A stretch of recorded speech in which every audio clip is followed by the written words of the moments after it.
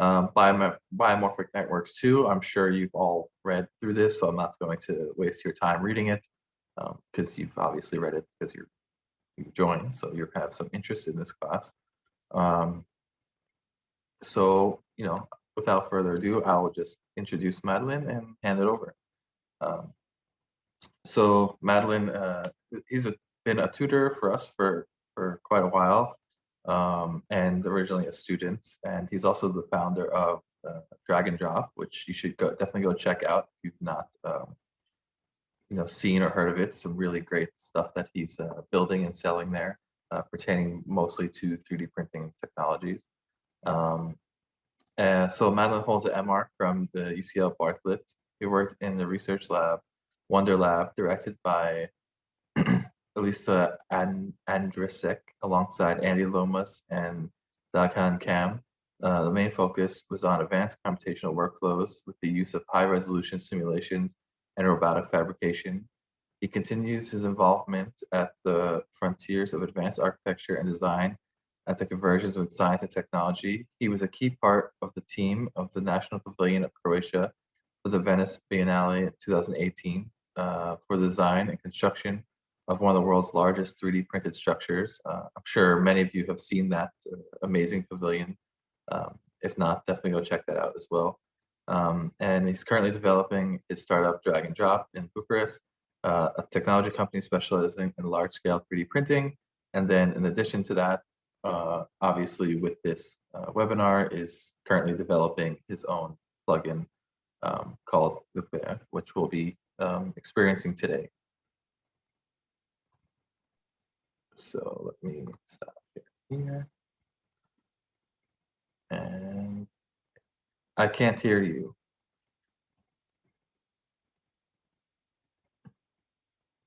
I think your mic isn't on.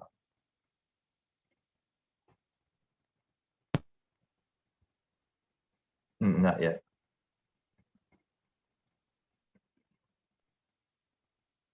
No. Do any of you hear Mădălin?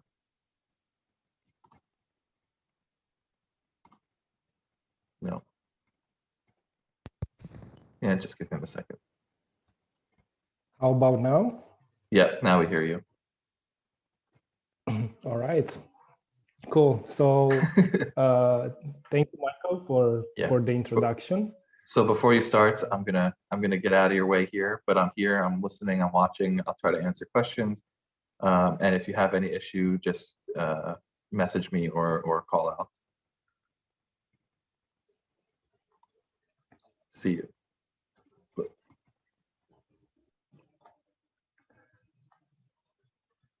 Hello, everyone. Thank you for signing up for this webinar.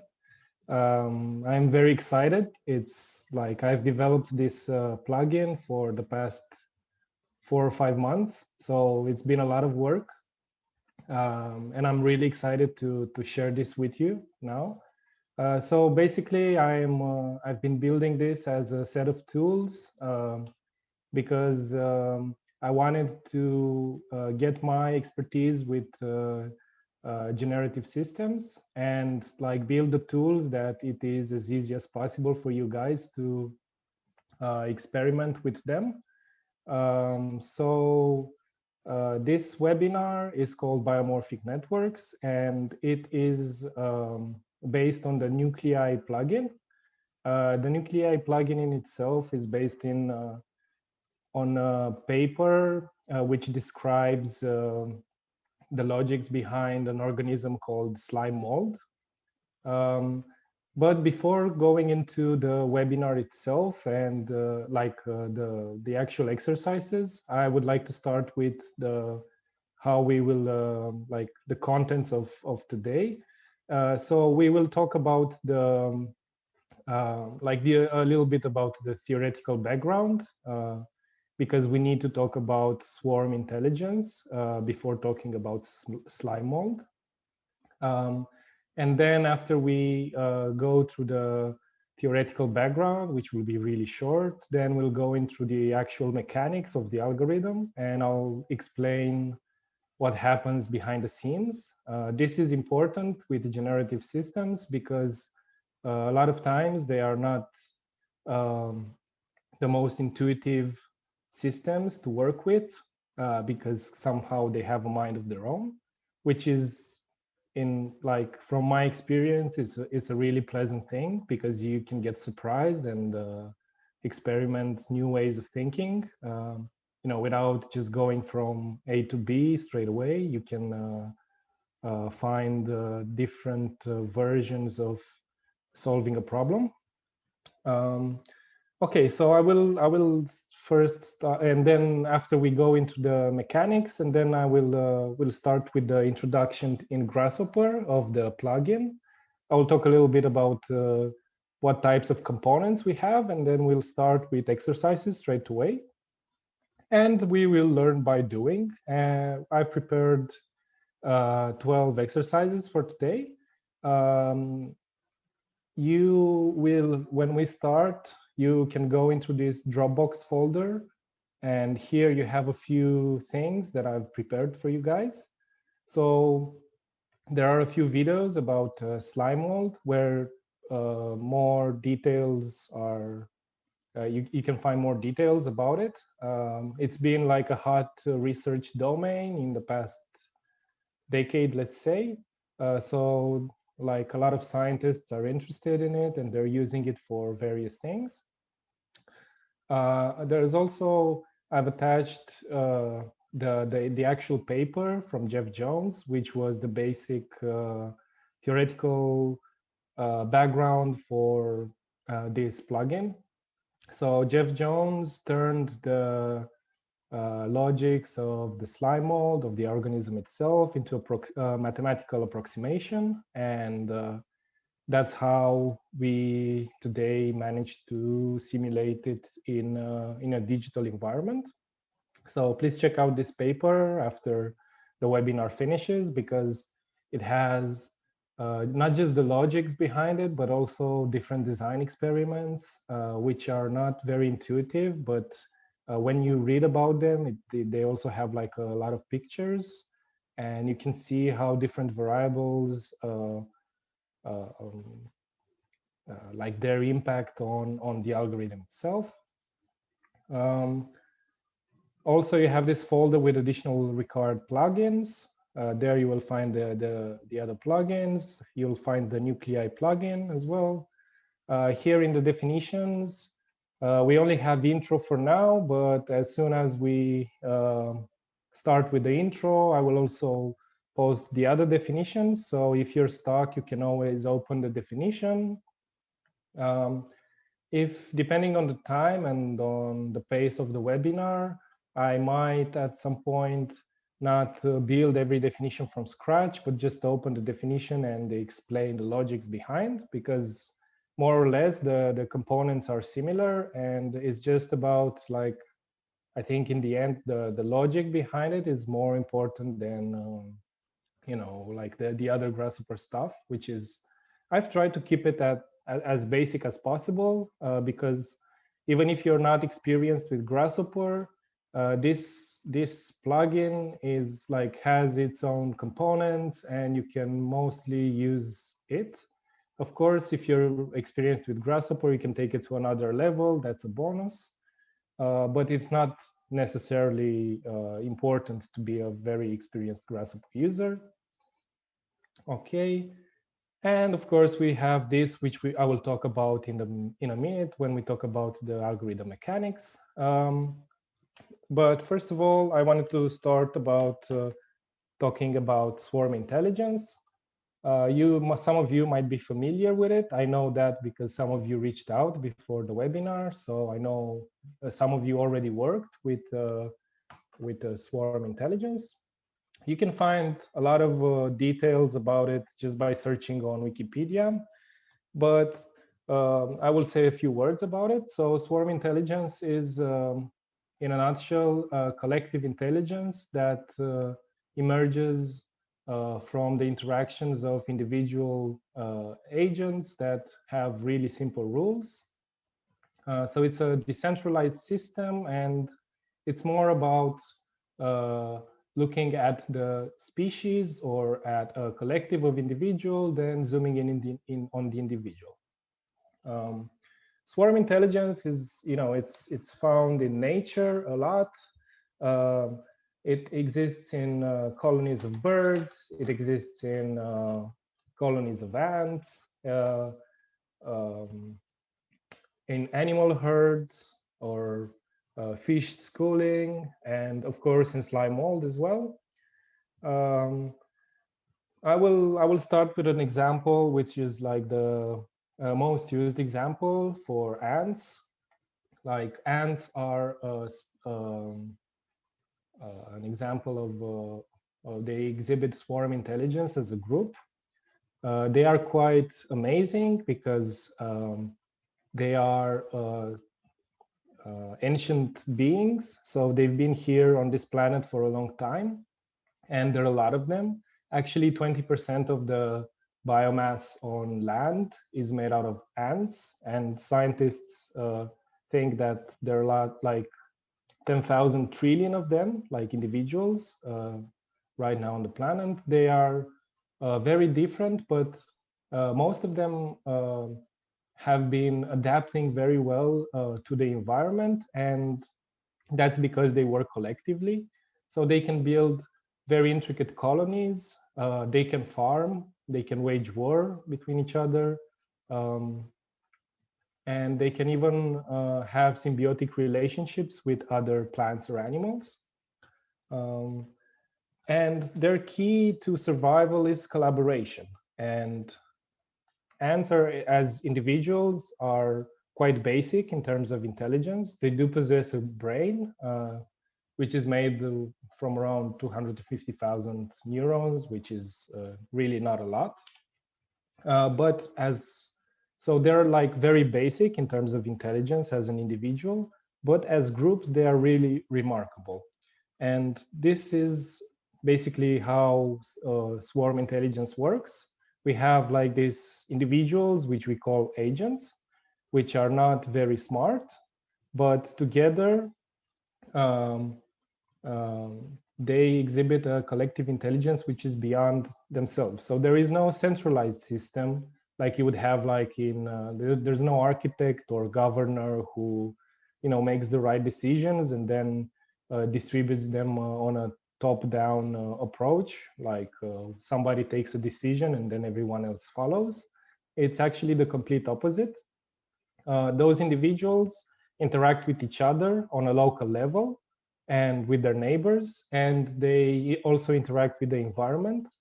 And those interactions create the emergence of a global behavior, which is a lot of times very good at solving certain kinds of problems. And that's why we, as in the research field, are looking at swarm intelligence. It's a field that's been since the late 80s, and there's been a lot of progress since then.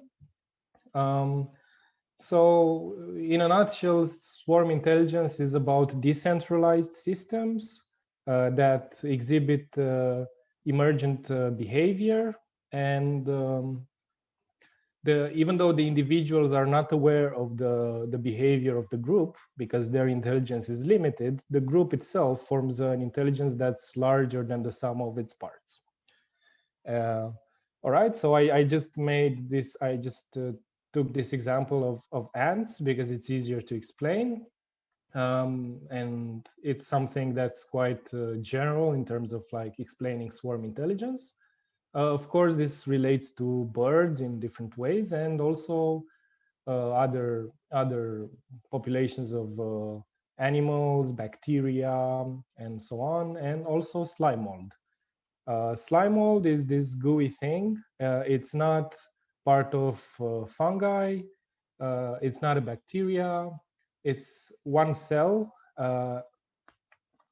And I will open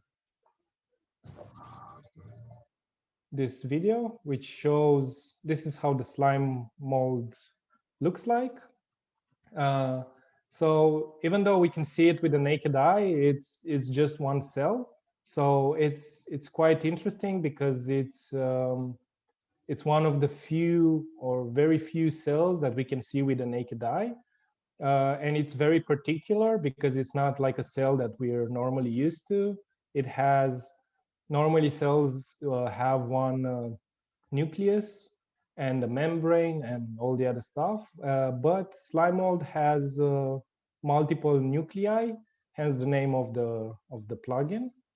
I will just stop right here because so as you've seen in the video, it's been it's been used by scientists for solving mazes, for transit networks, and recently it has even been used for from scientists in collaboration with NASA to look at an interplanetary scale, which I find like really interesting. So they were trying to predict where the strains of dark matter are in the universe, and because they are not visible, they don't interact with anything else. And they used a simulation of a 3D simulation of slime mold at a very high resolution. And the results they had actually, when tested, seems they can predict quite well where the dark matter is, which I find like really fascinating because we are connecting something that works as at such a small scale with something that works at such a large scale, and I really find this fascinating. But probably one of the most uh, popular examples of slime mold is in transit systems. Um, uh, so the way slime mold works is it starts from one point, and then it it colonizes the space around it. It colonizes the space in search for food. So in order to survive, it needs food. And once it finds food, its survival depends on how well it distributes these nutrients throughout its entire body. And in doing so, it creates networks of transport of nutrients. And nature doesn't like excess and only keeps things that are essential. And while it develops, it builds new branches, new connections, and it deletes or breaks other connections. And why this is used in transport networks is because it is efficient at transporting those nutrients from one place to another. So they only keep the essential networks of transport. And in this example, they've placed oat flakes, which is slime mold's favorite food, on a map. And that map was a map of the cities around Tokyo. And as you can see here, the transport networks that were developed by the slime mold are very similar to what engineers struggled with for years to make the transport network of Tokyo as efficient as possible. So slime mold in a few hours managed to do something that we have struggled for years. And when researchers saw this, they actually became really excited and started researching slime mold a lot more. Future scenarios of slime mold also include like if we will have self-driving cars, maybe there will be a completely different system of how the cars move around the city. And some researchers are even looking at slime mold for how it distributes itself in the networks, or how it creates the networks in the sense of trying to optimize the way the future cars will drive on the roads. All right, so that would be like the introduction for slime mold so far.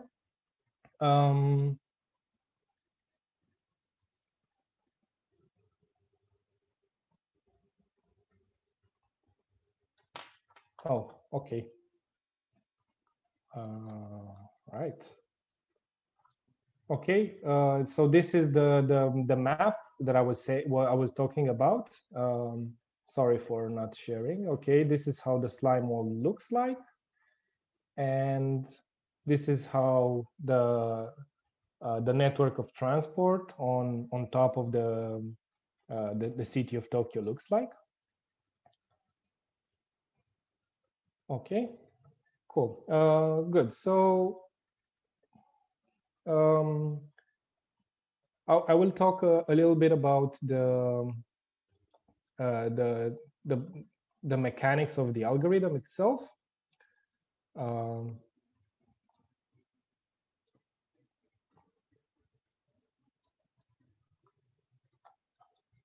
Okay, so in order to simulate slime mold, we need two different components. We need an agent or a particle. It's the same thing. And the agent has a direction and some coordinates in space. In this case, I'm explaining the algorithm in 2 dimensions because it's easier to understand. And it will be quite intuitive to see how it translates into 3 dimensions after. Okay, so we have the particle and we have the voxels or the environment. The voxels are chunks of space. So we divide our space in different chunks in a square grid in 2D. In 3D, you can imagine those boxes from Minecraft. Each voxel has an address, and also it can store a lot of types of data. It can store its connections to neighbors. It can store how many particles are inside each voxel. It can store relations with present iterations and past iterations of the algorithm. So you can really store a lot of data about the environment in these voxels, and the denser the voxel field is, the more accurate the environment is. So for example, here you can see there are different colorings of the voxels. These colorings represent, let's say, the density. I mean, we can store different things that I will talk about. And the algorithm has a few different steps. It senses the voxel values. So basically, each particle deposits an amount of chemo attractors, or let's say density in our case, on the environment. So if it is like, if this particle is in this voxel, it will increase. This voxel holds a number from 0 to 1, and that number will increase each time a particle deposits chemo attractors in it. And the way the particles work, they are in connection with the grid. So they have to sense the voxel values. They will turn towards the highest value and move towards the highest value, and also deposit the chemo attractors in the next iteration. Also, the chemo attractors will be diffused and then decayed. So let's start step by step. So our particle has, depending on the sensor angle, the sensor angle is between the direction of the particle and this vector here. So we have this angle can be larger or smaller. So the field of view of the particle, if you want, can be more narrow or more open. And depending on what it sees, it samples the values that are in front of it. And it sorts them and goes towards the highest value. So it senses the values. It feels that this value is the highest. I represented the brighter ones with the highest value. Once it feels that this one is the highest one, the voxel with the highest value, it will turn towards it and move towards it. it will move with the speed. So even if it can sense further away from how far it can go, it will only move with the increment of speed that we assign it to. And after moving, it deposits the chemo attractors or the density, let's say. And so this voxel becomes bright because it had the deposited value increased. And after that, it diffuses the value. So diffusing is like blurring. So basically that value is spread between the neighbor voxels in the grid. And after it's spread to those voxels, also after each iteration, these values will decay, meaning that a small increment of that value will be subtracted from the whole grid. Because if we wouldn't decay the values, after a while, every voxel will have like the highest value possible, and then the particles would be disoriented. So again, like the logics are, you sense the values, move towards the highest value, deposit, diffuse, and decay. These are the main mechanics behind what happens behind the scenes in terms of logics. Cool. So what I'm going to do next is I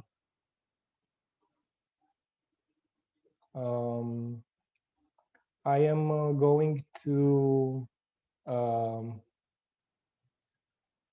add the definitions in all the definitions that we'll work through today. I suggest that you pay attention to the webinar because we'll go through all the definitions. If you think you can go after this live session through the webinar, then you can start playing with the definitions, but I would recommend like paying attention to what we do with the webinar because it is I mean, you can ask questions and I can answer them in real time. So you will have in the folder definitions the actual definitions. Okay, I just want to share my screen with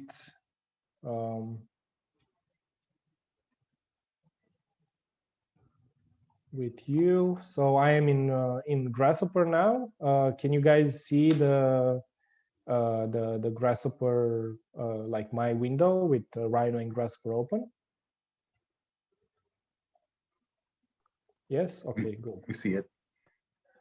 Cool. Okay, so let's, I will actually stop my video because this will only slow down things. So I will stop my video. Okay. Good.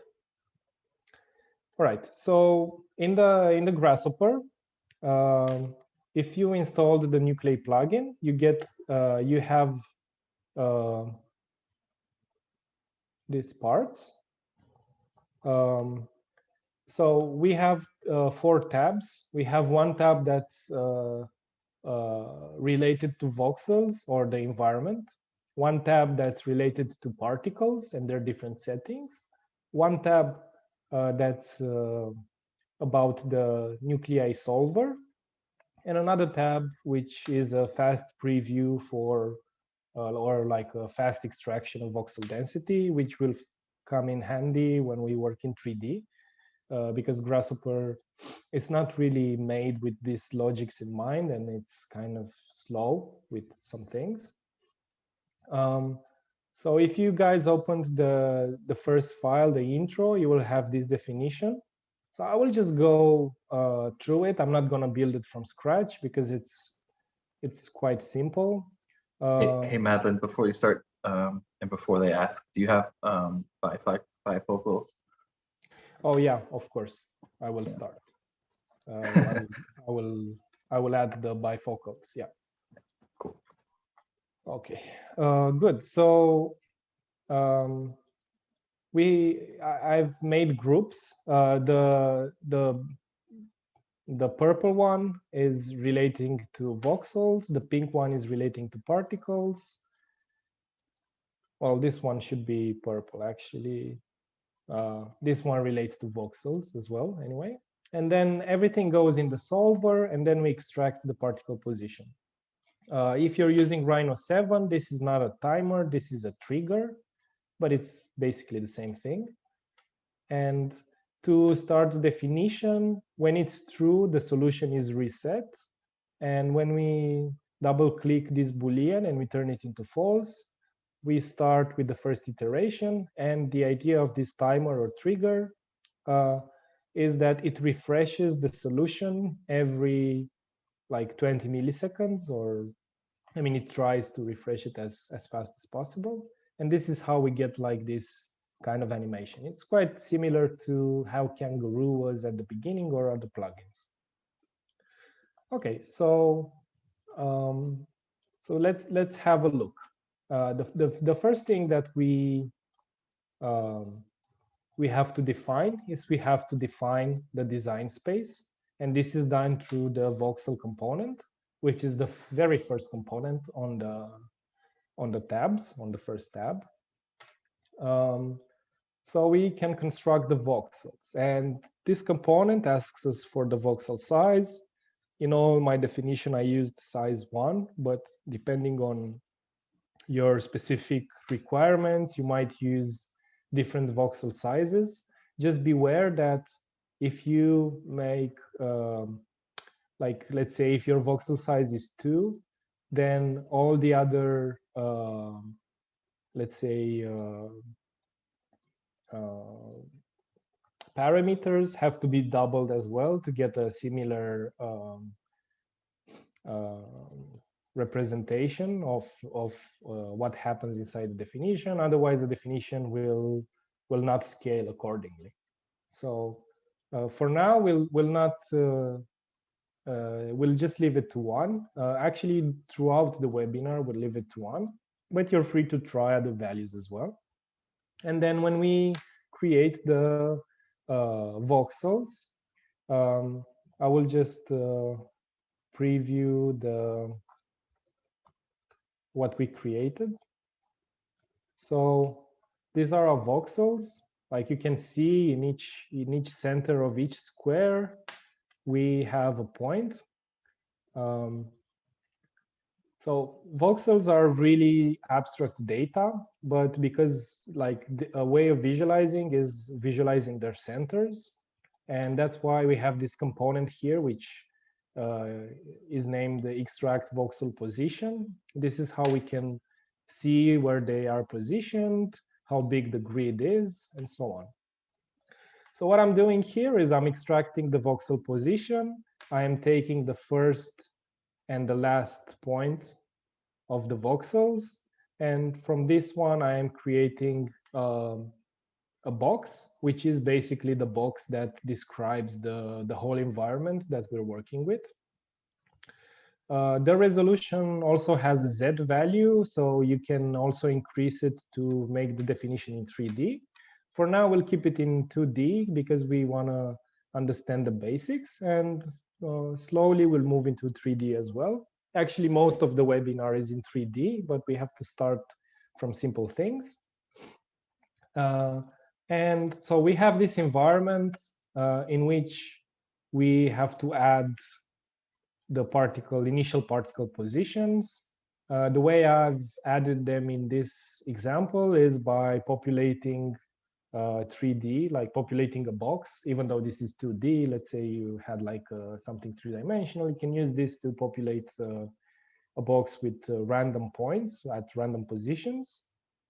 And this then is fed into the particles component. This particle component asks for the initial particle positions. And also, if you want, you can add initial particle orientations or vectors. Like I was saying in the initial explanation before, like the particles themselves have a direction. It's not so important, like if you set the direction, otherwise like they will they will just have like a random direction anyway. But you can set it. It will only influence the first few iterations, and then it will go in different places. Okay, so the particles are made up of two things. One of them is you have the initial positions, then you have some particle settings. Those particle settings relate to the things that I was mentioning when explaining the logics of the algorithm. So we have the speed, we have the sensor distance, we have the sensor angle, rotation angle, and deposit value. I will go back to the algorithm explanation.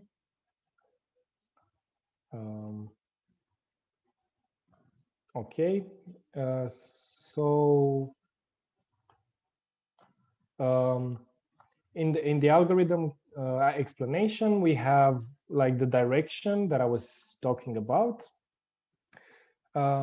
Okay, so when we talk about the speed, in my case here, the speed is this white arrow, meaning that the speed is a lot smaller than the sensor distance. The sensor distance, let's just say it's the amplitude of this vector, which is represented in blue here. So basically, even with us, when we move around the space, we have to see further than the increment of movement. So if one step is, I don't know, a third of a meter, then we at least have to have a field of vision larger than that. Otherwise, we will stumble into things. And that's how sensor distance works. Like sensor distance should be always larger than the speed. Of course, this is something that you can experiment with. Sometimes you can get interesting results without the sensor being larger than the speed, but most of the times the particles will just not know what to do. And then, so we have the sensor distance, and you can see that I have 3 arrows, and these arrows, the left arrow and the right arrow are at an angle compared to the center arrow. This angle is the sensor angle, or if you want, it's the field of vision, or half the field of vision if you want. So this is how much the particle sees in front of it, or like how wide it sees. And also we have the distance and also the angle. And then the rotation angle can be different from the sensor angle. It can be smaller or larger. So for example, in this part, when we get to the next iteration, when we rotate towards the highest value, here I have the rotation angle and the sensor angle identical. So this rotation happened with the same angle, but it can also happen with a different angle, like a smaller or larger one. And this actually creates really interesting results. So this is something to play with, the rotation and sensor angle. So experiment with different types of rotation and sensor angle, because you will see that the results are very different, one from the other. And I also, like the last thing was the deposit value. Well, the deposit value is this value that it's like this value when we deposit the chemo attractors. It's a value that's deposited on the grid. The smaller the value, the less impact on the grid. The larger the value, the more impact. So for example, if we have like really small values, the particles will take a lot of time to deposit enough chemo attractors on the field so that they can sense properly what they're doing. If we have like really large values, then the sensors will just detect a lot of information that is not, and this is also not an ideal case. So by experience, we will find and depending on the other parameters of the algorithm, we will find the right deposit value. But in all the examples that I've that I've uploaded. Everything is carefully tuned. So you can start with these ones and then always like tune your values and see what other things happen. So let's run the simulation again. And I'll show you what this, like we can play with this and see how different values affect it. So like if I increase the speed, you can see that they move a lot faster, but the paths are less articulated. If I move the speed larger than the sensor distance, you can see that they are trying to make sense of something, but it's just they're overshooting and something more of a noise happens. So I will just make the speed small again. If I increase the sensor distance, you will see that this, it's almost like zooming in and like everything becomes more like the distances between the paths become larger. Yeah, and like if I restart this and get a really small, yeah, maybe this is too small.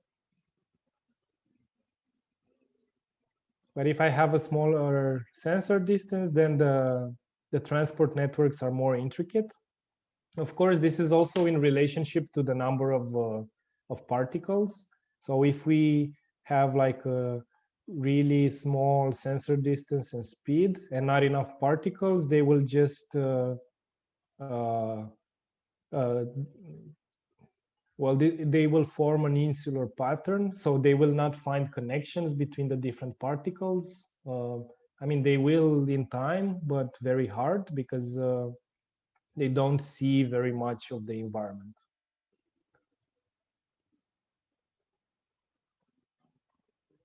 Oh, okay.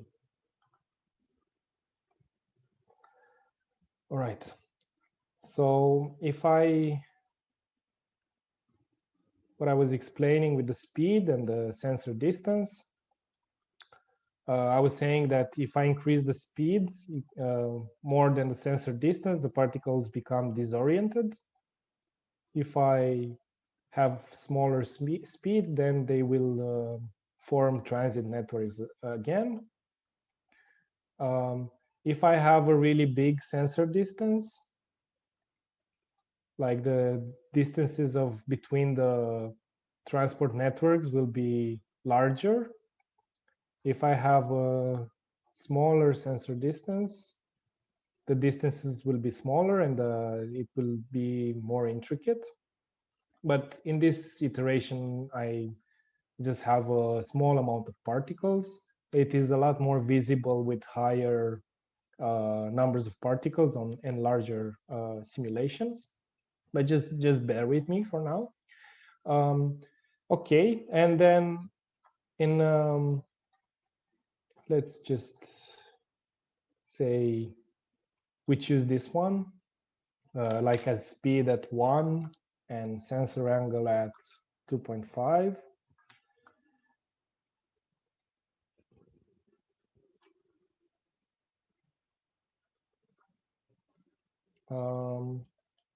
All right, and so let's play with the sensor angle and rotation angle.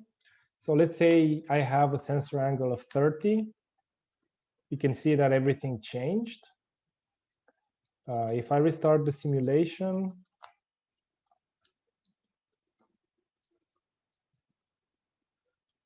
let's put the rotation angle at 30 as well, because it's more visible. Actually, I will increase this because it's too small, the number. So I will have a grid by 200 by 200 by 1. And let's create more particles. Let's create 4,000 particles instead of 1,000. You can see that this component in Grasshopper is quite slow. So like it took 2 seconds to create 4,000 particles. If you want to see this widget, is you go to Canvas Widgets, Profiler, and this profiler shows you how much each component takes to update. Okay, let's update the definition as well. And you can see it's like we have a lot more particles. All right, so this is how it looks like with this sensor angle. If I increase the rotation angle, you will see that the whole simulation changes.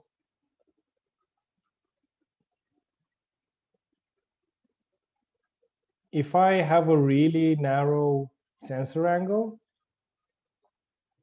let's say I have this sensor angle of 20, maybe 15 is too small. And let's say we have the rotation angle 20 as well.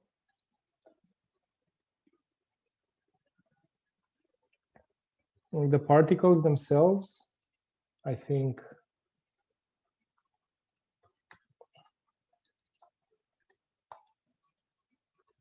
maybe this one will be more visible.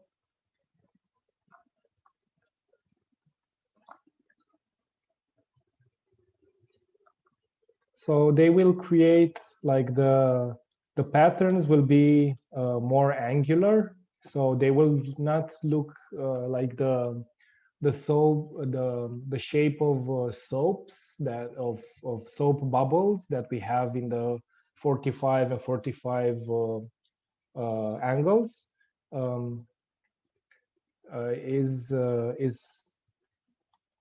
Is the most common used version of the sensor angles. But if we change it to, okay, so for example, in this case, they are becoming, just 1 second, I will make this parenthesis. They are becoming insular because I don't have enough particles. So there's not enough connections. Also, my deposit value is quite small. So I will double the number of particles again. This will take a while for this component. I've used this component just to show you like how slow this kind of Grasshopper basic components are in some cases. In the next definitions, when we'll use up to 100,000 particles, we'll generate their positions in different ways with other components. Okay, so let's say we have 8,000 particles. And if they become insular again, which actually happens, it means that we don't deposit enough on the grid.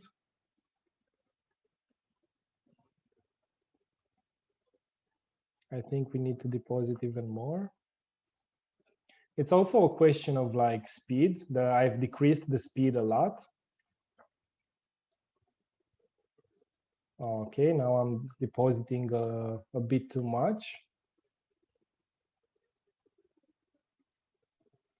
You can see that the like changing the deposit values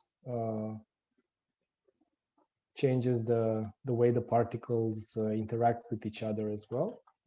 That's because the particles interact mostly with the grid, so they deposit values on the grid, and those values are read by other particles, and that's why it's like there's a really fine connection between the number of particles, the grid density, and the deposit value. Okay, let's change this to 30 and 30. And you will see that a different grid will emerge.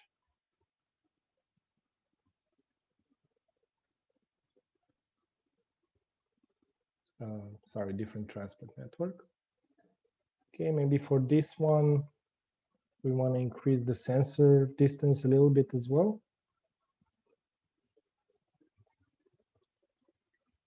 So yeah, I mean, it's a question of there's now no strict solution for how to tune these values. You can start from the values from the tutorials and then slowly try different stuff and see how it goes. But yeah, I mean, like Now the particles update these values in real time. In the first version of the plugin, they didn't. So it's a lot easier to experiment with them and find the right values for the particles. Okay, so I was explaining the logics. So we have the environment. We create random points for the initial particle positions. We also add this part where we say that these particles have these types of values. And we also have some settings, which I will go in a minute. And the particles connect to the particles part in the solver. The voxels connect to the voxels input. The settings connect to the settings. And the solver runs, and we get some results. In order to extract these results, like if I only preview the solver, nothing is visible. So if we want to extract things, we use the extract particle positions, which is this one here. All right, so we define we construct the voxels here. We have the voxel settings here. We construct the particles here. This is where the particle settings are. And all these components on the end of the tab are for extracting different values from either voxels, either particles. So in a nutshell, we basically need to define the voxels, define the particles, and of course their input parameters. And after that, we have to input them in the solver, which will handle everything. And after it computes the iterations, we extract the particles and preview them. The best way to preview them is with the cloud display. It's the fastest. And believe me, I've tried all the other ways of previewing geometry in Grasshopper. This is the best way of doing it, especially when we'll have very large numbers of particles. This is the reason behind it is that this assigns everything on the GPU, and it's a lot faster at displaying than the CPU. Okay, so I also wanted to talk about the voxel settings. In the voxel settings, we have these few components: diffuse, range, and decay. We talked about diffuse, that it's that part where once the particle deposits a value on the vector field, then that value is diffused or like blurred towards their neighbors. This is the amount that's transmitted to the neighbors. The range is like how many neighbors around, like it's either you have the neighbors, like the first immediate neighbors that you diffuse to, or you can diffuse to the first 2 rows of immediate neighbors, or so on. So like if we look at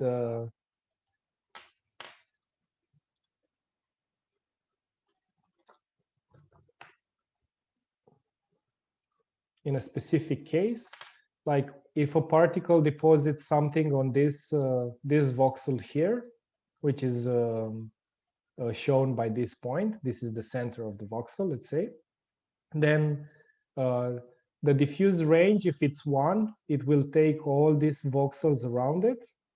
If the diffuse range is 2, it will take the next row of voxels, like these ones as well as the first ones. So it will diffuse for a larger radius, let's say. We usually keep it to 1, but there are some situations in which you want it to diffuse to more rows of voxels.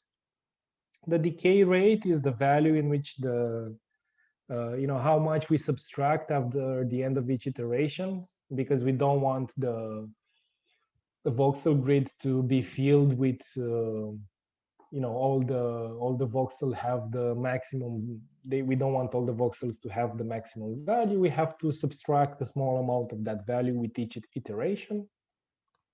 It's almost like in nature when like ants, for example, and the same thing is with the nuclei, or with the slime mold, is they deposit pheromones, and like ants deposit pheromones, and slime mold deposits something like a chemical attractor, and this is like, you can think of it as if it deposits like a smell in the environment, and with time that smell will diffuse in the environment, and with time it will decay, like it will disappear. So that's what happens here. And then we also have the wrap. The wrap is really nice because what happens is that, like if I restart the simulation, you will see that the particles will travel to the boundary of the environment, and actually what happens, this part here connects with this part here. So each time a particle goes further away than the boundary of the environment, it is automatically translated to the opposite side. So we can create this, I don't know, okay. So if I were to move this here, you can see that we can create almost like a continuous space.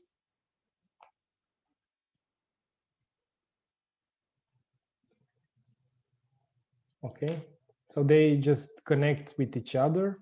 Of course, if you were to just do this again and again, at some point this is not gonna be a random pattern, and it will become something that's repetitive, and I don't know, might be interesting or not, but it's a good trick for drastically increasing the resolution if you want. Okay, let's see if we have some questions.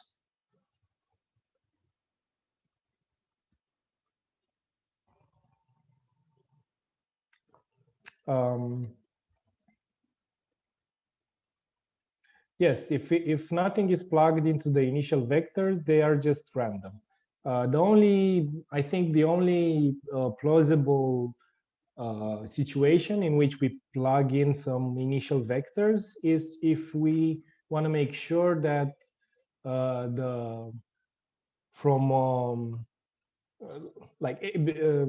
we want to make sure that each time the simulation is going to have more or less the same visual aspect, because each time we create random vectors, those random vectors are different, or like the initial conditions for the simulation.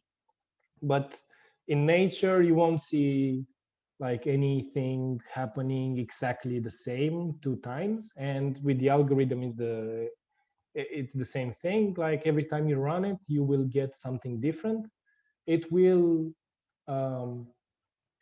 like, it's not always different. Like we will see in further examples that some things that are about optimizing some, like for example, transport networks, they will have very similar outputs all the time.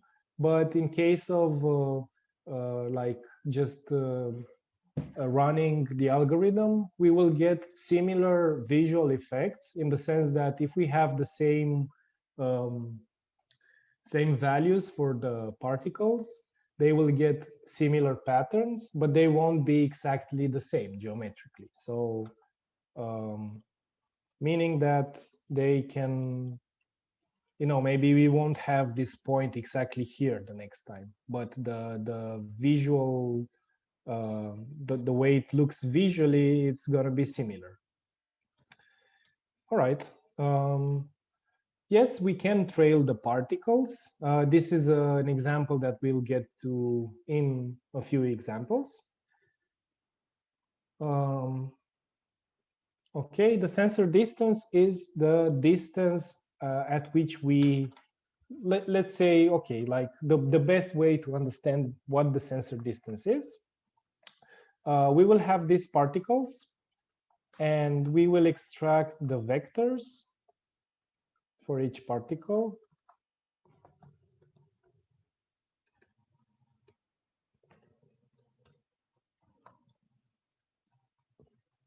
All right, so each particle has a certain direction, okay?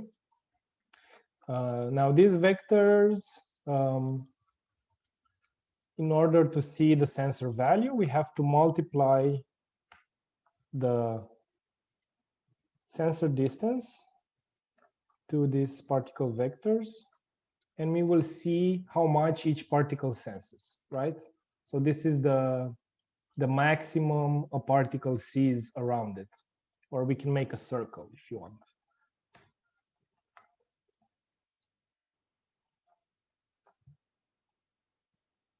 Yeah, each particle only sees this much of its environment. So this is the sensor distance, let's say.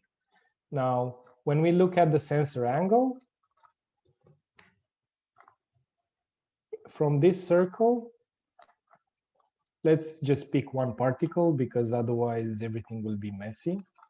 So I will just list the first item of each one of them. And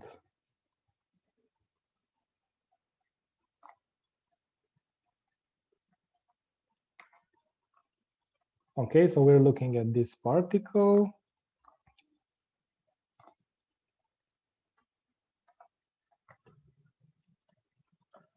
So we have this particle.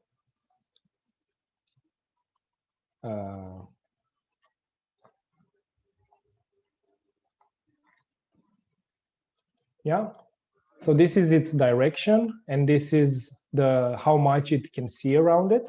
But if we want to be precise, we can also look at the, so if let's say we rotate this vector by the amount of rotation angle, so sensor angle, this is in degrees, and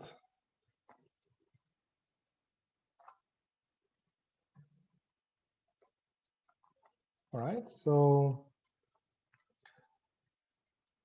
also we might want to, so if we're talking about sensor, okay.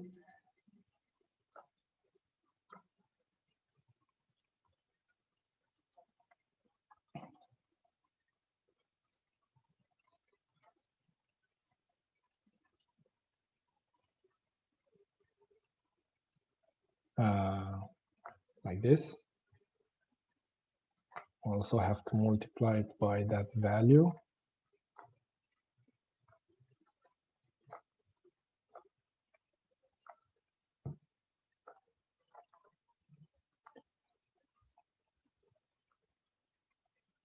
Um,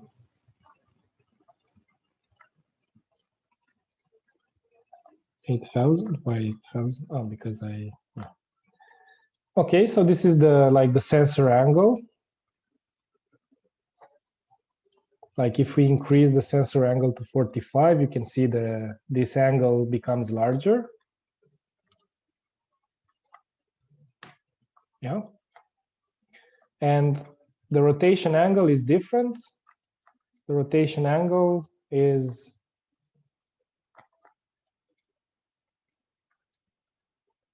at 30 in this case.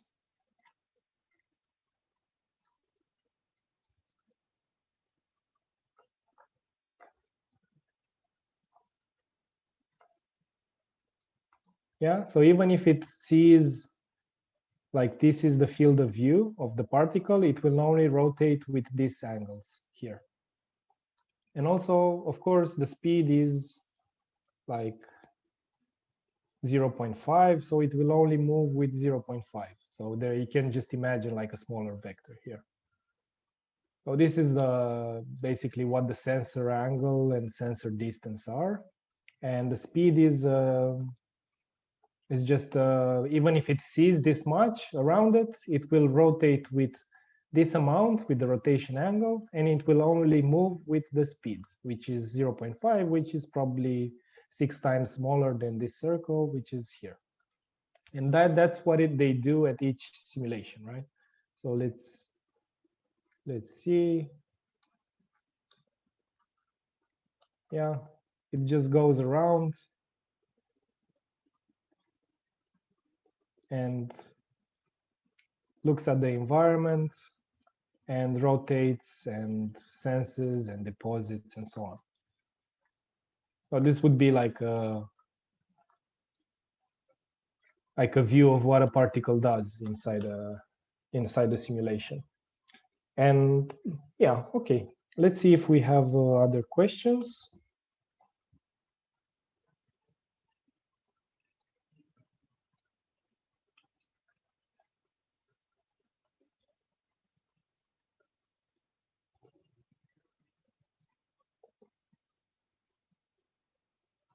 You can freeze the grow by, like I did, by double clicking on the timer or trigger, because this trigger tells the solver to recompute every 20 milliseconds. If you stop this, then everything freezes.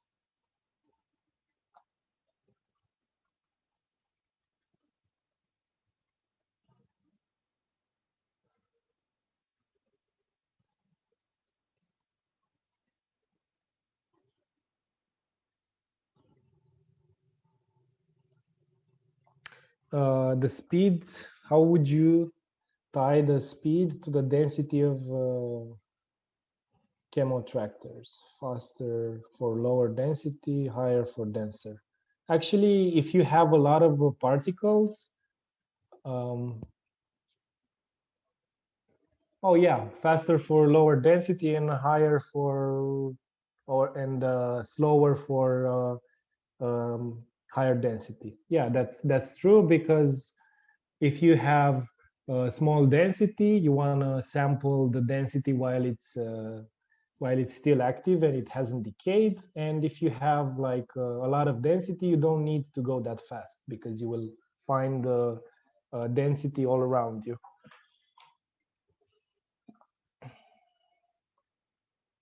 Right. Good. So I think we can actually move to the first actual exercise. This was just more or less to get like a small introduction to what we're doing here.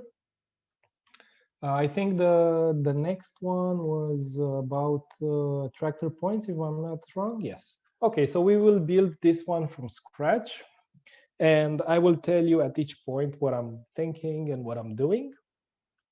And then after that, we'll talk a little bit about what the tractor points are and how they influence the simulation.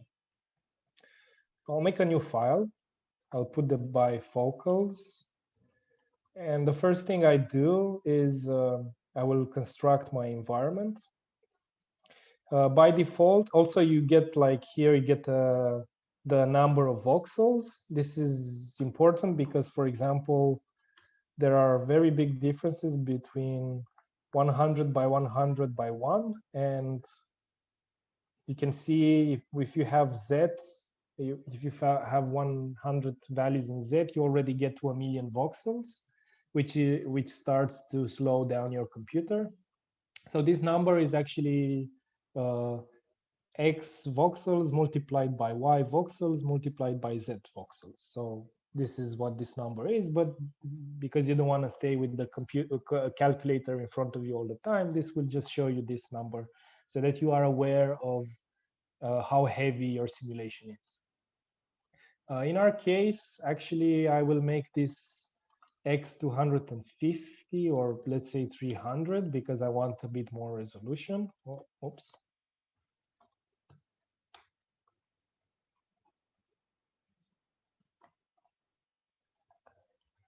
Cool. I will extract the voxel positions because I want to see my voxels.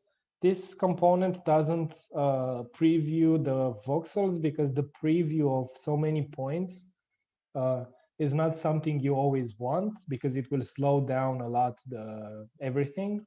So you can always add a point and just connect it, and you will display all the values. Otherwise, they're not displayed by default. Just imagine that you have 1,000,000 points from a grid which is 100 by 100 by 100, which is not so which is something quite normal for 3D simulations, to have a 100 by 100 by 100 grid, and then you get like 1,000,000 points displayed on your canvas, and it really takes a lot of time. So if you want to preview them, you can always add a point with preview voxel centers if you want to be explicit, and you can preview them there. You can also add a cloud display so that you can see them better. In the cloud display, you can also set the size of those points, so it's easier to see the grid. Okay, we're not interested in previewing it for the moment, so I'll just leave this there. Good. Oops. Okay, so what I want to do is, like, I want to get the design space. So I will take the first and the last voxel center with a list item. If I zoom on the list item, these pluses appear, and I can get the -1 component, which is the last component. And so see, these are my two components. I will make a box 2-point. Okay, and this is my environment. So I've constructed my environment. I will need the solver in which I will add my environment. Maybe let's make it like this. I will add my voxels there. I also need to construct the particles. And I found out that the fastest way in Grasshopper is to random reduce the positions of the voxels, or it's a lot faster than populating this environment with random positions. So I have this random reduce, and I will insert my voxel position list, and then it will tell me how many do you want to remove. I don't know how many I want to remove, but I know how many I want to keep. So let's say I need, I don't know, 5,000. And I will add a list length to see how many I have right now. And from that list length, I will subtract the number of how many voxels I want. And in the end, I will get 5,000 points. Okay, 5,000 points are okay for these particles. Like, it doesn't really matter because that these points are in the voxel center positions. These are just the starting points, and it's fine. And from my point of view, instead of waiting for a few seconds each time to get like completely random starting positions, I'd rather just get my initial positions like this. And then I have my particle component in which I input the particles. I have 5,000 particles, which is great. And if I were to just start the simulation, it will actually work. So I need a toggle, Boolean toggle for my reset. And I also need a timer, or in case you're using Rhino 7, it's called a trigger. If you right click on the trigger, you can set the interval to 20 milliseconds, which is better because it's faster. And if I let the timer run now, it will only use resources for nothing because it's just constantly resetting the solution. But if I get the toggle to false, then the simulation will run. Of course, I can't see anything because I haven't extracted the particle positions. what I will now. I will also hide my initial positions because I just want to clean display.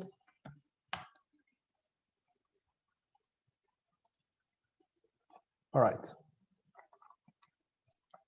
So the reason why the simulation runs, even though we didn't add any parameters, is because by default, Nuclei takes into account some parameters.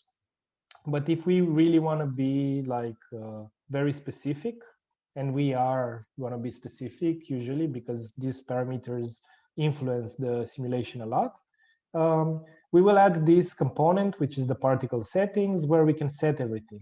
If you overlay your mouse, if you hover your mouse over any of this, you can see that the speed is set to 1, the distance, sensor distance is 2.5, and so on. So these are actually the initial parameters that are considered now in the solver. But if we want to change them, let's add some sliders.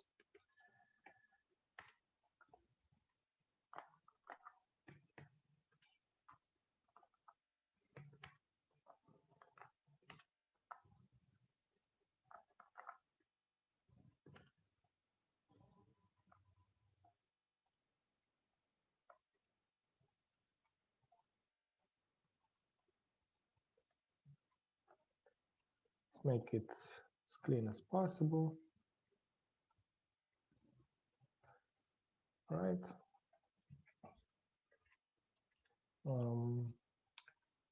So if like these things have to go into settings, otherwise they won't be considered by the simulation. So for example, if I change the speed, I can see that everything is updating real time, which is good. All right. So we have this basically we've reconstructed the previous simulation. I will keep this because I will use it for the point attractors, but I will move everything to the right because I want to add the point attractors in the meantime. I'm not going to be very clean in the way I structure definition with groups and stuff. Like I will just at large structure them in white boxes. In the actual tutorials, you have them very neatly arranged. I've really put a lot of effort in arranging them as neatly as possible because I know that if a definition is messy, then it's hard to understand. But in this case, I'm explaining the logics, and you can always check out the actual tutorials. Okay, so in this case here, I'm dealing with particles, so I'm just telling where the initial particle positions are and the particle parameters. I'm inserting the particles in the particles and the settings in the settings, the particle settings. All right, here I am defining my voxels. And here I am defining my design space. And in this design space, I'm actually gonna use the populate, let's say 2D now, and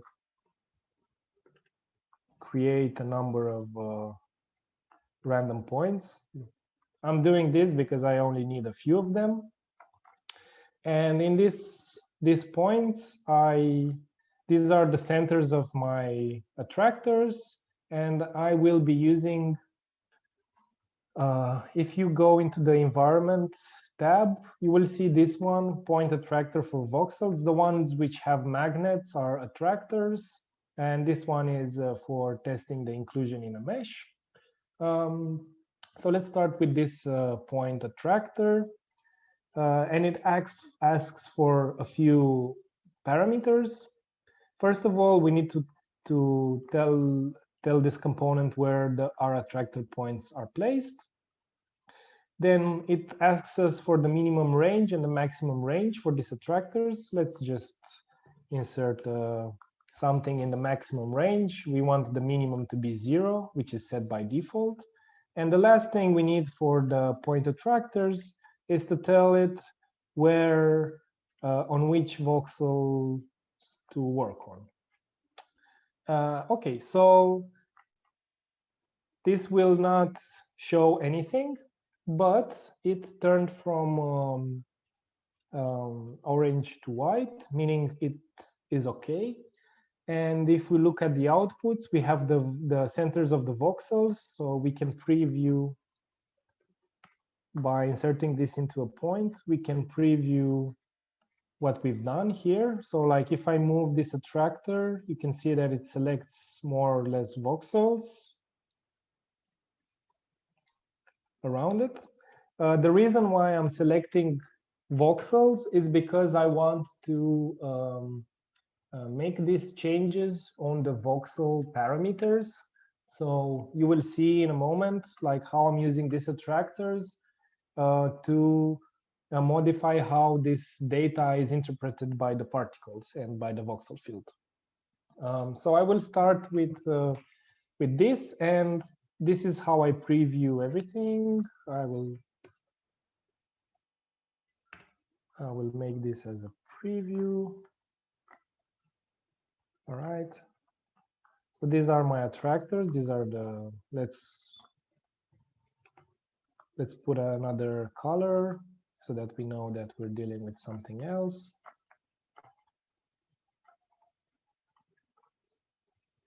Oh, I thought, oh, sorry, this is size, this is color. All right. So these are my attractors, or at least not my attractors, but the voxels influenced by those attractors. Yeah. So what I've done is like I've created some random positions for the attractor points, and then I use this component, the point attractor, to select the voxels around these point attractors. And the next step is to assign some values in this ones. What I want to do is like I can either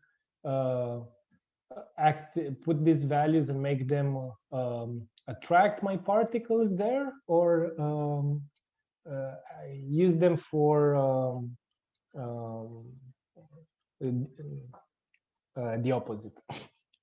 Okay, good. So there's this thing called define voxel values, and this thing asks for the voxel address.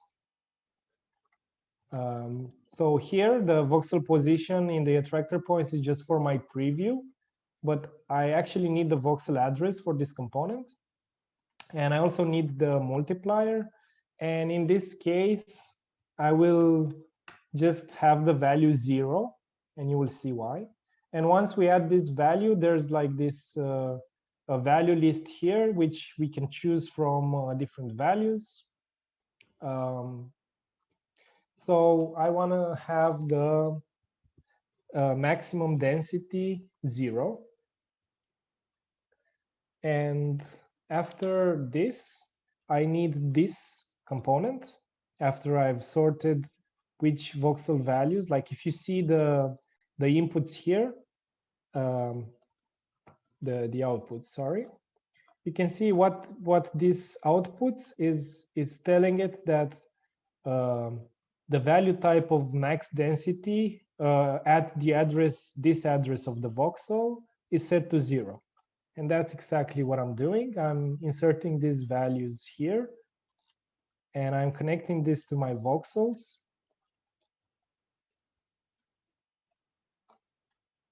All right. And I will replace the initial connection to the voxels with these voxels with other values. Let's restart the simulation. I don't know how visible it is, but let's make this larger and maybe just preview this as circles with radius instead of points. Right. So in these areas, I've modified the voxels. Maybe I need a bigger range. 30 is better. It's easier to see. So if I restart the simulation, first of all, because I've set the maximum density to 0, particles are not created in these parts. This is because so what does maximum density mean? Maximum density means that doesn't matter how many particles you have in those voxels, the maximum density of those voxels will be 0. So the density won't be affected by particles. So there's no point in having particles there because they won't affect the voxels. Another nice thing about this is that, like, for example, if I change this to 0.1, I will actually have particles there because they can still influence the density. But if I put it to 0, we'll see that they disappear. Okay, let's start with 0.1 actually, and you'll see what happens. So in these areas, the particles will just run away from these areas.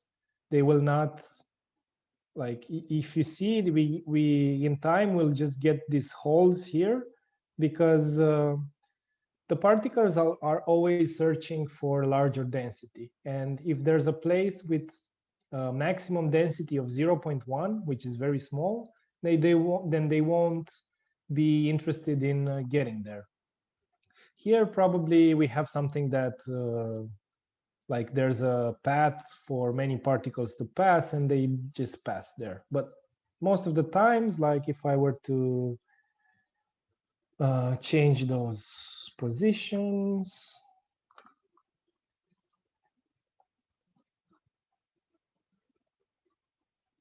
like you can see here that the particles are escaping from these areas.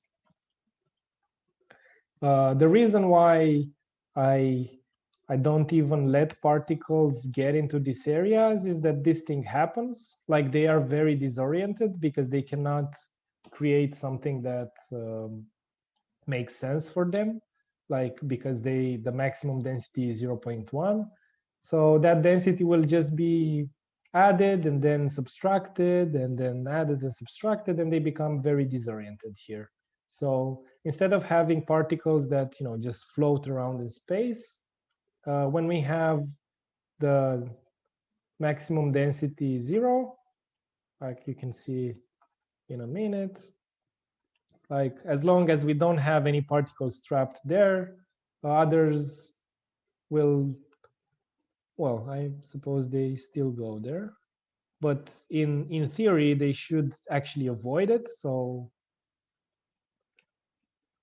yeah, this actually are spaces in which the particles won't go into, or at least in theory that's the point. Let's do another thing, because here what happens here at the edge, there's another thing. The particles try to avoid the edge, and so their normal vectors are not necessarily the vectors that would influence them in their behavior. They're just trying to avoid the edge or getting out of the design space, and they are forced with some vectors here. But if I were to do this in a with the settings, if I were to do this with the voxel settings and have an environment that wraps,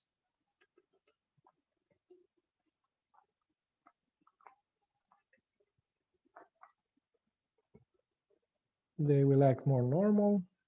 I can see here that they are a bit trapped in between the one side or the other. Let's try again. Okay, so you see that if we use the wrap, they find other places in which to go, and they usually end up not going in those spaces where we have these attractor points. All right. So by modifying the maximum densities, meaning that in the voxels there's never going to be a density larger than 0, meaning that there's never going to be any density in these places of the grid. And because there's no density, then the particles won't go into there. they are looking for higher values all the time. So they are looking for places where, like for example, when you have food for the slime mold, there's one that's called food. It actually, what food does, it disperses larger values in those places in the voxel field. So it's the exact opposite of this. So food attracts them. So like larger values attract them. And that's why food is a large value. And slow values will make them avoid that area. So you can consider this as obstacles, or you can treat them however you feel like. Just remember what the maximum value of 0 does. Okay, and let's say I want the same thing, but this time I want it to attract the particles. So I will just make other points.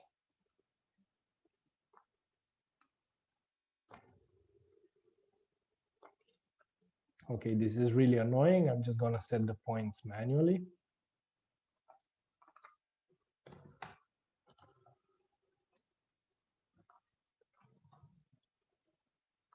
Forget about the random thing for these points. So I just set the points manually. All right. I'm gonna close the display for those ones, but they are still there, right? So don't forget about them. Or maybe actually, let's preview them in a different color. And that should do. It's a good color. All right. And these are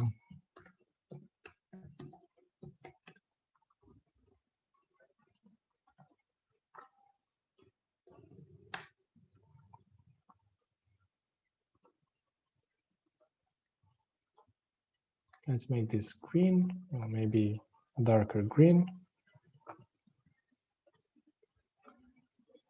Right, so in these areas, we want to attract the particles. And in order to do this, I'm going to set the minimum density to a high value,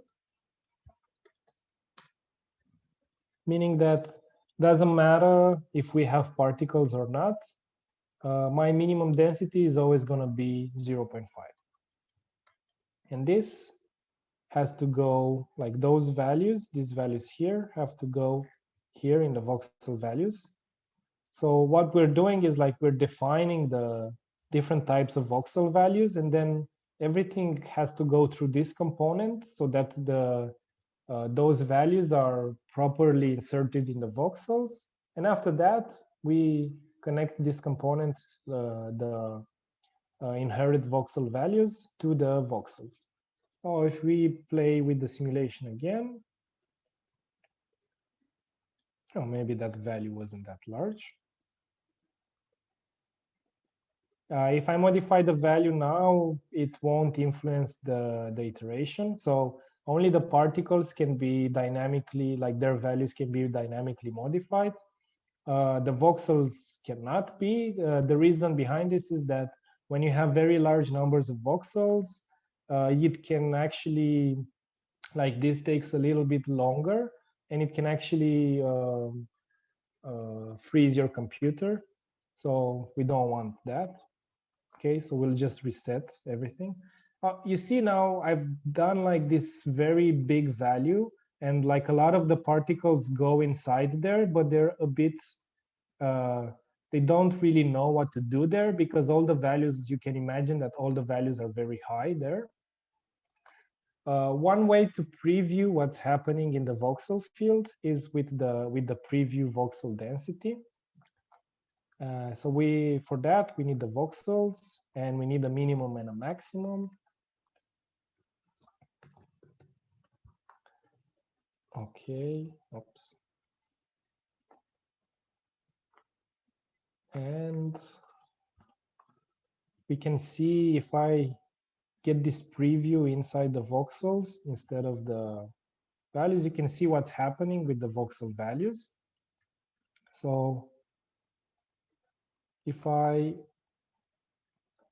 so you can see that the higher values are where the particles are, but in these places where I've set the maximum value to 0, the values will never increase. And in these places where I actually set the values to 1, they will be 1 regardless of how many particles there are inside the voxels. So this is how the map or like the underlying data inside the voxels looks like. If I turn this down, you can see that actually, let's say, for example, I have this 0.5.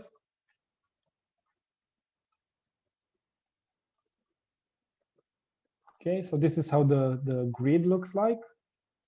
We first have like a lot of places in which the particles deposit, but then in time the connections are essentialized, so we end up with less connections.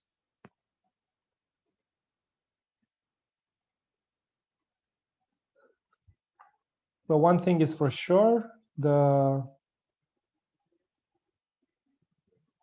here is a good example to see what's happening.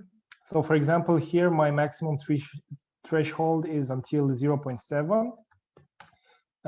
And this actually shows me, because I've put the maximum value to 0.5, it shows me that the particles, even if they have 0.5 here, they can still add larger values and they don't become so disoriented. Like if I look at the particles again, they will still find paths there, but of course they will be like, they will create paths inside this these places where we have higher values, but they will still be mostly attracted to these places. So these places will always have particles inside. The other places will always not have particles. So this is how we control, in a way, the the behavior of the particles. So with this kind of approaches, what I'm trying to do is these are attractor points, attractor curves. These are generally top-down approaches, and we're used to this because this is how the Grasshopper environment was initially thought of, and most of the initial tutorials when you start learning Grasshopper are like this.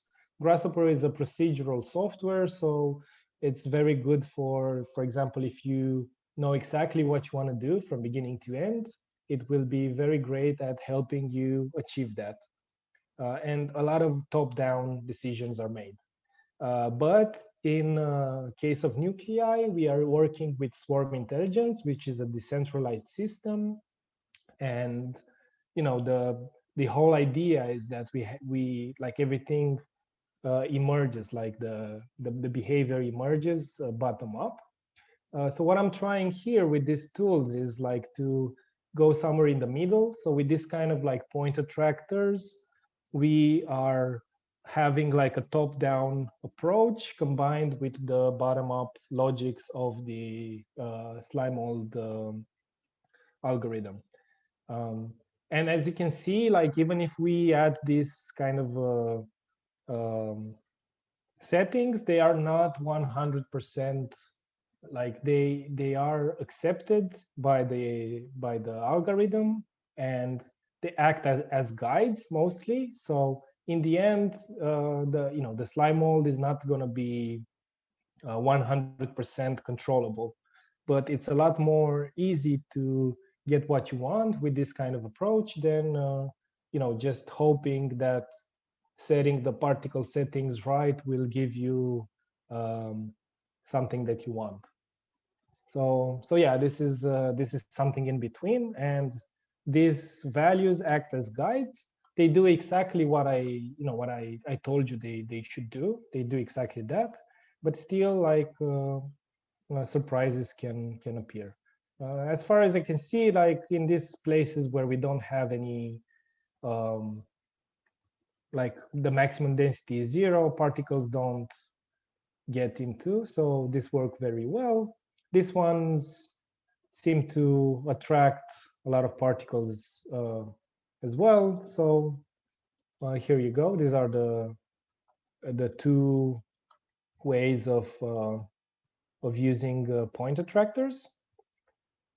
By the way, when you have a component that you're not using, like you can see that one iteration takes 7 milliseconds, and to preview the voxel density takes twice as much. So we will just disable this component if we're not using it.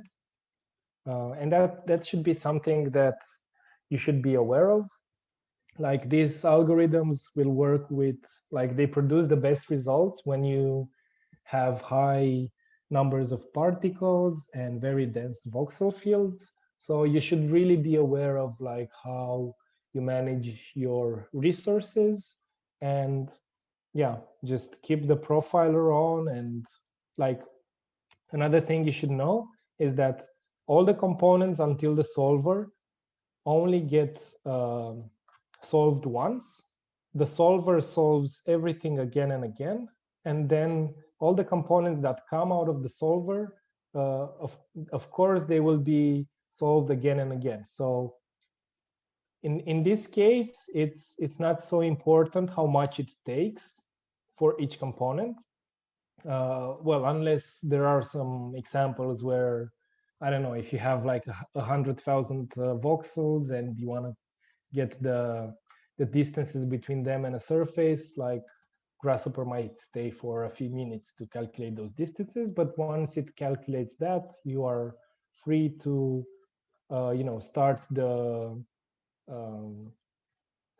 solver again and again, and everything will not, like, left to the solver, nothing will compute again. So once you've done with the setup of the algorithm, these things on the left will never compute unless you modify something, and these things on the right will compute each iteration. So if you have something like really heavy in the right part, just disable it, because you just want to preview the iteration, and then when you're ready and you are at a point where you think the solution is okay, then you can just pause it by double clicking on the timer or trigger, and then you can extract whatever you feel like it's important for you.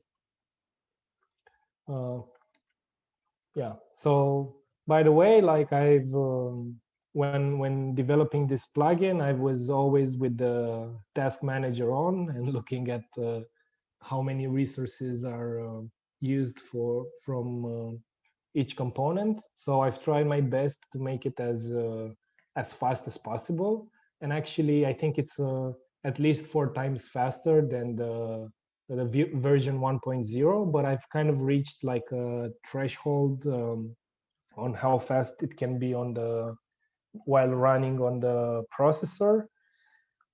So I've really taken a lot of care to make it as fast as possible, because as a designer, you really need speed to understand things. But it also is up to you to manage your definitions so that you don't waste resources without needing to waste them.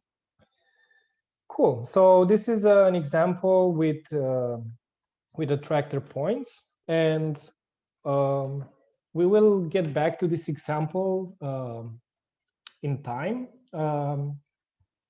We will have an exercise in which we record the trail points, and then we turn everything into a 3D geometry.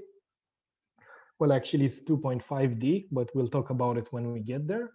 But for now, I also want to show you guys a few things about curve attractors and other ways of using the components in nuclei. So if we look, I'll just go briefly through this. Like the curve attractors work similar with the point attractors, and they just if we have a curve in our space, these attractors will find the voxels around the curve, well, let's say we need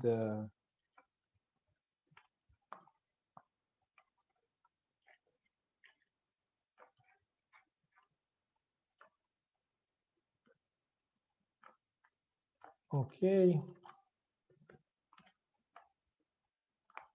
So in like you can see how it extracts the voxels around the curve. You can also use a minimum threshold in case you want to extract something around the curve, but not just till the end. Okay, so this is how they work, and you could use the same thing, like instead of one type of, let's say, yeah, let's just say that in this case, we want to split everything in two with this curve. So I'm going to use the voxel values, the voxel addresses from the curve instead of the points. And if I do this, you will see that like near the curve, they don't like, there's no density. So it's almost like the whole environment is split in two. All right. Let's see if we have any questions until now.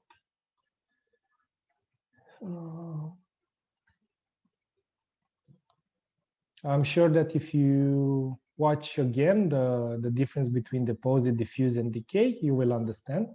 I know there are a lot of notions right now, but with every new thing, that's how it is. And like, look, feel free to rewatch this webinar a few times, because there are a lot of new things, a lot of ideas that are not very intuitive.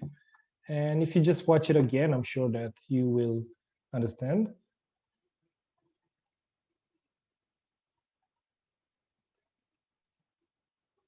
Is there a way to animate this sort of solvers? Yes, there is a way to animate. I will show it in by the end of the tutorial.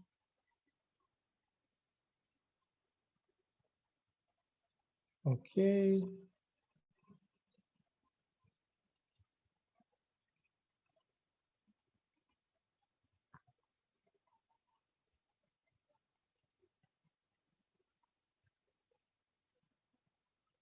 The node appears by itself when you get the address and the value. So once you set up those two, the node for minimum and maximum density appears by itself, like the value list.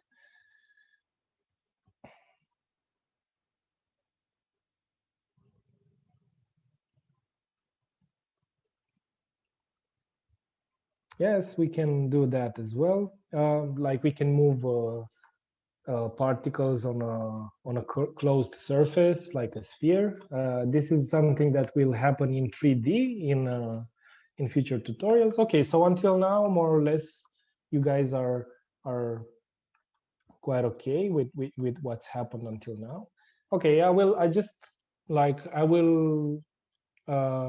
go to the next tutorial, but the next tutorial is like I still haven't finished with curves. I'm going to talk about curves a little bit more. Okay.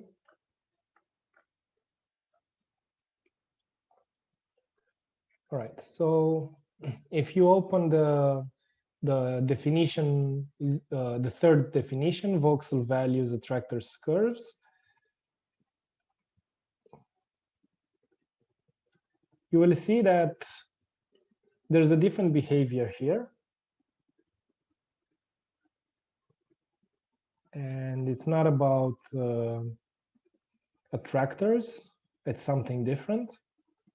I mean, yeah, we use attractors, but those attractors are just to find the voxels around the curves. So we have these two curves that select these voxels around the curves. Now, what we do next is in this place right here, we are setting up vector field around these curves. So basically telling the particles that in those places where the curves are, they can travel there, but they will be constrained by a vector field. So their directions will align to this vector field, though these tiny vectors. And these tiny vectors are along the curves. I've chose one of the curves flipped from the other one so that they create more interesting behaviors. And yeah, like this is what, like it's quite visible when we start the iteration. Like you can see that they move in the direction of the vector field. And in the places where the two vector fields combine, they create something in between.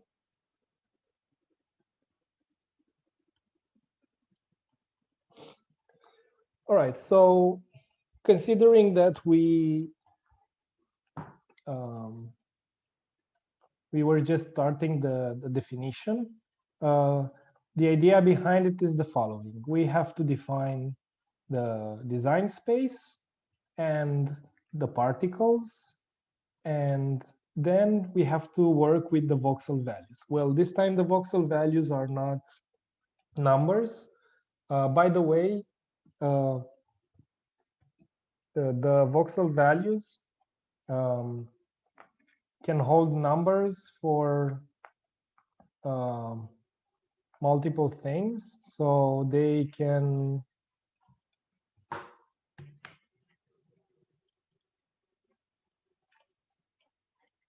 have minimum density, maximum density, and these two things is something that we talked about. But they can also have differences in speed, sensor distance, sensor angle, rotation angle, and food. And we will talk about food, which is also a value. And I think during this webinar, we will also talk about speed and sensor distance. I'm not sure we are touching upon rotation angle and sensor angle, but it's something that you can play with by yourself. So you just know that this is a multiplier. So for example, if you have I don't know, a speed of 1.5, if your multiplier is 1, it's not going to turn your speed into 1. It's going to turn your speed into 1.5 multiplied by 1, which is still 1.5. If the multiplier is set to 0.5, then it will be half the speed, and so on. And the same with the sensor distance, sensor angle, rotation angle, and so on.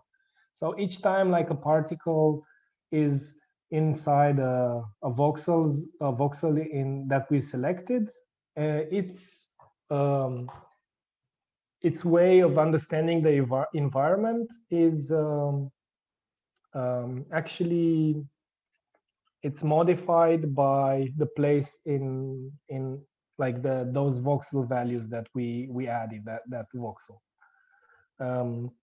So yeah, it's not necessarily something that happens in nature, but why not? I mean, that's the beauty of digital simulations, right? We can push further some of the things that will not necessarily happen normally in nature, but we can push it and see what happens.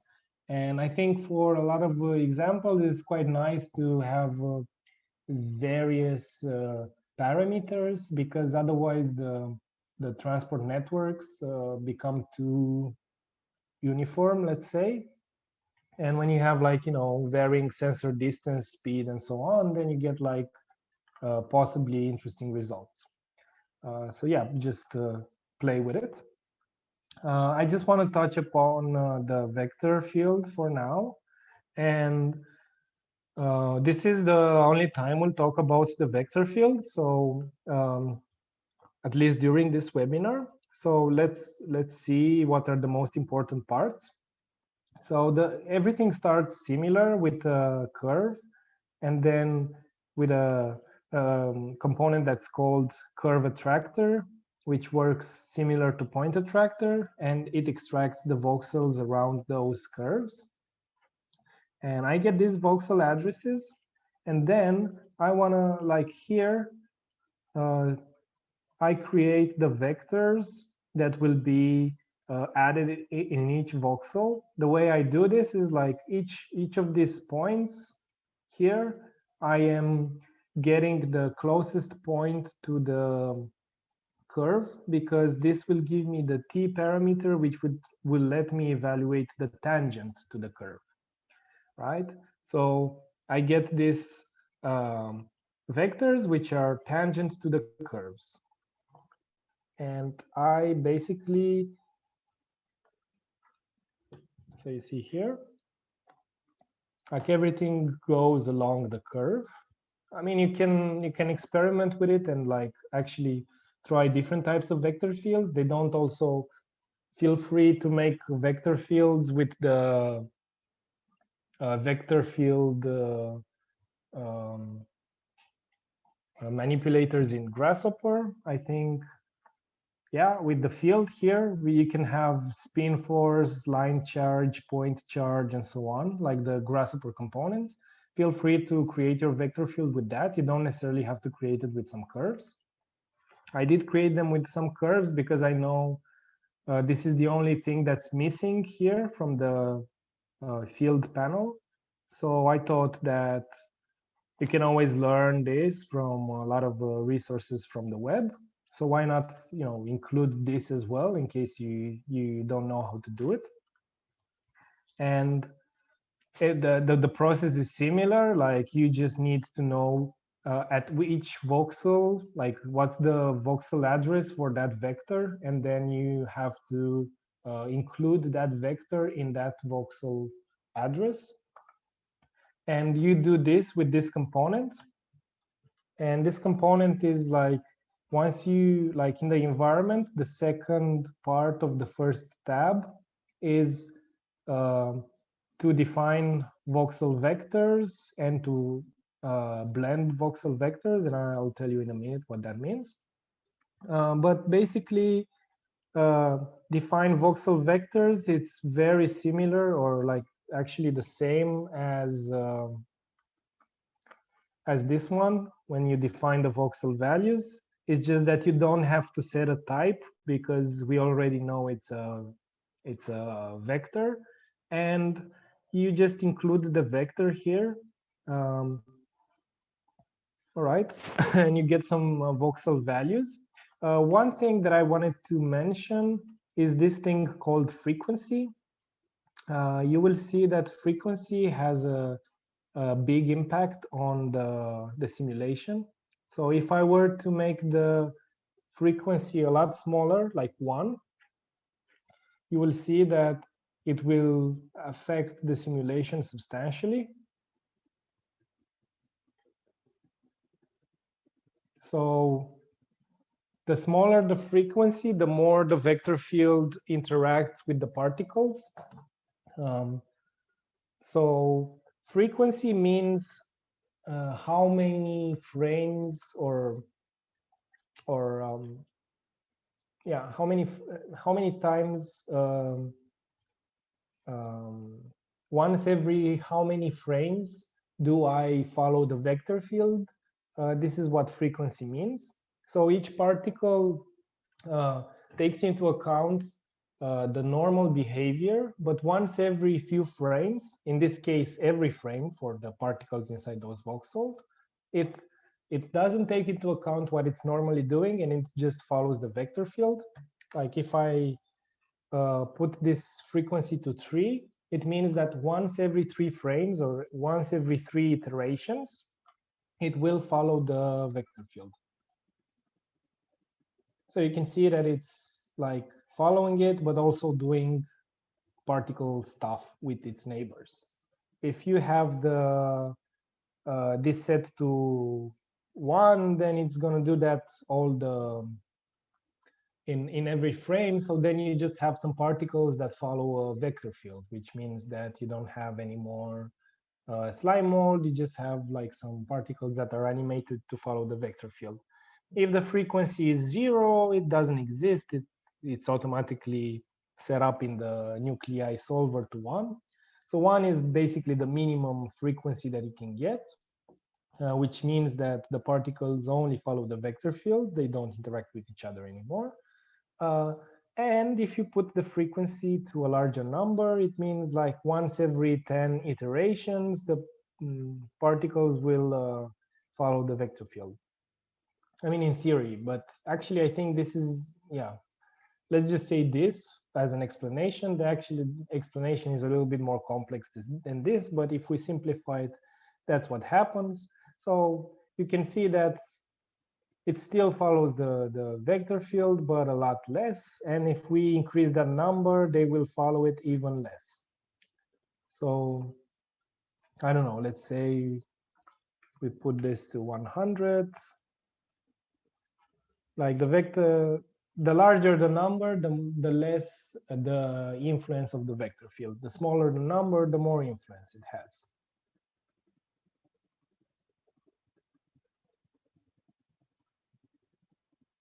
Well, I suppose they need like a really big number to not be influenced by the vector field, but you know, like this is the basic idea.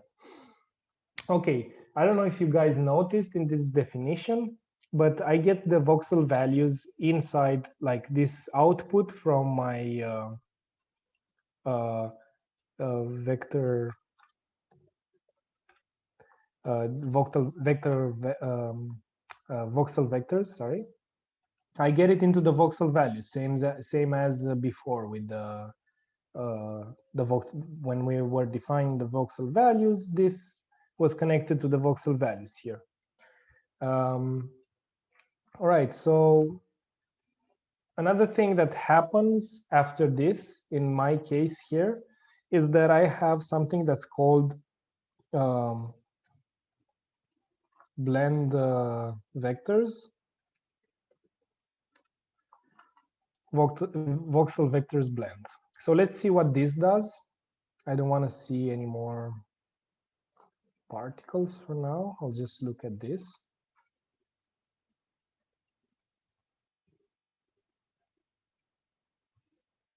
So these are my voxels. If I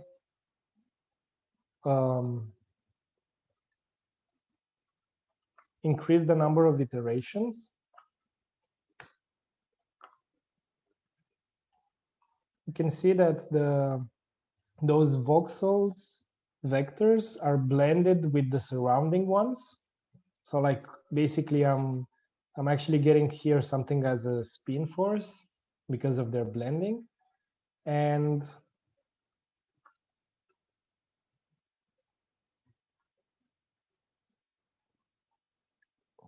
because the initial vector fields look like this, and then let's just compare. Well, not a lot happened here because it's quite fluent. But one thing that's happening, and I think blend vectors is quite useful at, and it's like really easy to see, is in this part where, oh really, no? I don't know why it's like this display is really, really slow.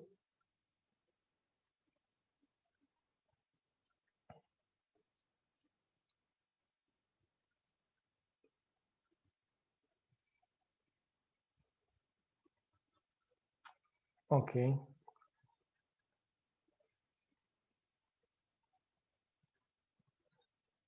All right, so if I were, for example, to have other types of vectors, let's say in this case, I want to have my vector. If I just input like a vector, just one vector, then it will take my vector as well. So it won't. And I want to input it everywhere. So I'm going to extract the voxel address. I want all the particles. This gives me all the addresses of all the voxels. And I'll input this instead of the previous addresses from the attractor.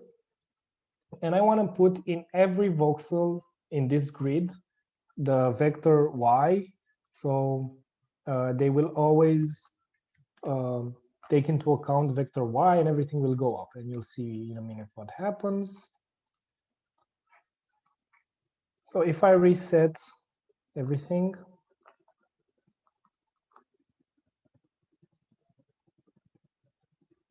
you will see that they tend to go in the y direction now.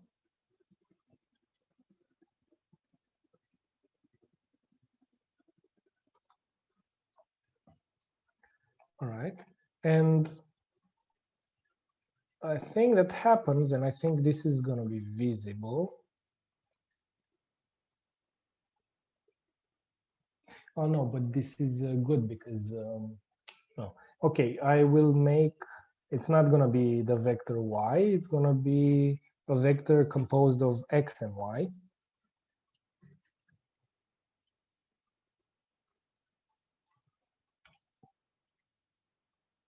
Oh, no, this is not good either.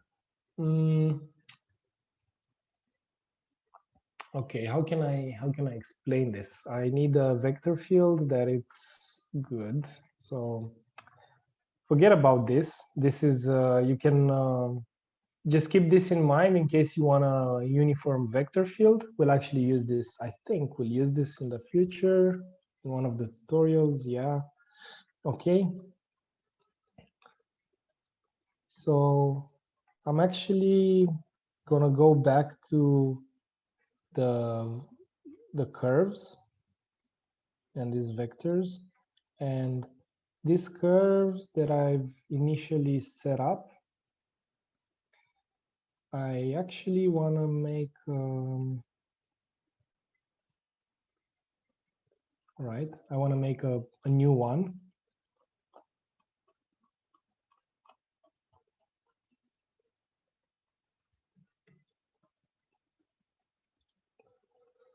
I'll just make this curve just to show my point. It's not something you need to do as well. So this is my vector field. Wait.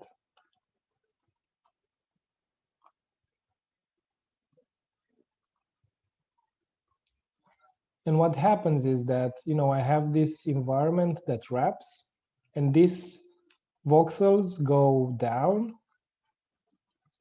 like these vectors go down, and they will collide with these ones that go in a different position. But when I blend it, I don't know why this has to be so slow.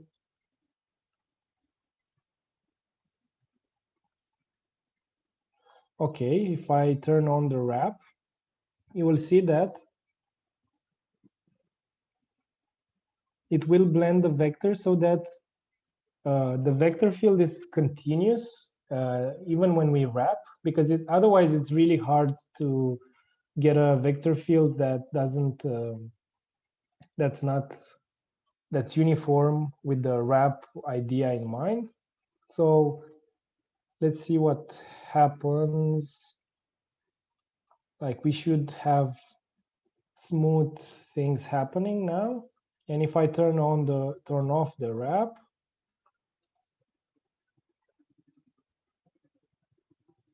well, come on. I need to make this larger, this attractor. I might not be able to explain why blend vectors is good, but you might feel in some places that your vector field is not very continuous and you get like some weird values. And if that's the case, then use the blend vectors, which will basically look for the neighboring vectors in each voxel and try to get something in between, like blend them. Like if you have a vector that goes to the right and then just near it, you have a vector that goes to the left, then it will try to blend those two vectors so that they are more continuous and not that fragmented. And that's what blended vectors does. And you have the strength, the range in which to blend them, and the number of blending iterations. I think that if I do like a vector field made out of Perl and noise, I think I can explain it.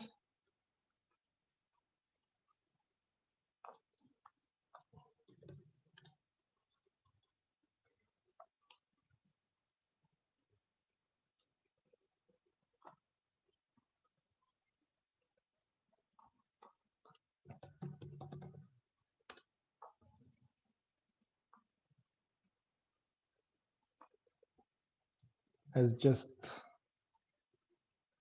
not very good at displaying stuff sometimes. It takes a long time. Anyway, in the meantime, let's see if we have any questions.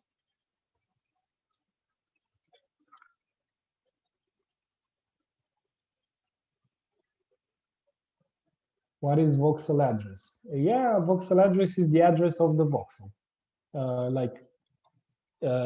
What it means is that you tell your solver at which voxel to intervene. Like when you set up the voxel values, you need to tell on which voxels you are making changes. And each voxel has an address, and then its address is made by its position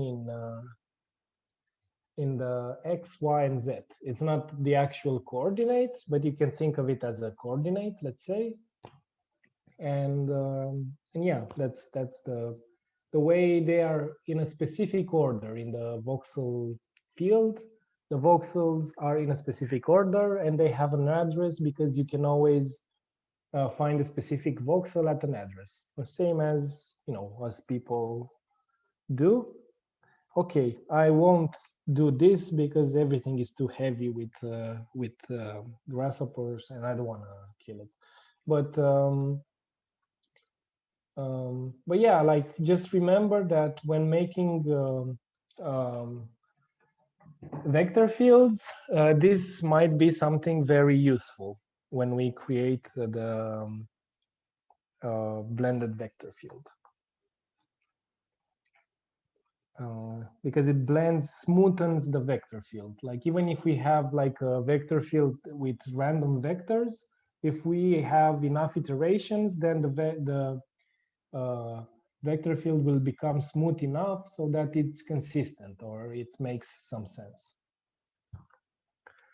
Cool. So this is more or less what I had to say about vectors and attractor curves. All right. Let's see the next tutorial. Actually, guys, I have an idea. Let's take a 5-minute break because I just want to see if you have any other questions. Yeah, let's see how you guys are for now. And also, it's good to have a little break and then we'll continue with the next tutorials. All right.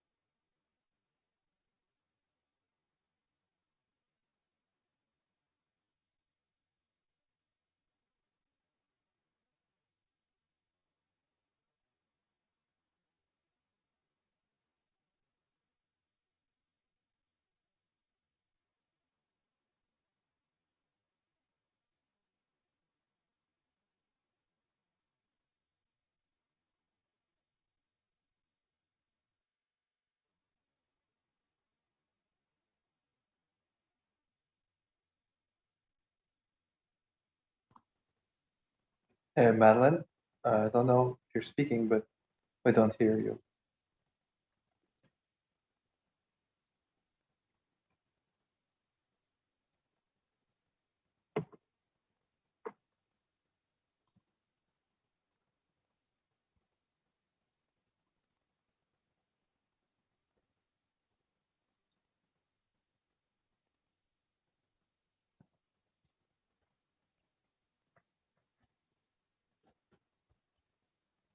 Is it still bright? Because I see Madeline's microphone is on and he was doing stuff on the screen.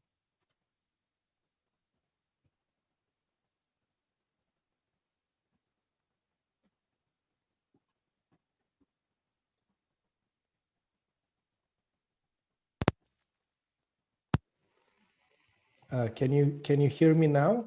Yeah, now we hear you. All right. Good. So I was saying that I found a way to show you the blend vectors. You don't have to do what I'm doing now on my screen, but just bear with me for 1 minute and I'll show you what the blend vectors does. Okay.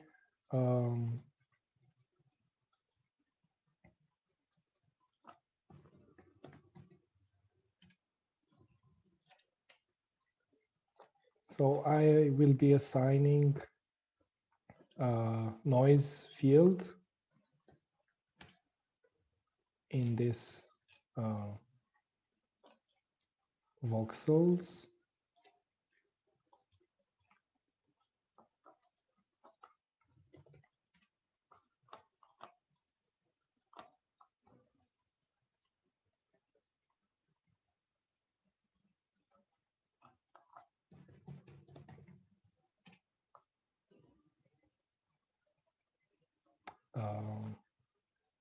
This should actually go here. Okay, so I'm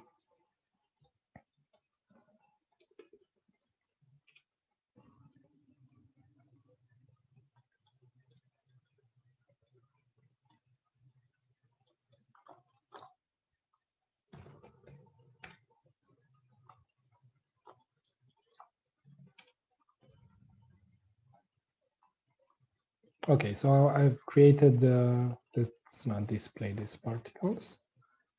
So I've created a quite random vector field, and I'll show you what this does.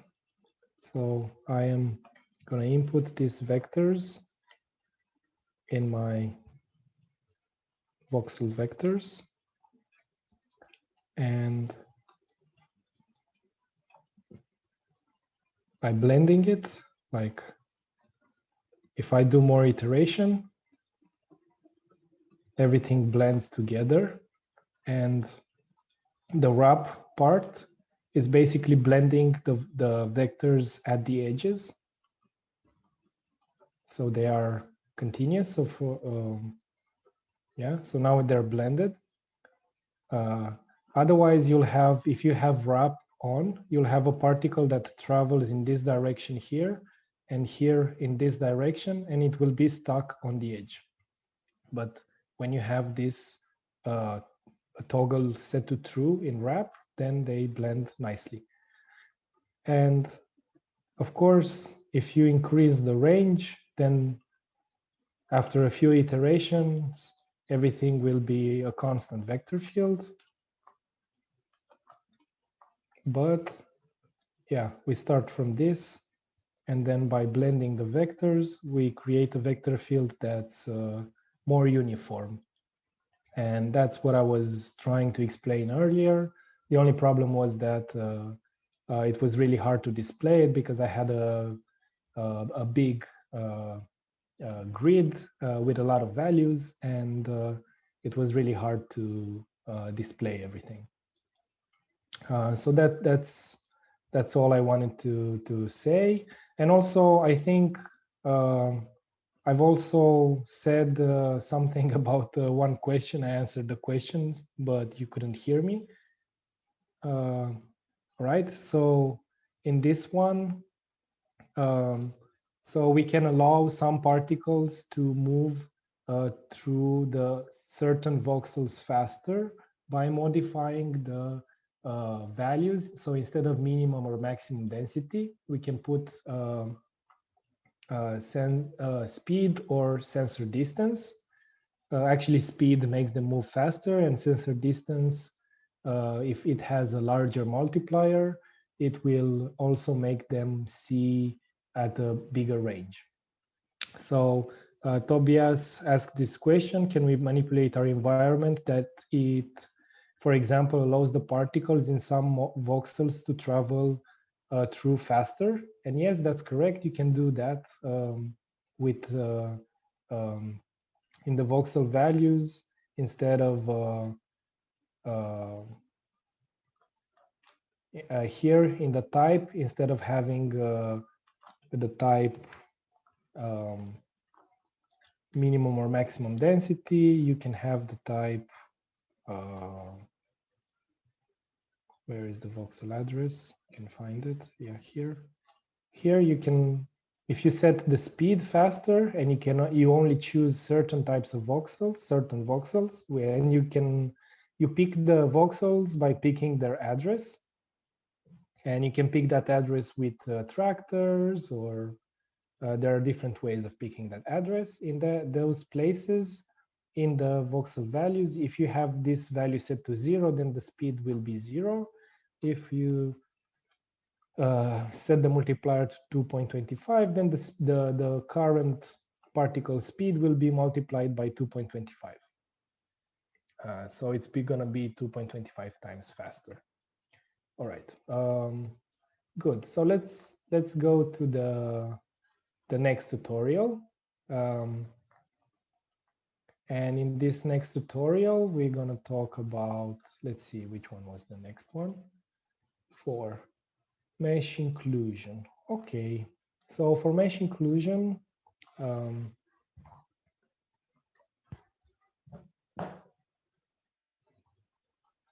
think I had it open here somewhere.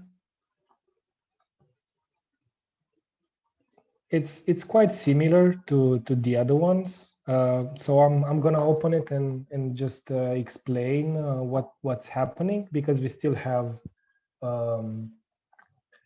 other examples and I want to go through all of them. And I think the logics are more important than just building the Grasshopper definition, because they're all the same. You create some voxels, like some design environment. Then you modify that design environment. You also create particles and set their values. You input them into the solver, and then you solve. All right, so in this case, we have actually, it's exactly what we were talking about earlier with having certain voxels affecting the speed.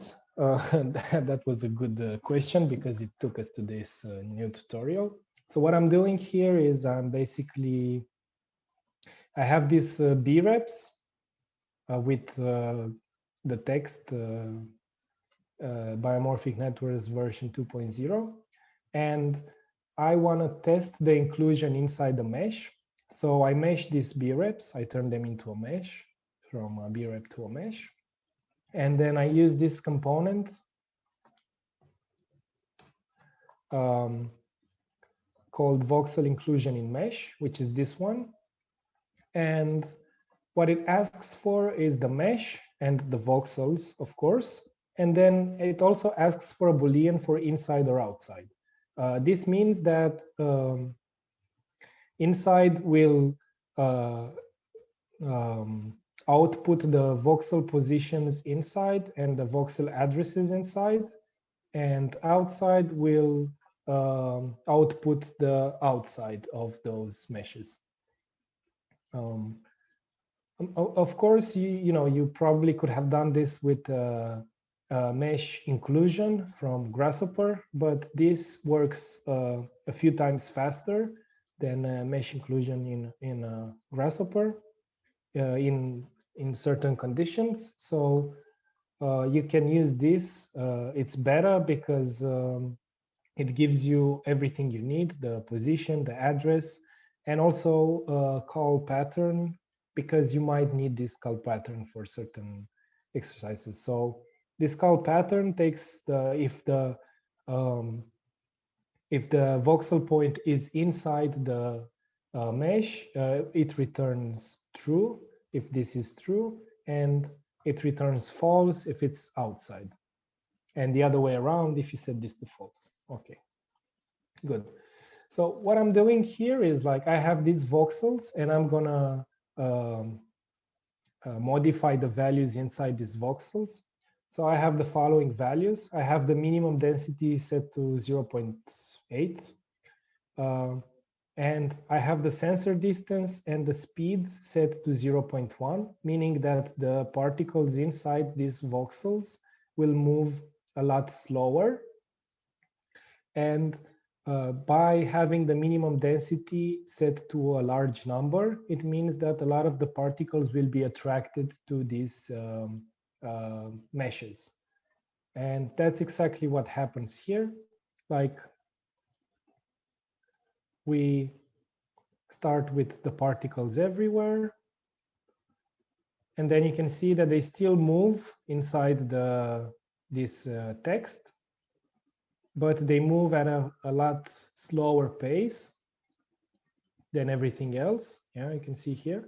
And also they are a place where a lot of particles go to, because they are kind of like some attractors for the particles. And this is an example of an extreme way of controlling the voxel values, where you see huge differences between what happens inside the mesh and what happens outside. And you can use this as an example for other exercises that you want to do, where you want to have two different behaviors, two completely different behaviors. This is one way to do it. Like in the same simulation, you can have zoning of the behaviors of the particles. So yeah, that's like, it's similar to what we've done until now. Like only the difference now is that we select the voxel addresses not by attractor points, but by using B-reps or like meshed B-reps, let's say, that will choose which voxels to modify. So I think this example is quite self-explanatory. So yeah, I just wanted to show this component, and also to let you know that you can like create very different kind of behaviors by modifying these voxel values. So they really count a lot in how the particles behave, and by manipulating these voxel values, you can really get some control over what happens inside the definition. And I actually chose text because it's something that it's a geometry that's not easy to control. And yeah, all right. So number 4 went by really fast. Let's see number 5. Okay, so number 5 is one of my favorite ones, because in this example we are minimizing transport networks. So what I've done is like I've chosen a few points, and these points are where I place my food. And you will see that in time, what happens is like all these transport networks are minimized to the point that everything becomes as essential as possible. So like I was saying at the beginning, slime mold distributes food inside its organism, but it is also essential in the sense that it tries to create as less networks as possible, to use as less resources as possible for transporting that food. And also the networks are placed in a way that is as efficient as possible, so that they can transport the food between themselves as good as possible. And compared to the previous definitions, in this one, I've created initial voxel vectors here with random numbers. So they always start with these directions. It's not necessary. I just wanted to show it as an example that it is possible. All right. And the other thing that I've done differently is I also created a mesh because I wanted the particles to be like in a petri dish. This is one thing. So I only wanted to start with particles inside a petri dish, let's say. But another reason for this is that when we don't wrap if we were to use the whole voxel environment and wrap the voxel so that the particles can travel from one place to another, like if they go too much on the right, they will appear from the left. Then these transport networks won't be so easy to understand, because, you know, like in nature, you cannot do that wrap. It's just something that we can do digitally, which is nice, but it's not easy to understand. So that's one for wrap. And if we weren't to wrap if we weren't having the voxel settings to wrap, then they would have, like, they really tend to stick in the corners of the voxel field. So that's something you should bear in mind, that yeah, they just tend to stick there. And sometimes they do, sometimes they don't. But by using this circle, you can of course arrange the points however you want. By using this, you will be sure that they don't stick to the edges, and that you will have like something as close to reality as possible, or I mean, as close to optimal as possible. Right, and where was it? Ah, yeah. So I've made this disk, and then I've made the maximum density outside of this disk 0, so that I don't create particles there, and particles don't travel there. This is what I was saying earlier. And then the other thing is that I was creating in these locations, I was adding food. So they are the blue dots. And by using some point attractors, I was getting some voxels. And the way food works is basically each iteration in each voxel, there's this deposited value. So you can say that, like, basically that deposit value, if it was chemo attractors, it would be the smell of food.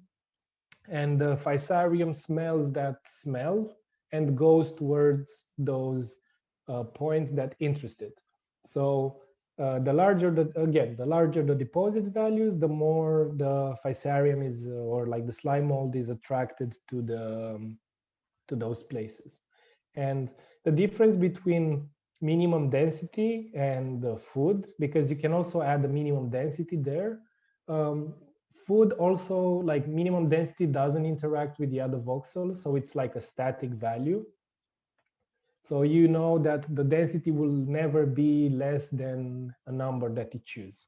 But in the case of food, you add food, and that food gets diffused in the environment. So, you know, you have a lot of like high values here, but these values also diffuse in the environment. So they travel the environment.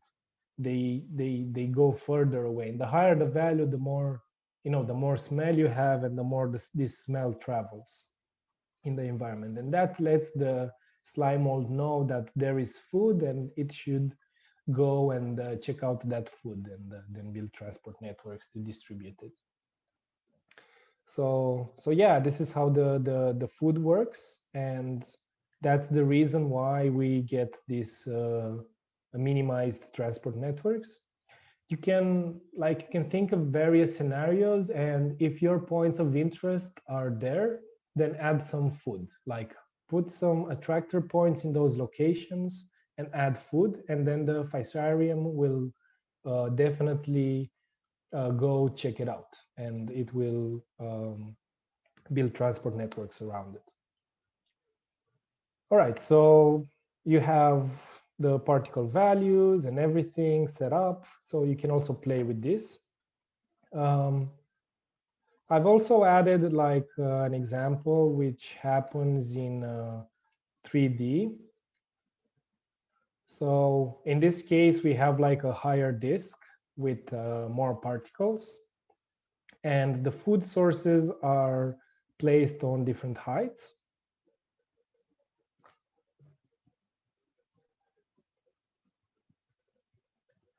And one thing you should know is by the way, the difference is that now when I construct the voxels, I have the Z voxels not set to 1. I have them set to higher values. In this case, it's 40. And yeah, I mean, it travels in 3 dimensions. In 3D, it's a little bit more complicated, meaning that it's not more complicated, but it's a thing that you will probably need certain values tuned for 3D because for example, the deposit value has to be higher because now when it diffuses in the environment, it diffuses towards more voxels, and so you need to add more deposit values to the environment when you're working in 3D. Another thing that I did is what happens in 3D is that the particles have a lot more freedom, and some of them tend to wander around the space.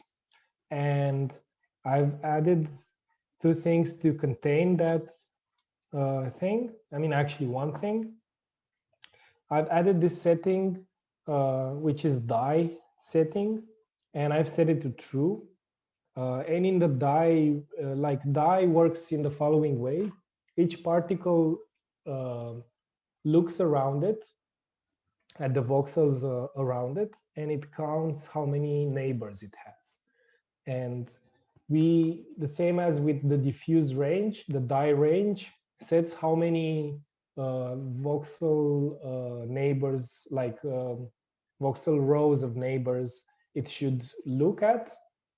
If it's 2, so if it's 1, it's going to be just the immediate voxels that connect to the voxel in which the particle is. If it's set to 2, then it will get the next row of voxels as well. All right, so that's how it counts the neighbors. And then it has a minimum number of neighbors and a maximum number of neighbors. And also, if you hover over the description of this component, it says that this particle dies if the neighbor count, after it counted its neighbors, if that count, that number, is outside the range. And our range is from 0 to 750. So if it has less than 0 neighbors, it's not possible to have less than 0. So this doesn't matter. And this is set to a really high number. If it has 750 neighbors in a close proximity, then it's overpopulating that area and it has to die. This is a way of controlling the population in the sense that you can see, if a place or area is overpopulated, then you can control with this the number of like if the particle dies or not. And there's this component called extract particle neighbors, which is here the first component from the particle tab on the right, the first component on the top right. And we connect it to particles, and it gives us the particle positions and the number of neighbors. And for example, if I am to choose one particle and check out its neighbors, I'm not going to do this for all of them because they are a lot. So I'm just going to, if I want to see the neighbors of this particle, I will get like the point closest points. So I have my point here, which is my particle. I have my cloud of points, all the particles, and I need to tell it how many neighbors. And this one tells me how many neighbors, 61. So this particle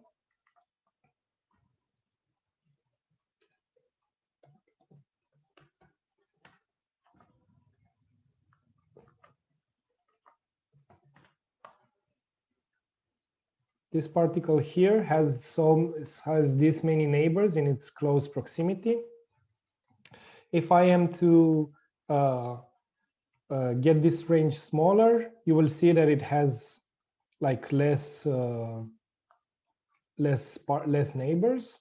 You can also create like some lines between itself and its neighbors so that you can see. Yeah, so these are the neighbors of the particle. I'm not going to do this for everything. First of all, because you won't see what's happening. And second of all, it's going to be so heavy that probably, I mean, I'm not sure, but probably Grasshopper will crash. So I'm just doing it like this for one, and I didn't extract the exact neighbors here because it's lighter on the simulation. If you were to extract everything every time with all the neighbors, it will take, instead of 55 milliseconds, maybe 3 or 4 times that. And when you have like really high simulations, it does make sense. All right, so, but this is how you can check out the neighbors. So for example, let's change, okay, so let's say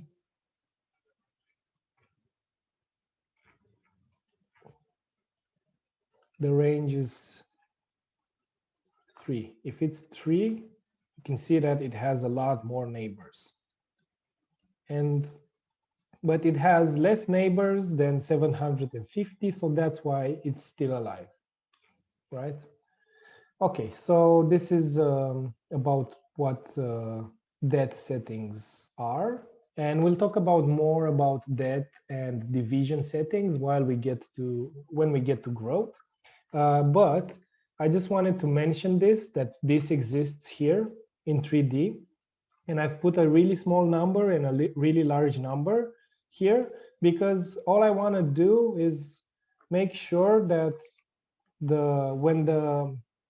there's something in the solver, like something that you cannot see but exists in the code, that if die particles, like if particles settings for die and division are set to false, which is the default if you're not inputting any of these settings, the particle det settings or particle division settings, it means that it will not check these neighbors because you want the simulation to run as fast as possible. And if you don't need the particles to die or to divide, why check the neighbors? But there's one thing that, so like there's a Boolean inside, it's called dynamic population. And if both die and division settings are set to false, then the dynamic population is false. Like the population is static, it doesn't evolve, like they don't get more or less particles. But when the dynamic population is true, what happens is that the solver tests if the particles get outside of the design space. And in our case, the design space is not everything, but actually everything that's inside this disk. So if they are outside of this disk, at some point they will be deleted, like they will die. You see, like they travel a little bit around, but they die at some point. And my reason for this was just to enable that thing that you don't have wandering particles around. And that's why I've put this die component with this very large value, like 750. Like if you have a simulation with 750 particles in the close proximity, it means that you really have like millions of particles probably. So it's something that probably never happens in reality, but it was just to ensure that the neighbors are counted once every 10 frames, and that the particles that are outside of the design space are removed, so that we keep everything as clean as possible. And so yeah, this is the different setting that like the most important different setting that's set in the 3D environment. But don't worry, we'll get used to it because it's something that we will be using in future tutorials. So this was just a small introduction to it. Anyhow, another thing that I wanted to mention is that, for example, if I have the Z value set to 5 and I have my sensor distance set to 6, what you will notice is that well, actually in this case it kind of works, but what I wanted to say is, like, if you have like really small values for the Z, then it's not 2D, it's not 3D, and it's something in between. And sometimes the results are quite, I don't know, not very good. And in a lot of the cases, like, look, for example, here, you know, like the particles have this ability to look around them, but it's not only 2D now, it's 3D. So they have vectors that point upwards or downwards, right? On the Z-axis or on the minus Z-axis. And you have these particles going like that. And also like their space of like their environment is so constrained. So they cannot make anything that's very, like, they will get insular like this, and they will not create many connections. So my advice is, like, if you go 3D, like just go 3D, right? Don't do something in between. Like in this example, I've put 40 for the number of voxels, and you can see here that I already have like 300,000 voxels, which, you know, it's a lot, but it can handle it. It's fine. Yeah, so just wanted to mention that that's you know, that's something that's important. You might have noticed that the computational time increased. So I don't know, it probably increased like 3 or 4 times, but that's also normal because, you know, we have a lot more voxels to check and diffuse the values of each voxel, and yeah, and also we have a lot more particles, but it's still manageable. So, you know, we can do the simulation and it almost runs like real time. Almost, not really, but good enough, I think. Okay, well, I mean, depending on your computer, if you have like a very good processor and a lot of RAM, then it will run very fast. So, but if you, I don't know, if you have like a something that is more as for watching movies, then it will be hard to, to run complex simulations on this. But yeah, I mean, it's still doable. You wait more time, and then you can, get the results. And about this and about the speed, I actually wanted to share with you, like when we were doing the masters at Bartlett, it was often that, we didn't have the algorithms optimized because we were at the beginning, so there was no multi-threading or stuff like that. And if we wanted to run like 100,000 particles, we would just set up our laptops before going to sleep and then check out the results the next day. So it was really like a slow process. But that's how, we got to work with generative systems. This time, the component is multi-threaded, so it can be 8 to 10 times faster than what most components on Grasshopper are, which run on a single thread. But still, there's a lot of complexity and a lot of data, and that data will slow down your computer. But don't be afraid, like even if it's very slow, first make up your definitions on a smaller resolution, and then before going to sleep, get a very big resolution and let it run, and you will be surprised of how much more interesting the results are when you have like high populations of particles and high density of voxels.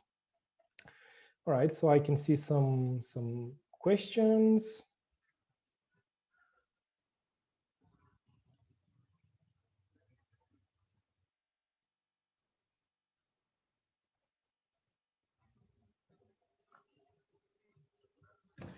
Yeah, density is in the range of 0 to 1. So Tobias is asking something, but I don't really understand the question. If I set my maximum density to some low number, does it mean that in general my particles move faster? Well, I mean, you need to set the speed to, like, the density doesn't affect the speed of the particles. The speed affects the speed of the particles. The density affects how they are, how they travel, but not how fast they travel. All right, cool. So we talked about minimizing transport networks. We'll actually have a last example with something that uses this kind of logics, but we can build some kind of structure with this. So again, like food is a very important parameter for slime mold. If you want, food is the attractor for slime mold, or is the thing that it seeks most. And if you place food in certain parts, almost certainly the particles will be attracted to them and navigate towards them. And yeah, the food nodes are a very important setting for slime mold. Cool. Okay, let's go to the next tutorial. By the way, we'll have like a session of questions at the end. So I don't know if you have like more intriguing, advanced, complex questions, write them down, and then we'll take a few people and we'll answer some questions at the end. Okay. And I should go to, okay, so record trails is the video that you were seeing yesterday posted on Design Morphine's Instagram page. And in this case, we will start doing the 2.5D geometry that I was talking about and that you were seeing in the, all right. Okay, is this the one? Oh, no, this is not the one. This is a different one, sorry. But it also has this logic of 2.5D. All right, so in this case, I have some attractor curves. Actually, it's the same file as the attractor curves. The only difference is now I'm recording trails. and I can enable the recording trails by adding this setting. So by default, it's set to false, but by adding this setting, the trail particle trail setting, I can set the trail frequency and trail size. Trail size, like how many trails do you want to record? Maybe you want to record 3 trails, or you want to record 200 trails in like this point. The more trails you record, the slower the algorithm gets in time. So that's something you should be aware of. And the trail frequency says, if I have the frequency set to 1, it means that every frame I record a trail. If it's set to 2, every 2 frames, and so on. So that's the only difference from the one with the attractor curves. And then I will explain this in a second. Okay, so we have this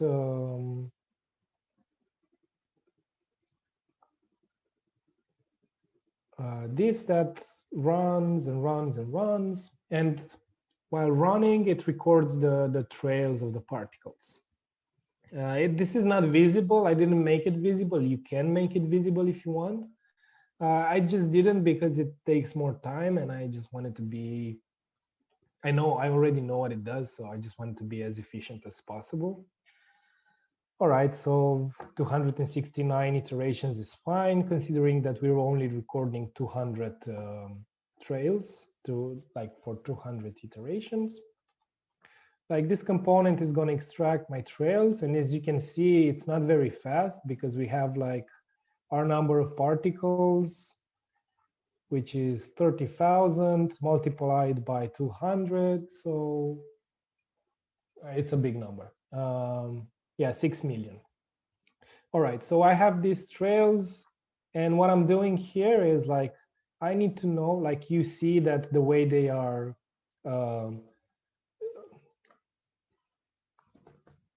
the way they are outputted. Like, for example, I have a particle. Like if I just look at this particle, well, this particle has been wandering around because I had the warp set to true. So that's why it's like this, but let's choose another one. Maybe we're lucky and we find one that, okay. So this one only traveled in the center. Of course, we can easily create curves, right, between the trails. Only problem is that when you have something that travels in different parts, the trails will look like this. This is something you can fix with with a solver that doesn't have the voxel settings set to wrap through, meaning that you make sure that your particle won't jump to this place, and then you won't have this kind of problems. All right, so that's how you create curves if you want curves. In our case, we don't want curves. We want to know how many trails are for each particle, and the number is 200 because we've recorded until the end. And we get this length, and we create a series of vectors pointing downwards, and we are going to move those particles downwards.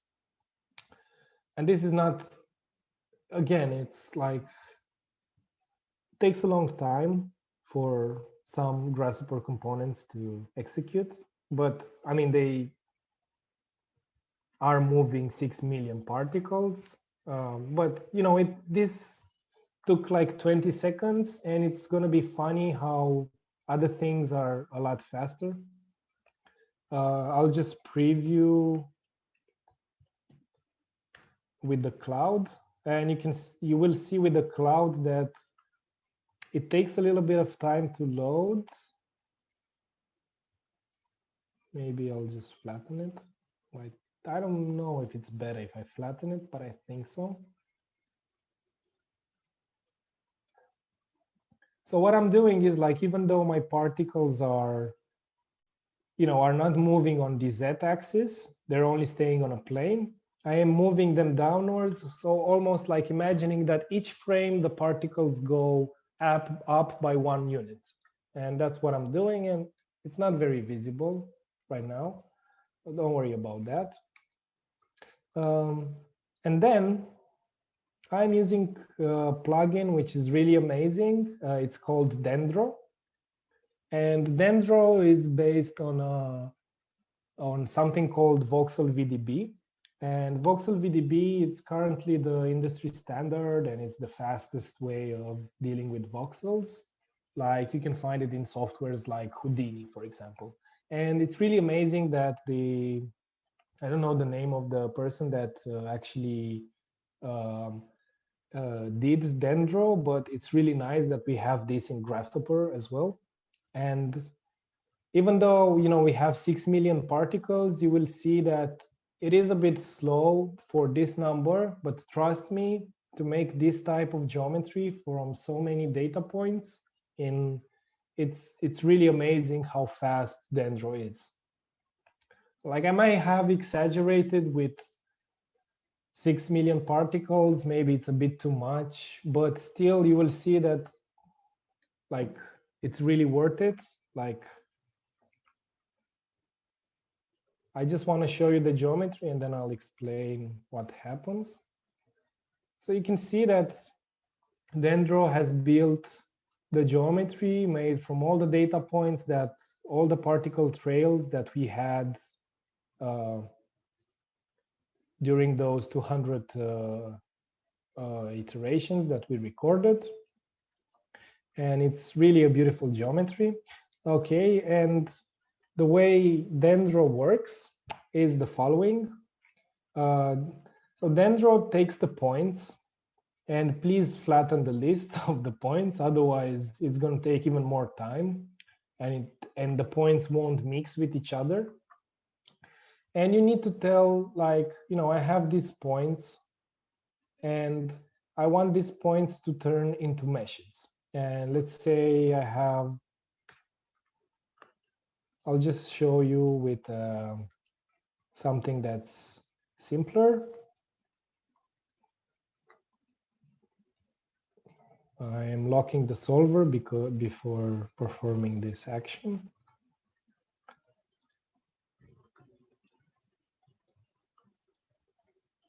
All right, so first thing that happens, like for one particle, is I want to say what my radius is. And then I also need some settings. By the way, this is how the Dendro looks like. And we are basically taking this component, which converts points to volume. And we are converting our points, our particle points, particle locations to a volume. And then we need some settings. Like if I have a point with the radius of 1 and I want to have it with the radius of 1 because I am dealing with, I mean, I can have various radiuses, but I found that 1 is more or less good. You can play with other values as well. And in the settings, you need to set a voxel size for Dendro. So Dendro uses its own voxel VDB system, and there you set a voxel size. So if you want a particle to have a radius of 1, then I think the maximum voxel size should be 60 or 70% the size of the radius. Otherwise, like if I put 0.9, it will tell me that, yeah, radius must be at least 33% larger than the voxel size. All right, so we make the voxel size smaller so that we know that the radius is larger. And for example, if I just take one layer of particles, you can see this is how it creates it basically creates meshes around all these points. And then you also have this option to smoothen your volume, and yeah, you can make it more or less smooth. And then you can return your volume, like this Dendro volume, you can return it into a mesh by using this component, which basically takes your volume and turns it into a mesh by using some settings. You can use the same settings as the beginning. All right, and this is what Dendro does. This is the magic of Dendro, and this is how you get the meshes so fast, you know. And it's really amazing because this kind of technique is allowing us to relatively fast create geometries. And trust me, this is one of the slowest things to do. And Dendro does it quite well. And that's definitely with the help of Voxel VDB. So yeah, Dendro is really awesome. Let's see some questions.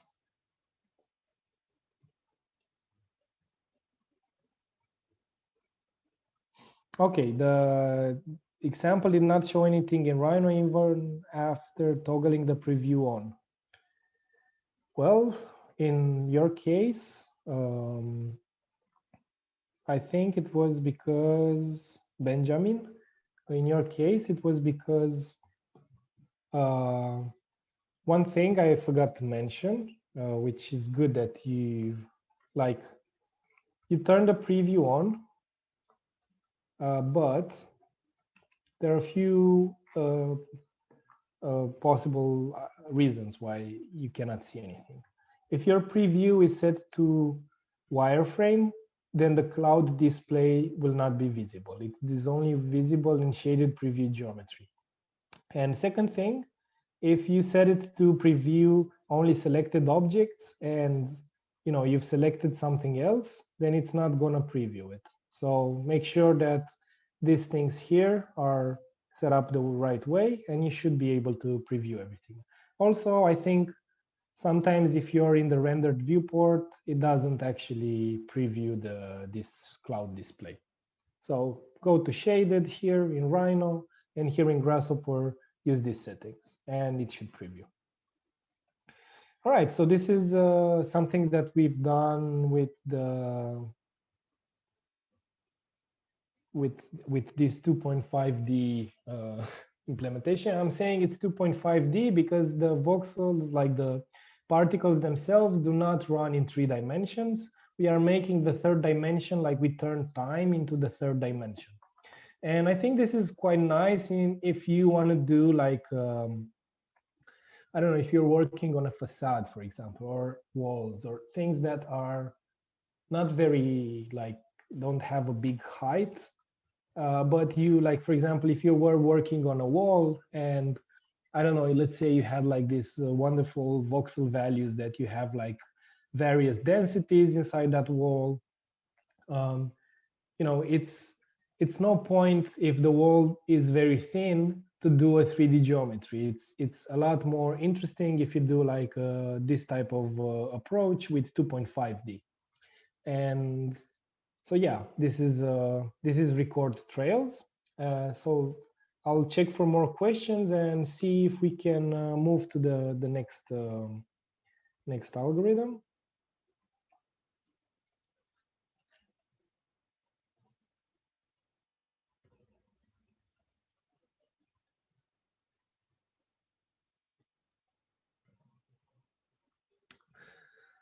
Lauren is asking, why is the downward movement of the particles after the solver not giving out a clean extrusion form? Because you are not extruding one iteration, you are basically moving each iteration. You can imagine the iterations stacked one on top of each other. So basically you can imagine time as the z-axis, and you have the particles in the first iteration, you have the particles in the random positions.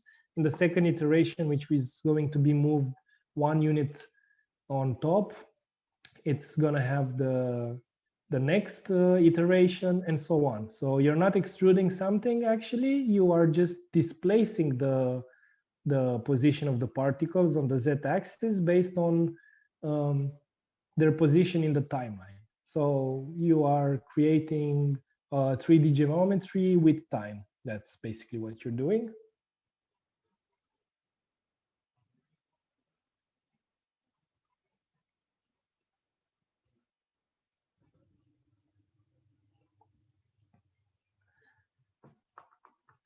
Okay.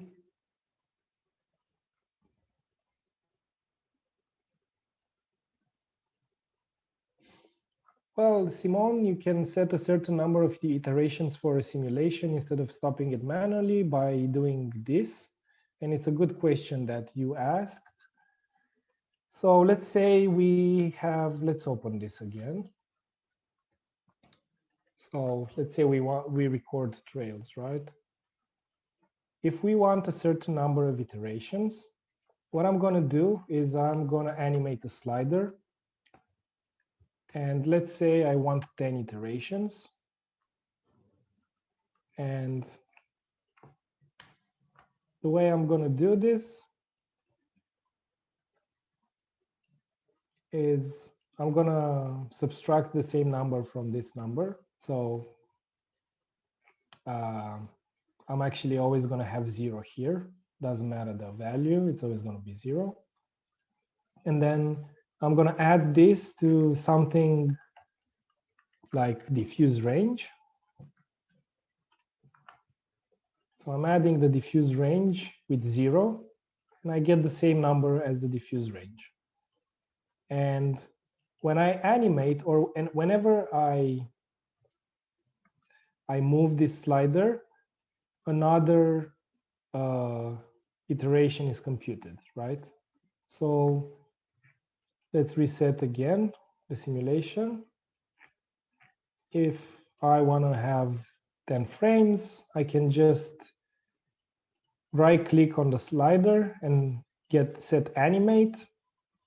Of course, it will ask to record some frames somewhere. So let's just put it the resolution 2 by 2, and we'll tell it to do 10 frames. We don't care. Actually, I'll just put it on the desktop so I can delete the folder later. So here I set where my output frames are, but I'm not really interested in that. And my frames are BMP files. Here I set where the viewport is and the resolution of my viewport. And here I set the frame count. And if I click OK, I get 10 animations. I know for sure that it stops at the 10th frame. Well, it's 11 because it started at 1, but you get the idea.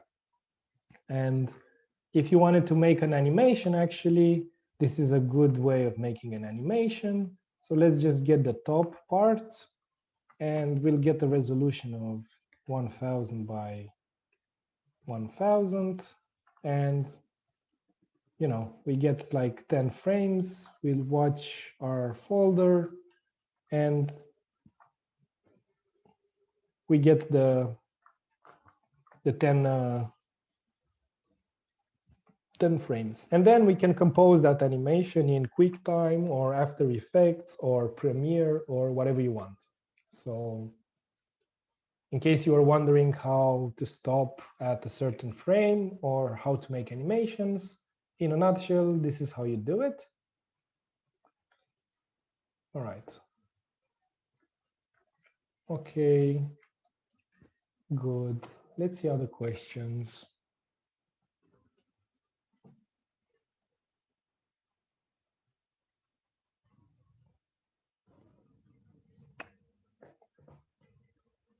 Laura, what do you mean by the initial design space can be customized?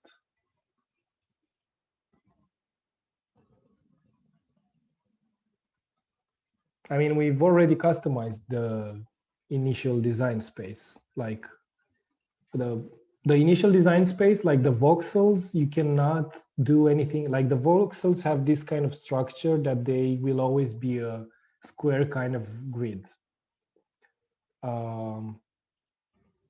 So this is the logic of voxels. There's no other way. I mean, there are other types of voxels, but this is the way of like how voxels work everywhere in 99% of the cases.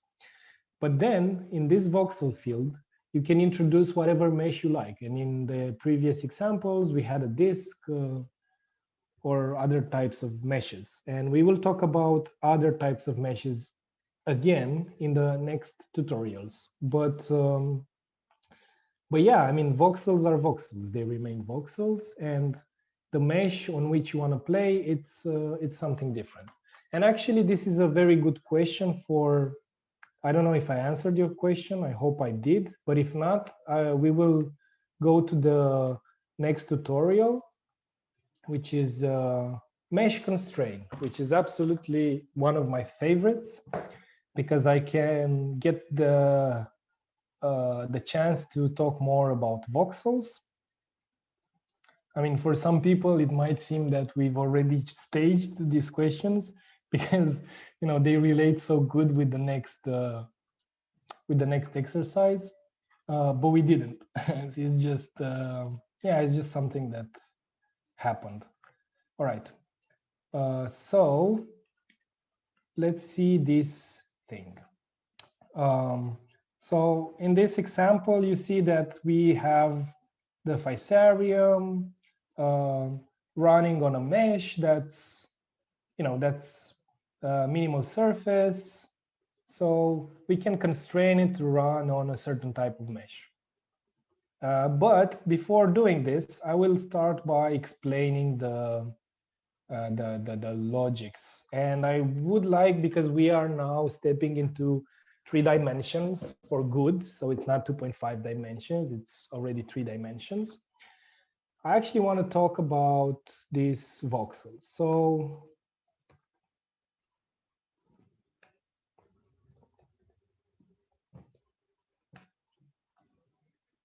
as I was saying at the beginning, voxels are pretty amazing.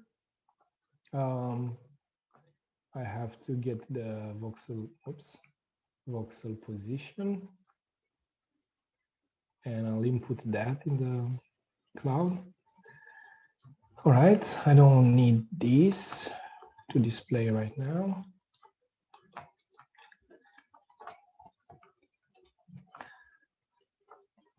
So when we create a field of voxels, so here we have 125,000 voxels, which apparently are displayed very well. I don't need anything else actually displayed here. Nothing. All right. So as I was saying at the beginning, voxels are these things that look like you can imagine that in each point is the center of a square. The reason I'm not doing this is like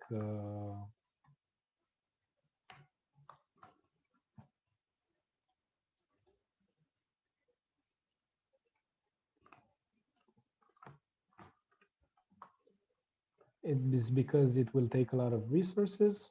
But basically, each voxel looks like this, and it has a center, and it has a lot of information about everything that's inside this box. How many particles, what's the density, what are the voxel modifiers that we set up at the beginning. I don't know, it can store a lot of things. It can store particles, it can store trails, it can store a lot of things. So voxels are n-dimensional creatures. They can store as much data as our computer can take. Good. The most common way of visualizing what's happening inside a voxel is by adding a value inside a voxel. And in this case right here, we have a C# component, but you don't need to understand exactly what's happening here. The most important part with this is that this gives some values that we input inside this voxel field. So like each voxel gets a value from this. And by modifying these values, we modify the geometry. So in this case, there's a grid. And if you look on Wikipedia, you will see that it has a mathematical formula which will describe what this formula does. It actually describes the voxel values for each voxel. And if we look in this C# component, the grid formula is cosine of x multiplied by sine of x of y, sorry, plus cosine of y multiplied by sine of z plus cosine of z multiplied by sine of x. And this is it. This formula is going to be evaluated at each voxel, and in each voxel it will take the coordinates x, y, and z from the center, and it will put them in this formula, and this formula will output a number. Those numbers, we can actually preview them by constructing this surface. So the larger the values, the larger, like where we have high values, we have a mesh. Where we have small values, we have an empty space.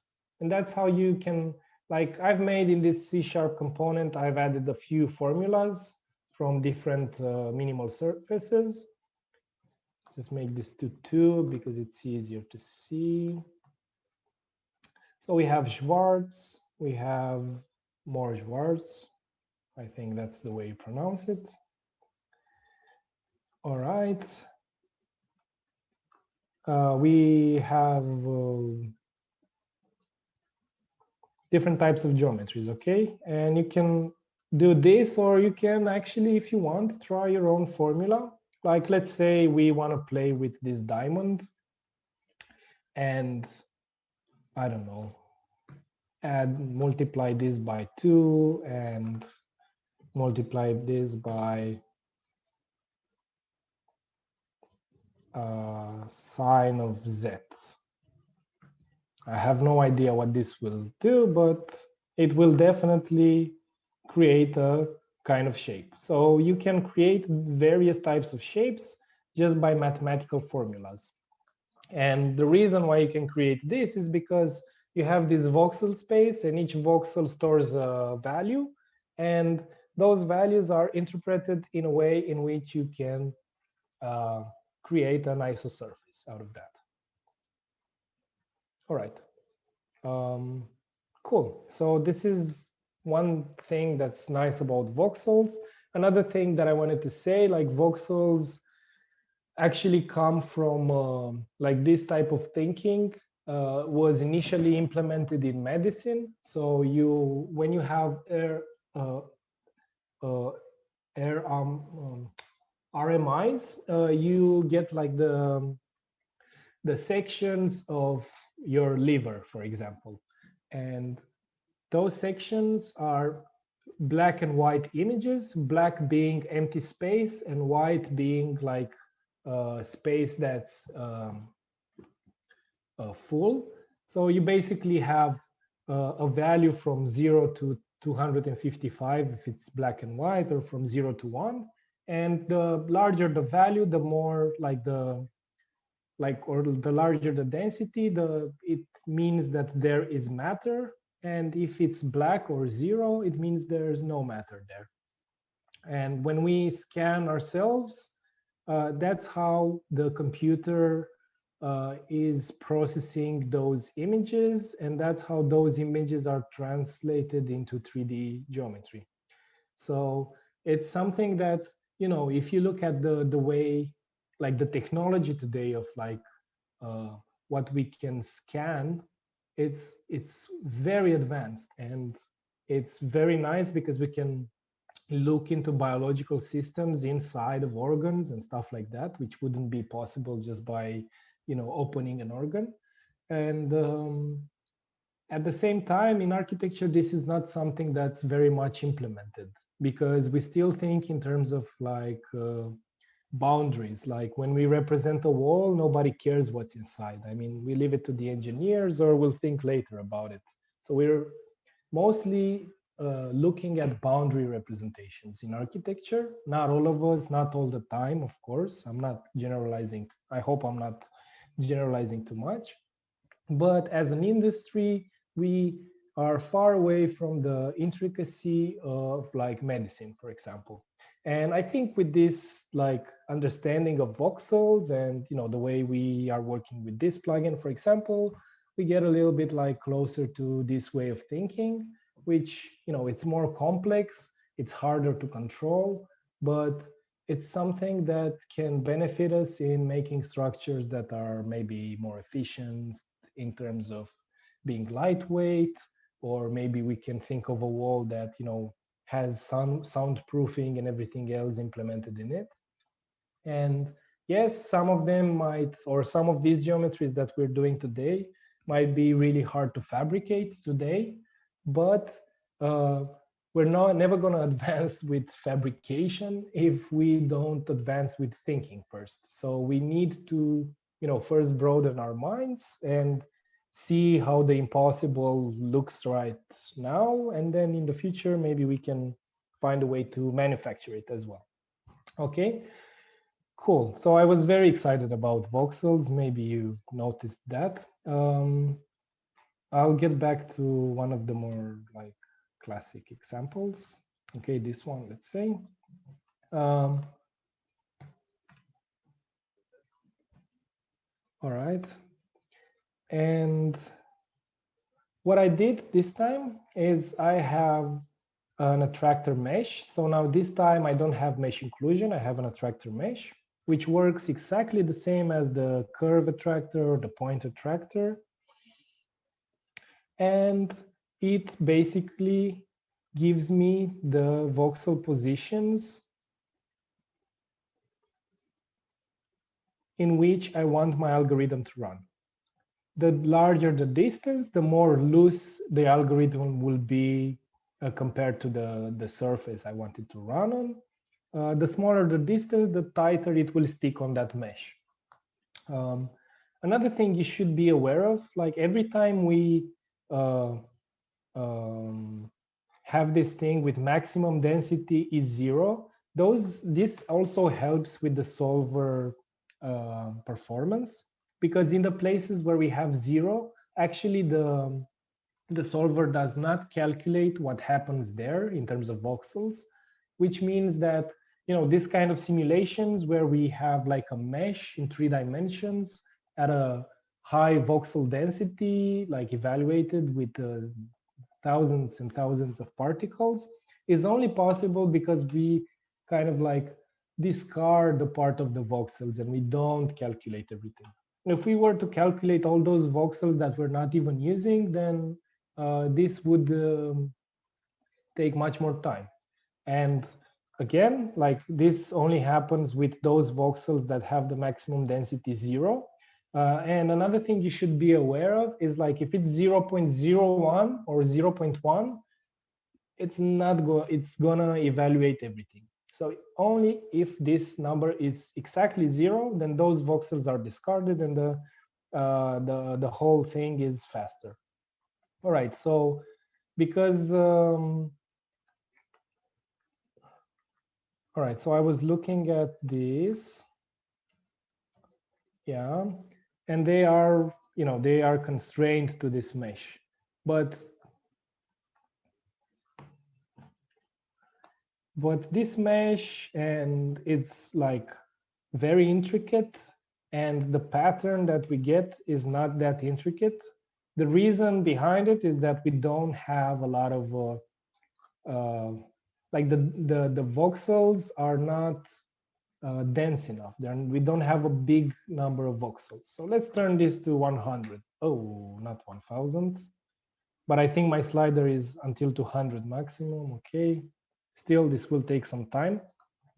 It will take some time in terms of like the time it takes to compute all the setups, like having the mesh as the mesh attractor, finding the points around it, and everything that helps us set the voxel values. But once those things are set, then the iteration, like the solver itself, won't compute all the voxels, and it should be quite fast. I might have exaggerated with 200. I might have to restart Grasshopper. The thing is, like, I only have 16 gigabytes of RAM, and I don't think that's enough to have 200 by 200 by 200. Or is it? I don't remember. Yeah. But anyway, like, if I had an option to get all these initial things where it uses a lot of resources in terms of RAM memory, then I would be able to solve it, because in the next steps, oh, okay, so it worked. Well, it's probably gonna spend a few more seconds or minutes.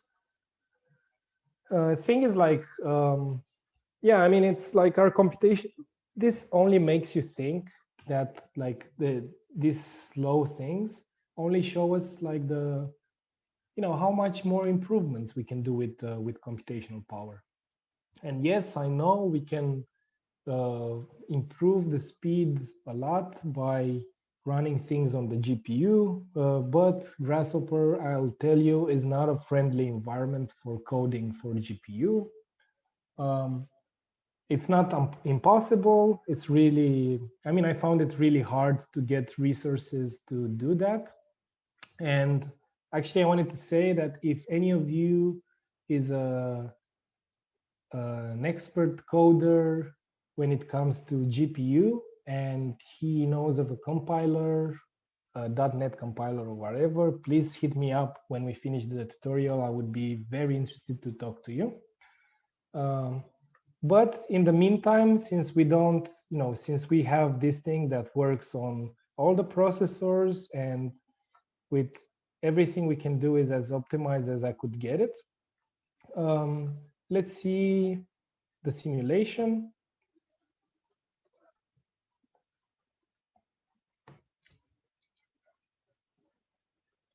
It's not looking very good. 10 seconds to reset the simulation. Okay.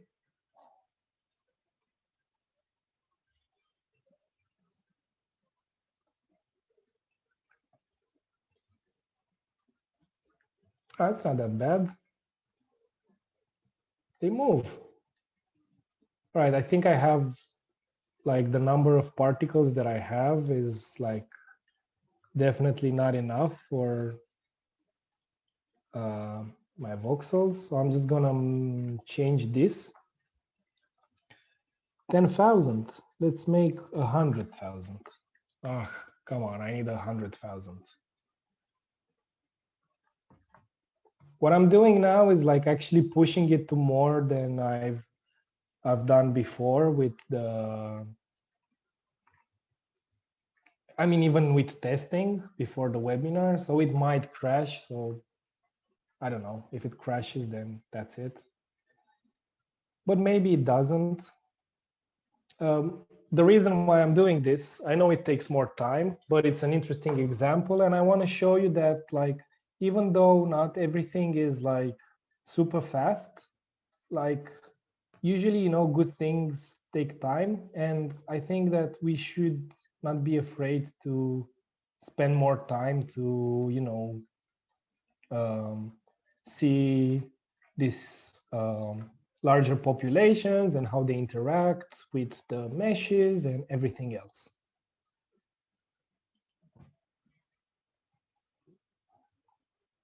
Okay, so I'm just going to leave it at 30 iterations.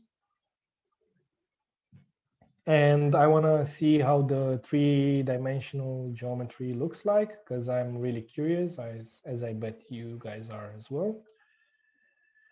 So in this case, I'm using the same workflow in Dendro.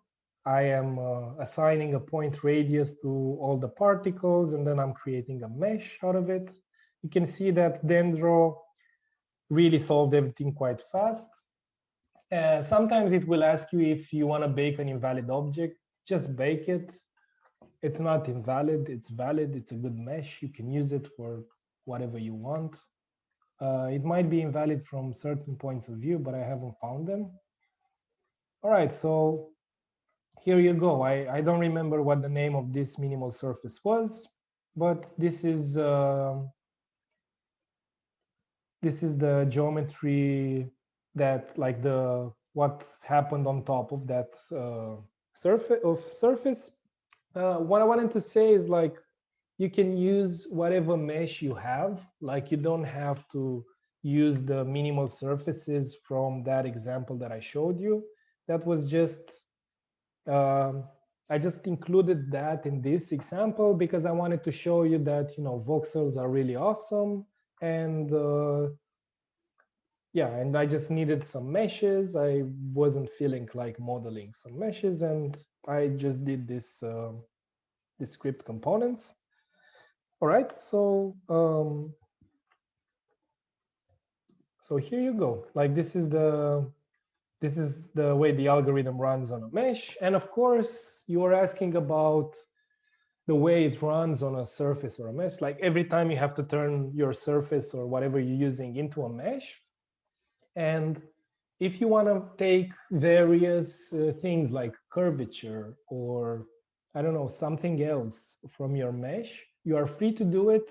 You are free to, as long as you know where the voxel address is. And I don't know, if your curvature, the curvature is larger, you'll get like a faster speed, and when the curvature is smaller, you'll get a smaller speed. You know, that's up to you to translate all this language into the voxel values, and from that you can really get some amazing results. And by the way, I'm really curious to see, like, if you guys are producing some interesting work after this webinar. I would be really happy to share this work further, and you can, like, also, I think Design Morphine will share it. So yeah, please tag us in your stories, or I don't know, reach out on Instagram and let us know what you guys are up to after this webinar, because I think you can produce like really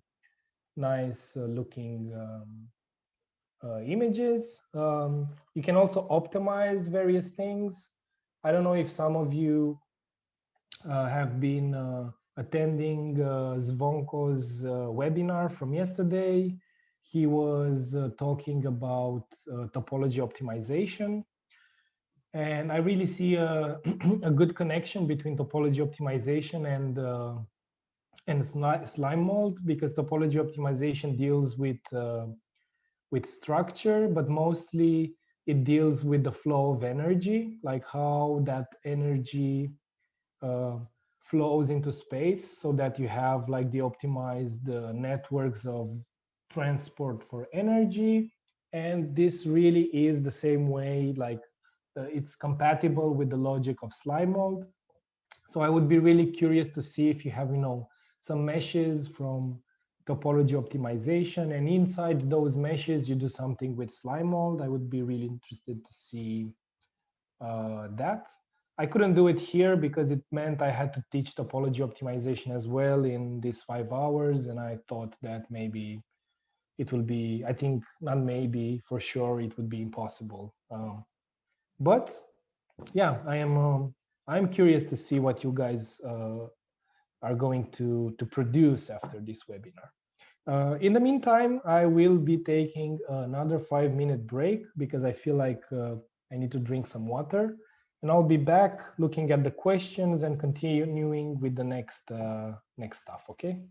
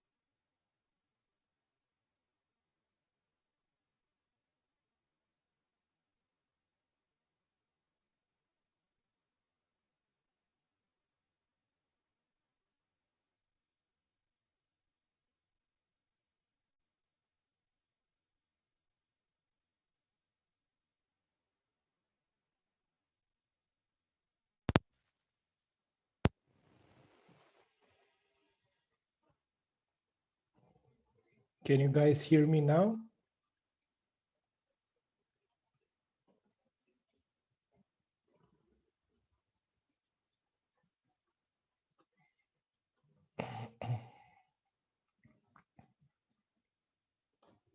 Oh,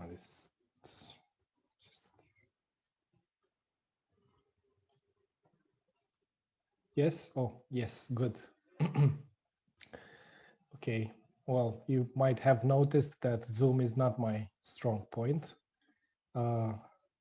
Right. So, in case you have problems with installing Dendro, follow the instructions again, and it should work fine. And regarding the preview, you should be able to, like if you're in shaded view, you should be able to see it. And if not, just bake it into the scene and the mesh should be baked.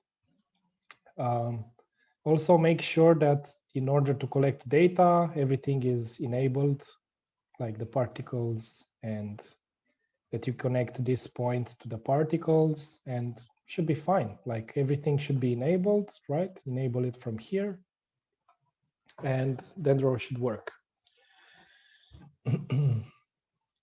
Right, so I don't see like, besides Dendro, I don't see other questions. So I will continue.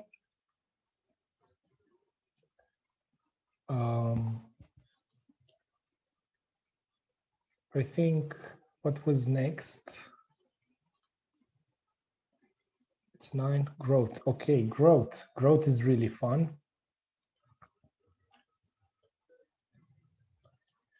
Okay, so in growth,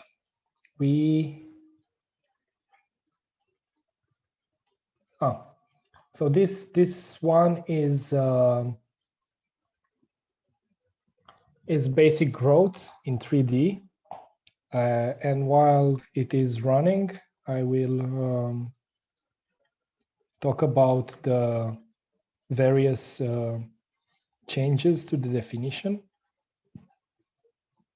So what I'm doing is like, first I am making my design space to be inside this sphere. So I'm just creating a mesh sphere. This is my boundary. Everything will run inside this boundary. And so I'm assigning the maximum density to all the voxels that are outside of that sphere. All right, and the next thing that makes makes it grow is that we have these settings for this dynamic population, meaning that we have the die and divide. Also, another setting which is important is population settings. Here we can tell it like, if you reach 60,000 particles, just don't increase the population more, or if it decreases below 100 particles, just stop killing particles, don't, just let them be. And I already started explaining what happens with the die settings. The division settings are very similar in the sense that we have the frequency, once every how many frames do we divide the particles, and the die frequency. The difference between die and division is that the die, like particles die if their surrounding neighbors are in this. Hey, Madeline. Yes. I think there's some noise on your mic. Maybe it's like hitting your shirt or something. Oh, okay. Yeah. Is it better now? Yeah, I think it was probably just like hitting your shirt or something. Probably. Yeah. Okay. Right. Cool. So getting back to this, I was explaining the die and divide settings. So if the number of neighbors is outside of this range, particles die. If it is inside of this range, then particles divide. So you can think of it like this.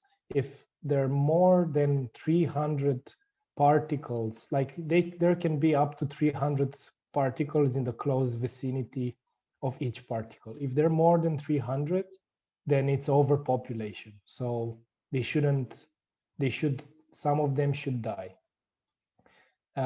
On the flip side, if we have between 1 and 30 particles in the close vicinity in the neighborhood of our particle, then they will further divide. Once it reaches 31, then it will stop dividing. So it means that in this range, it's quite good for each particle.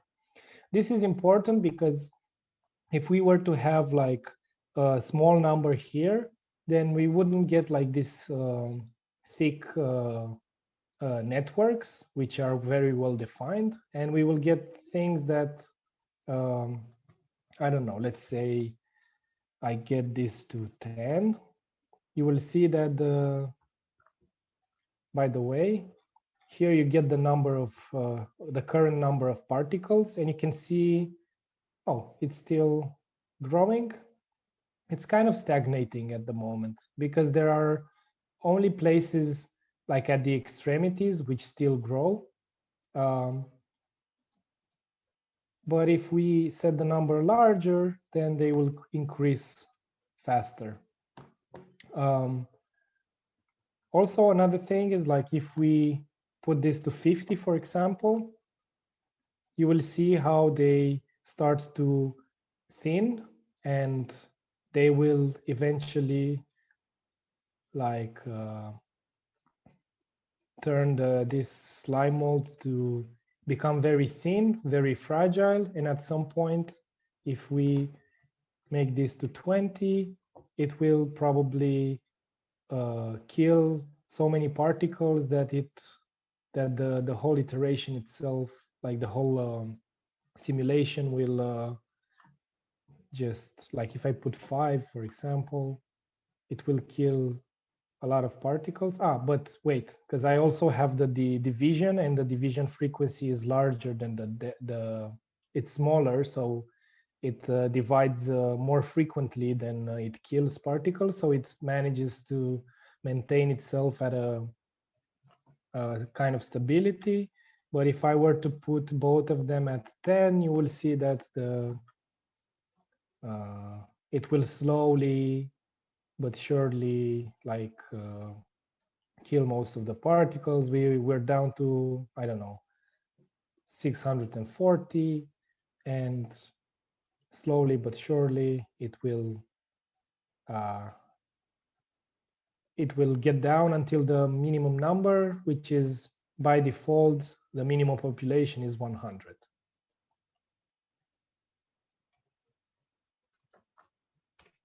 I put it back to 2, you can see that they start dividing again and increasing the number of particles.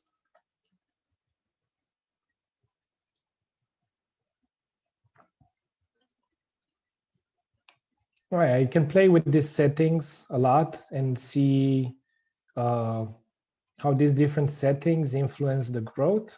But in a nutshell, that's how the die and divide settings influence the growth.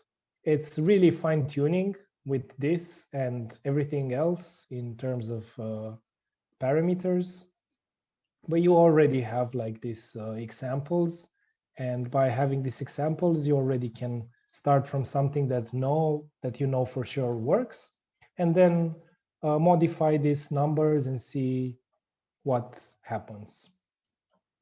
So this is basic growth. This is just, they are growing, and we have to constantly also look at this number, because this number tells us whether the particles are like the population is increasing or it's decreasing or it's stagnant. as far as I can see for the moment, it's more or less stagnant. So it reaches higher numbers, but then it also deletes some of the particles.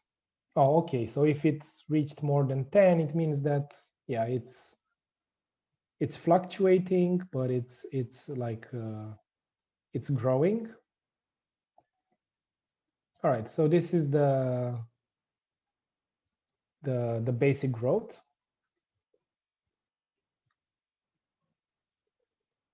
Let's see if we have any questions here.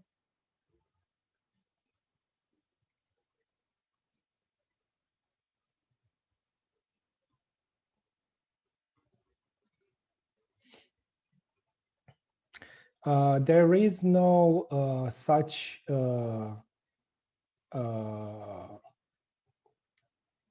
so there is a good question. Not sure how to describe. Could you have an input a series of 2D planar graphics, black and white like the MRI scans, and use nuclei to interpolate 3D point geometries in between the planes? All right, so this is something that you can already do. I would suggest that you check out, I don't know if you can do it with Millipede, but you can definitely do it with Monolith. So yeah, check out Monolith, and I'm sure, yeah, there's this component called construct bitmap stack source, and I'm sure that you can construct a geometry out of many many bitmaps stacked on top of each other. So you can already do this with check out Monolith. It has a lot of voxel operations. It's also a software separate from Grasshopper. And if you're more interested in that, like check out Monolith, because it's very good with voxel operations. All right, so let's move on to the next one, which is attractor curves. So in this one, I'm starting the growth in one place, and then I'm using these attractor curves to guide the growth. And you might be thinking that I'm using vectors to guide the growth of the curve, but I'm not actually doing that. The way I am telling the particles to follow these lines is by having this attractor curves and then creating a minimum density of 0.1. So if the minimum density is not 0 and it's a number larger than 0 in a space where all the values are 0 at the beginning, then the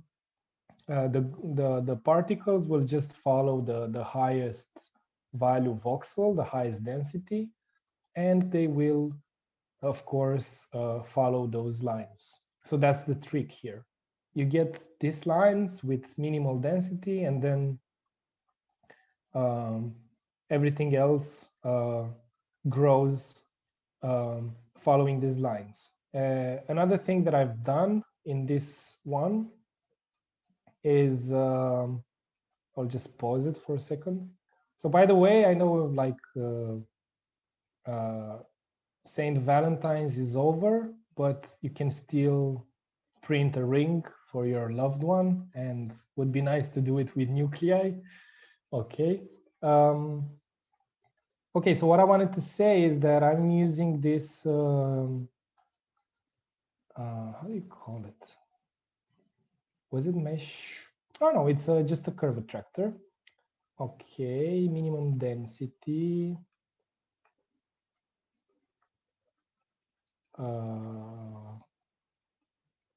Oh, okay. So you can see here that also my design space is like affected by those curves. So I'm only choosing my design space is almost as if I was piping those curves or like thickening them. and only selecting the voxels around them. The reason behind it is that, I want to make sure that my geometry doesn't go crazy, because even though you tell it to start growing around these curves, after it completes the growth around the curves, you can see that it starts developing in its own way. I mean, if we were to make these curves the least number 0.9 or 0.1, they will still remain all the time filled with particles, but still the particles will be growing around these curves as well, which is normal. So I wanted to constrain that growth in a way that it only goes to a certain distance from those curves. And in the end, you get like something that's in between some boundaries set up by the design space. But of course, you can use these curves as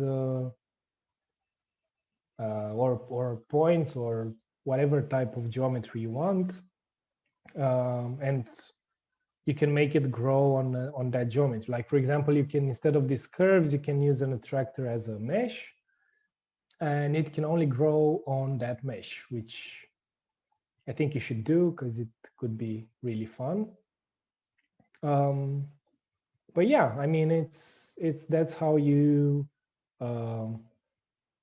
you manipulate the voxel values so that the growth follows a predefined design intent.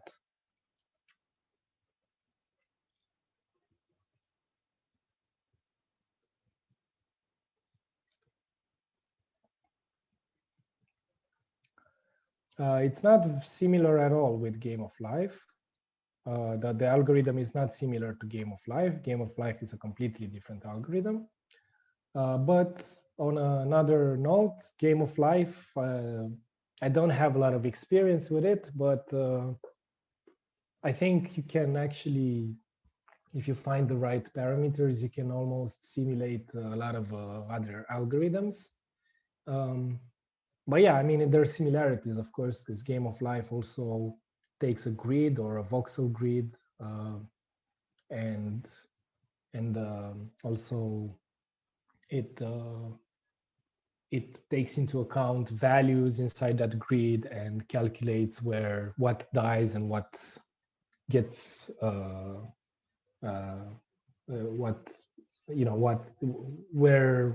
which voxels get to have a large value and which ones don't. But like the logics behind them are completely different, even though they are similar, and also the way they the outputs are quite different.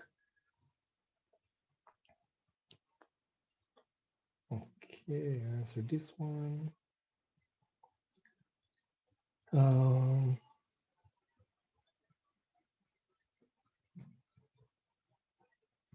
Yeah, that's a good question for all of you. What do you have in mind for fabrication techniques of a joint clean mesh?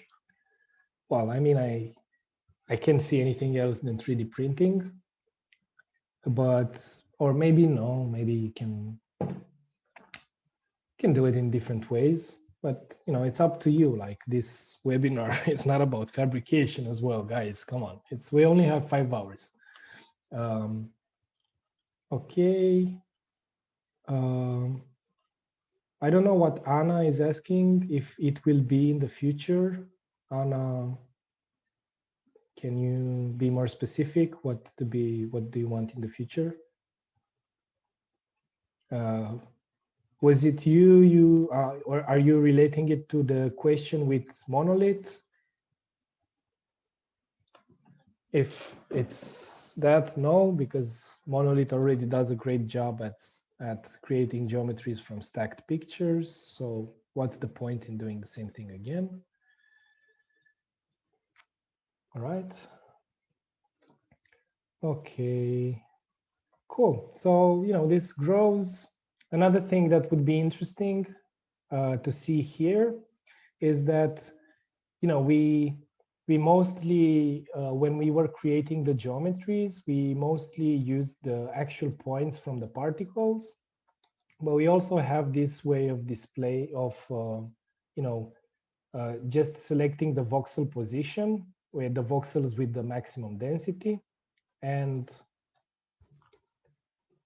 that's exactly what I done in this one.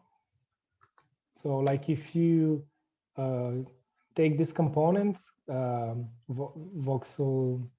preview voxel density, you have the minimum and the maximum, and you can, like, by playing with these numbers, you can select more or less voxels. So these are actually the voxels behind that have the values. And we can use these voxels to create a geometry, which you will see that, like, I don't know if someone was asking about a very smooth geometry, but let me just show you the difference. I definitely prefer the non-smooth geometry in terms of aesthetics, but that's just me. So, okay, I don't want to. Okay, this is the one that I prefer, but actually maybe in this case something smoother like this is more appropriate. And the reason why this is smoother, it's because we have the voxel densities, and the voxel densities appear in places where the particles have just left. Maybe a particle was in a voxel, it deposited a value, and in the next iteration it moved to another voxel. But that value, even though it was diffused and decayed, it still has a large number. So you can create smooth geometries by using this technique instead of just using the particle points for creating geometry. So yeah, this can be maybe the ring I was talking about. All right. And this is definitely maybe 3D printed. Yeah. Don't see how else you could do this. All right. So this is growth with attractor curves. Would be also interesting to see if you guys experiment with things that, for example, I don't know, maybe we want the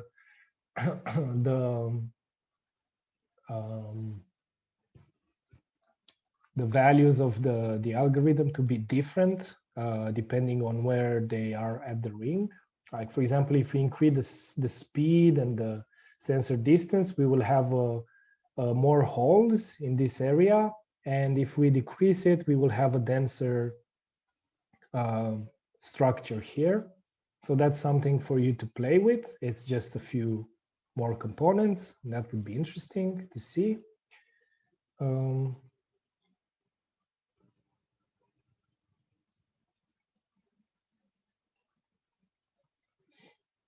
You might want to check if this is your problem. Kevin has this problem, unable to load the Dendro API.dll. Make sure that it is unblocked. I don't remember if it was in the Grasshopper components folder, but yeah, if it's here, like you see, I went to this folder, Grasshopper libraries, yeah, here. Just right click on it, properties, and if it's blocked, you should get a button here that says unblock. If you unblock it, the Dendro should work. But that's, that's something that with all plugins, you have to unblock them. So maybe you've done that and there's something else. I don't know if that's the case. We should definitely, I don't know, you can send us some screenshots and I will look at them and troubleshoot your problem with Dendro, but like it usually works. So try this first. All right.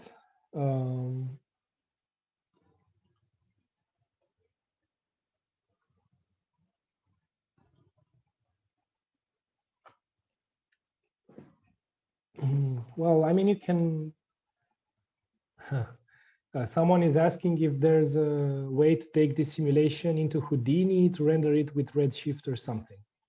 I mean, you can render the final geometry. If you want to render the whole thing from start to end, that would be really nice, actually.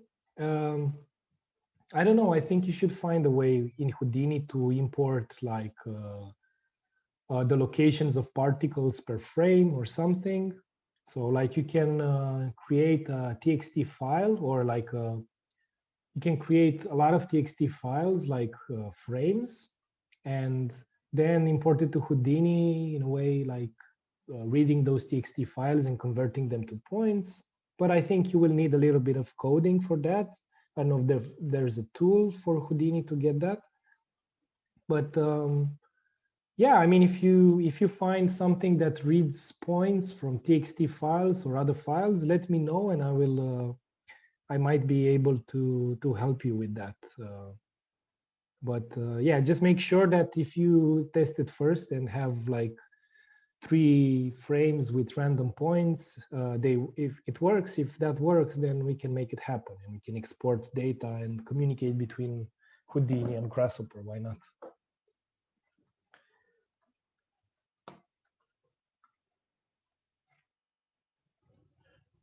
You're welcome.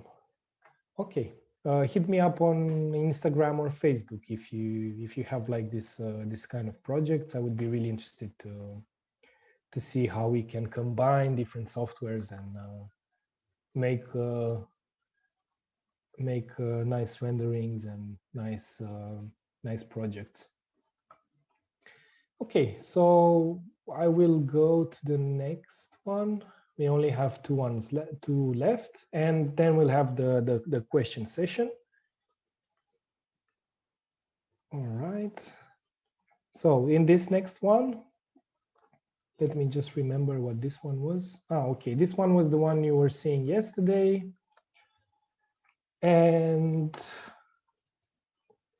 all right. Oh, okay, so this one works like this. We have those things that, like those point attractors that were repelling the particles. So I'm putting the maximum density. Oh, okay, we can put it to 0 actually, if you want to be like, let's do something different this time. I will load them again.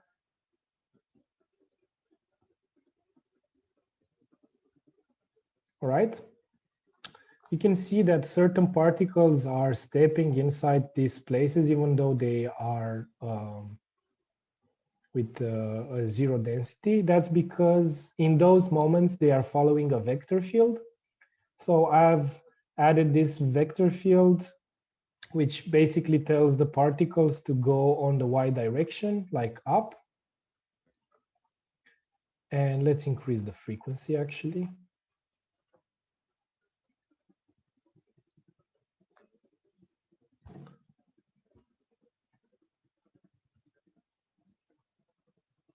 So the particles are negotiating between the normal particle interactions and a vector field that tells them to go up. And while they're doing this, the trail points are recorded somewhere. Yeah, so we have this recording of trail points. I'm recording trails once every 3 frames, and my trail size is 90. So we should have at least 270 frames, which we have. And then I am displacing the trails. So each iteration is displaced by 1 unit down from the previous iteration. That's why I have this series here, which I know how many iterations I have. For example, 70 iterations. And I have my first iteration will be displaced with 0, my second iteration with 1, my third iteration with 2, and so on. And I have these lists. Each list has 90 items. And then I also have these 90 values, and combined, they create this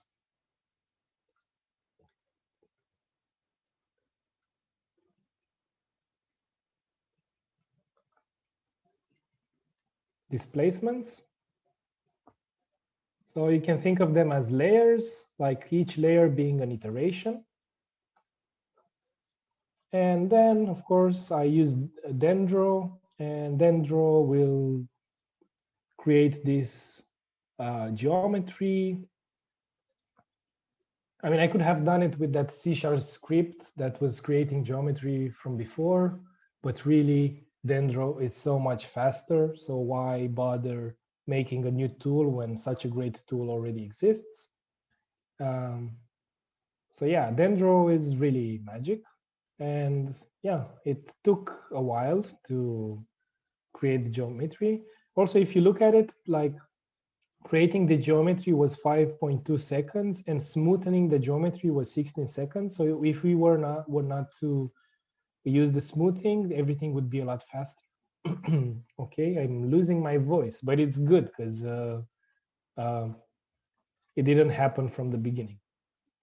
All right, so we get this kind of geometry, whatever,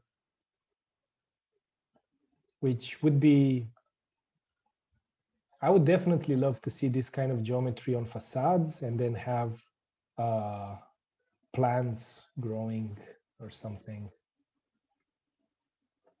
Yeah, okay.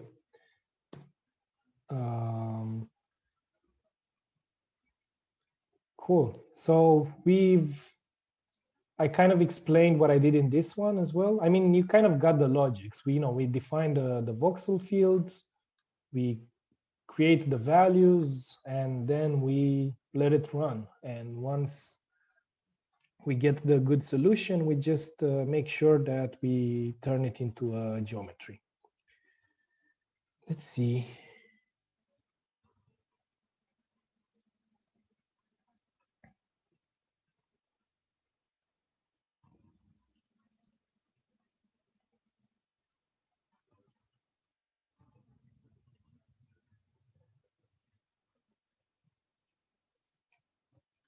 Well, you can send me, I don't want to tell you the email, but you can definitely send it to me on Facebook or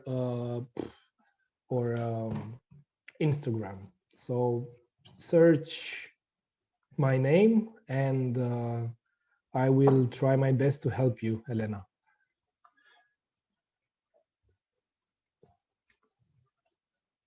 All right. Cool. So we have this design facade, which will be filled with all types of nice plants.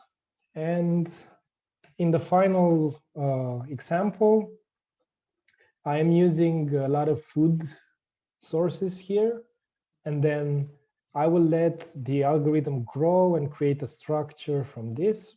Another thing that I wanted to mention is that this,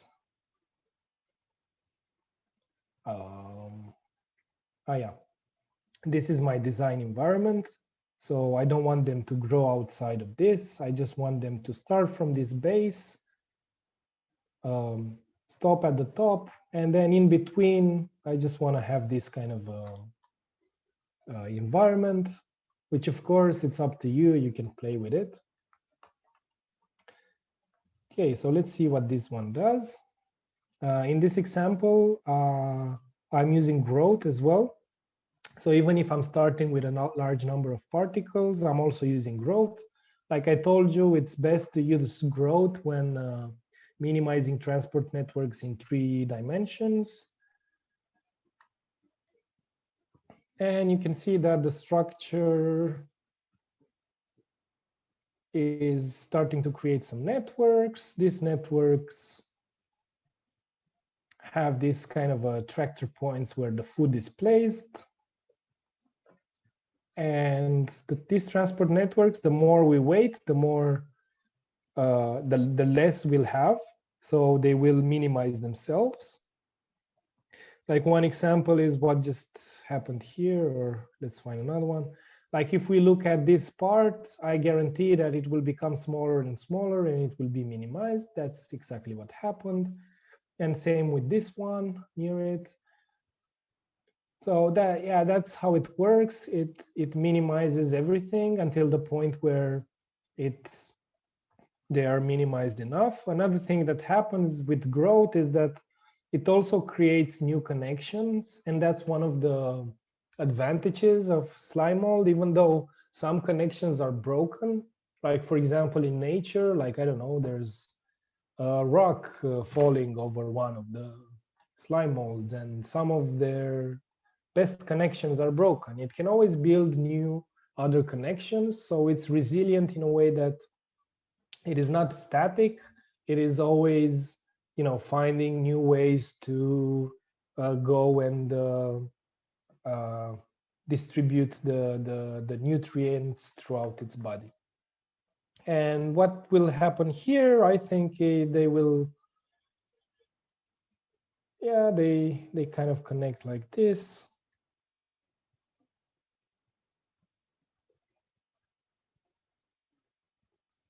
Right, I'll just wait for this one to reach that one, that food source, and I'll stop it. And shall look at the geometry. Okay, that's good enough for now. We have like, I don't think this is a pavilion because it's too low resolution, but we can say that we at least have a coffee table. Why not?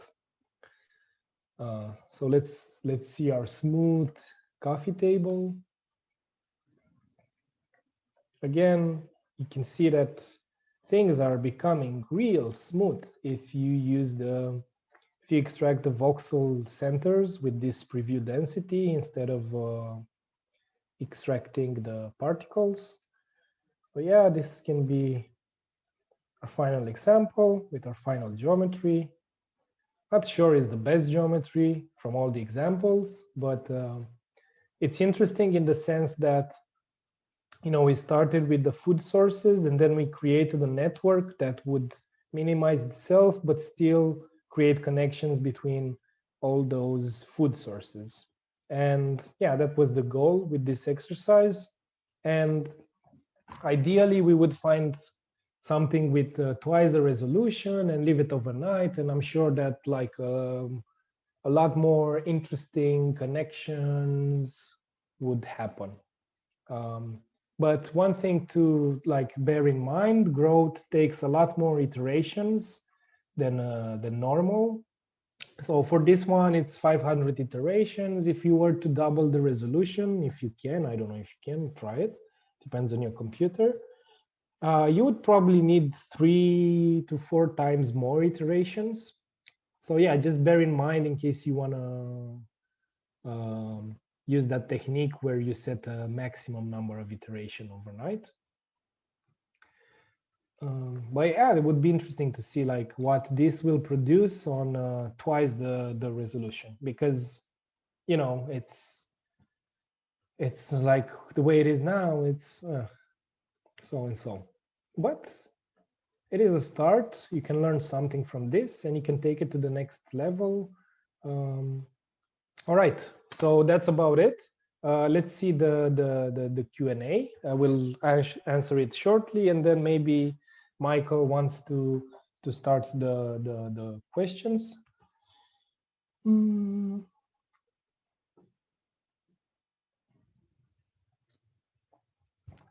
The anonymous attendee asked us if it is possible to change the box dimensions into a free-form dimension, example a box or a pipe, example a pipe. Well, as I was saying before, you have a voxel field, and that voxel field is always going to be a box. And in that box, you can input whatever geometry you wish, like whatever mesh, whatever you feel like. So you have a lot of freedom with this.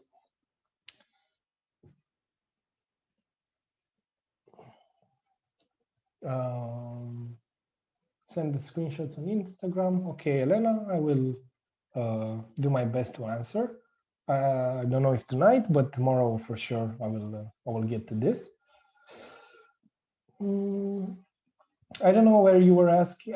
Can you add a field in between to generate twists? Or Yashraj, that's a very good idea actually. I think if you add a field and generate some twists on that last example, you might get some pretty cool results.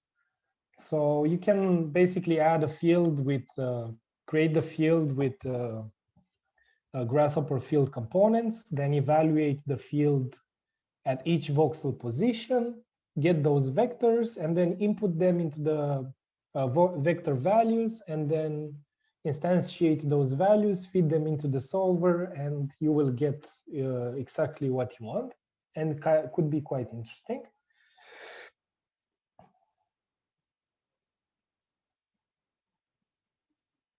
Yes, you've missed how to do an animation, but if you rewatch the tutorial, I think it was somewhere in the middle. Yeah, we've already talked about the animation. Would it make a difference if the food sources would vary in intensity? Yes, I think it makes a difference because the food sources are constantly depositing values on the voxel field, and if one of them deposits more values than the other, then the particles will be inclined to go faster to one of the food sources rather than the other.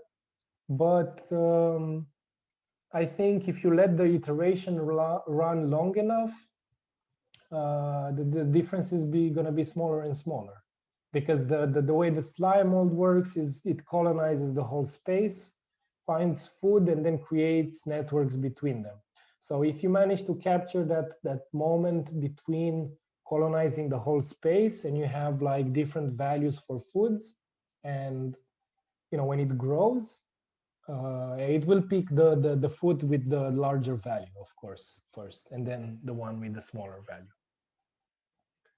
So yeah, but I believe that the one with the smaller value should have a value between 0 and 1, and the one with the larger value you can put like a very different, like I don't know, put 10, the other one.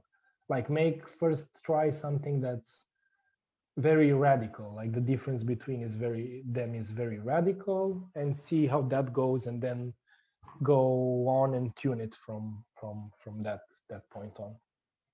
Mateus, and I'm really excited to see what's happening. All right, so Michael, do you think we should get some live questions?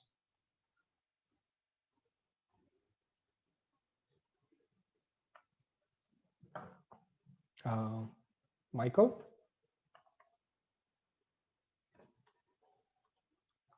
I'll just send a message on Facebook.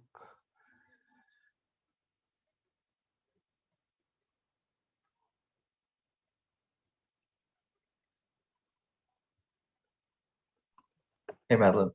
Hello. Hey, are we doing Q&A? Yes, we're through, and if you want to take we can take the last questions with the participants. Yeah. Well, let's see. Firstly, if anyone wants to ask a question live on camera, just click the raise hand button and we'll bring you in the camera. Have a discussion. We did that before. It was pretty fun, and it's usually the easiest way to ask some of these more complex questions. So yeah, just click the raise hand button. And while we do that, is there any, as you go through the Q&A, that you haven't answered yet? Well, I don't know. Let's see if there are other questions. They're asking about the example on your virtual background, that kind of ball that we used for the promo. Yeah, so in this example, I didn't do anything very special. Yeah, I think the way it turned out like this was just the mesh itself, in which the boundary in which I was running the algorithm had like I don't know, an interesting shape, and then it just created itself like this. So it's really a lot of trial and error, and just you know, I mean, for some pictures, trust me, I've been working for 2 days to set up the definition because I was searching for something special. And when that moment came, I just captured it. So it's not like, I don't know, I don't have an example of this, but it's just something that if you pay close attention, you can definitely get interesting results. The reason I don't have it is because I am the way I work is like, especially with the Nuclei plugin, it took hundreds and hundreds of hours to code, and because we were on a tight deadline with starting the webinar. I mean, it wasn't tight because it was tight. We chose it to be tight so that we do the second version as soon as possible from the first one. I was just I was developing the plugin at the same time, doing promo material, and some of the things that I've done promo material with are made with some components that are like 10-15 versions earlier, and they are definitely doable, but it was really hard to go back and find why and how I managed to do them. So I just I just wanted to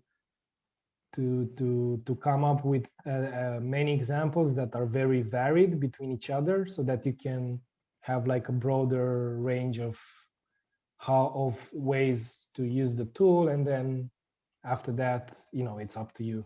And yeah, in the background image that I'm having, really it was just a mesh that probably was twisted or something, and because of the sharp places of the corners where the twist happened, like if you have like a twisted box, then I was saying that the particles stick in the corners of the box, and it was twisted and it turned out like this.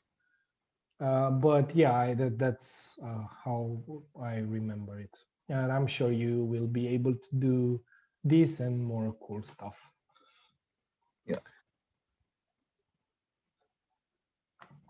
All right. Okay. All right. There's no one who wants to go live. At least say hello or Yeah, I nothing. mean, last time there were so many people going live. Yeah, last time we had like, wow, a lot of people. I think we spent like more than half an hour on questions. I was kind of hoping that we will get a lot of people this time as well. Here we go.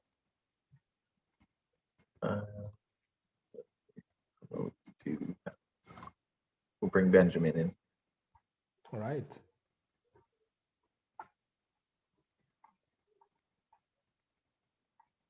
Hello, Benjamin. Benjamin, I think you have to unmute yourself. Oh, sorry. That's great. There you go. Hi. Yeah, thank you. You inspired me too. I was like, why not? Thank you so much. This has been extremely mind-blowing. And my question for you, because I'm very also passionate about like astrophysics and computational physics. How do you see this plugin kind of like working in collaboration with other kinds of computational physics algorithms? And also, I'm curious to see if you've given any thought to like exploring other kind of molecular mechanisms. That's something I'm really interested in exploring as well. Yes. Well, I mean, first of all, there is a lot of effort to develop a plugin. Like, for me, it's a lot easier to like. For example, when it comes to coding, Grasshopper is not necessarily my favorite environment. I prototype a lot faster in processing, for example. But when it comes to developing tools for other designers, Grasshopper is the right platform. So, but it takes a really long time, like really long. And yeah, I mean, regarding the next steps, if you ask me today, I don't want to hear about it. I mean, it's been so exhausting, but I'm like really happy that I've done it. But and I don't know, like the plan is to at some point launch it on Food for Rhino, like the plugin, and also like guys, if you have like feedback on the plugin, let me know, because I will try to solve that feedback. I actually had from the first webinar some people that were giving me feedback that I've implemented. I don't know. I will launch this. I will see how people go along, because to be honest, you guys are in a niche in the sense that the generative kind of way of like, it's not very popular, generative design. And if it's popular in communities that of coders, of people that work in, I don't know, in processing, for example. So it's not as popular for Grasshopper, for example. And it's like, I'm really curious to see how the plugin goes. And if, a lot of people are implementing it or doing cool stuff with it, that will definitely be a motivator for me to keep on going. But I don't know. I mean, Michael knows more about plugins, and I suppose that if you just launch a plugin on Food for Rhino, nothing's gonna happen with it anymore. I don't know. We'll promote it. So good. So you have that at least. That's good to hear. But like, I don't know. Like at this point, I don't have any more energy for doing anything else. But I am interested in other things. And I'm constantly, like, I don't know if you look at my Instagram, I'm constantly switching from different research teams. Mostly I'm interested in generative systems and in additive manufacturing. So that would be the main things for me. But I always switch, and I don't know what would be next. But I would definitely be interested in other things in the future. But I can't tell you one now. And regarding the implementation of other physical systems, I think the only thing that comes to mind, and like it was there from the beginning, is some kind of connection with topology optimization, because I think these two algorithms they really kind of follow a similar logic, as I was saying before, and I think they would be very compatible.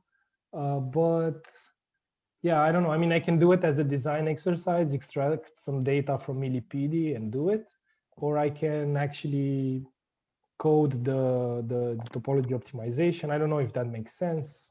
I'll see.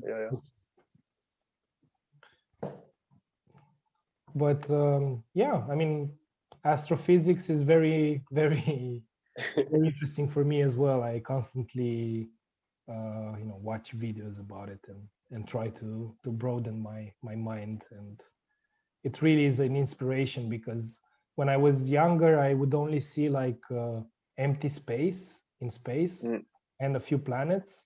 But if you look at all the things that happen there, it's actually, such a rich place for inspiration. And yeah, I mean, I'm constantly learning new stuff about it. So it's something that's I'm constantly learning about. I completely agree. I think space is always a nice kind of reference point, because it's so easy to get sucked into like the very, very microscopic scale, but then you zoom out and it's the same patterns. Yeah, that's incredible with the patterns. Yeah. Cool. Amazing work. Thank you. Thank you. Thanks Looking for joining. Forward to see your thank work you. as well. Yeah, I'm excited. Yeah. Good. Great. Okay. We will, let's see here. We'll put you back to an attendee. Thanks for coming here. Thanks for having me. Thank you, Benjamin.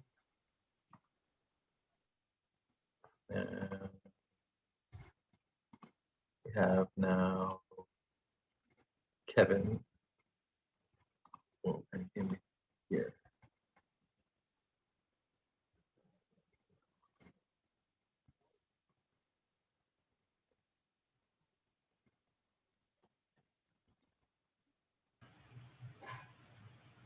Hey, can you hear me? Hello. Yes. Hey. Yeah, I want to start off by saying thank you. It's been a great opportunity to see your workflow, and you know, it's very inspirational to be a part of this whole process. Um, so I've been following your work for a couple of years now, and I actually when I first started following you, I was working on my personal thesis in my undergrad about different, you know, coral growths and how we can implement their methods or their ways into certain digital fabrication techniques and like hacking 3D printers. And I used a lot of your work as inspiration with the stretched fabric and 3D printing on the surface of that and letting that relationship determine complexity. Um, so one thing that I'm trying to learn right now, being at the University of Stuttgart in the iTech program, is coding, which is something that I still struggle with. It's very hard to learn another language. So I was wondering if you could talk about your history with coding and how you got into it. Maybe if you could talk about your work with Andy Lomas, because he's also a huge inspiration to me and a lot of other people. And yeah. Okay. Well, first of all, I'm like really interested to see your fabric experiments. I'm still doing that, like for drag and drop. We're constantly looking for new things. Okay, so regarding coding, I think like I come from a background in which in high school we had a little bit of coding, and that, I mean, I couldn't write anything in coding, but at least I knew like uh, a few logics, like I don't know, simple basic logics. And then I really learned coding. Like I tried to do a tutorial online, and at that point I was trying to learn processing, and I took these tutorials and I was hoping that something will happen in 3D. And I was doing these tutorials, and by the end of it, nothing happened in 3 dimensions. And I was so disappointed because I was thinking like, you know, I want to do architecture or design and it has to be 3-dimensional. Anyway, I didn't learn much from those. But what I did then was I basically, when I went to Bartlett, I was in the place where coding was most intensive. So I chose to go there, even though like nobody knew coding at the beginning. But we had a great teacher, the Dagan, and Dagan, who's now like developing his startup AI Build. He's not a professor at Bartlett anymore, but he's this whiz guy that you know, you would talk to him, and he, even though he started like really hard, like we were doing in the first 3 lessons, we were coding agents, and we were looking at each other and nobody understood anything. So he came from the first moment with complex stuff, but he explained everything while he was doing it. And then during classes we would come with other questions, but why does this thing go from here to here, or why can't I just put it there, and what's happening here? And he, with patience, explained all those things. So this was on one side. And on the other side, I would just, because I was learning processing at that point, I was taking, there are like a ton of examples of processing code out there, mostly in 2D, but it doesn't matter. It's still code. You can still get the logics. And I was getting I was just opening various files, looking at them, and then closing them and trying to rebuild everything. Of course, the first few times it wasn't successful, but the more I practiced, the better I got. And I think it's something that, you know, I think after 200 hours of being alone and trying to code, I think I kind of got at least the idea, or where you put the variables, what is a class, what is a for loop, basic things. And I don't know, I cannot say like I'm a very advanced coder right now. I'm constantly learning. So it's something that you always learn. It's not something, unless you do unless you are at a master's that specializes in coding. But we are architects or designers, and for us, coding is great for creating tools, specific tools for us. But it's not like we are developing software every day. So honestly, I'm constantly learning. Like to be honest, like 5 days before the webinar, I just realized I've allocated some resources badly in the Grasshopper script, and I kind of changed. It took me 1 day to fix that problem. Like I changed a lot of things. So I'm definitely not the most advanced coder, but I don't think you need to. You just need to do it in the sense that you can even build them in if you're using Grasshopper, if you're using the C# component script, should be good for a lot of coding at the beginning. You don't even need to go into Visual Studio or stuff like that. So my advice would be to just work. If you have to work a lot and ask yourself a lot of questions, or if you're lucky enough to have somebody that you can ask every day about why does this go there or whatever, then that's also good, because it will make the process a bit faster. But mostly you have to work yourself, and with time it's like riding a bicycle. At some point you just learn.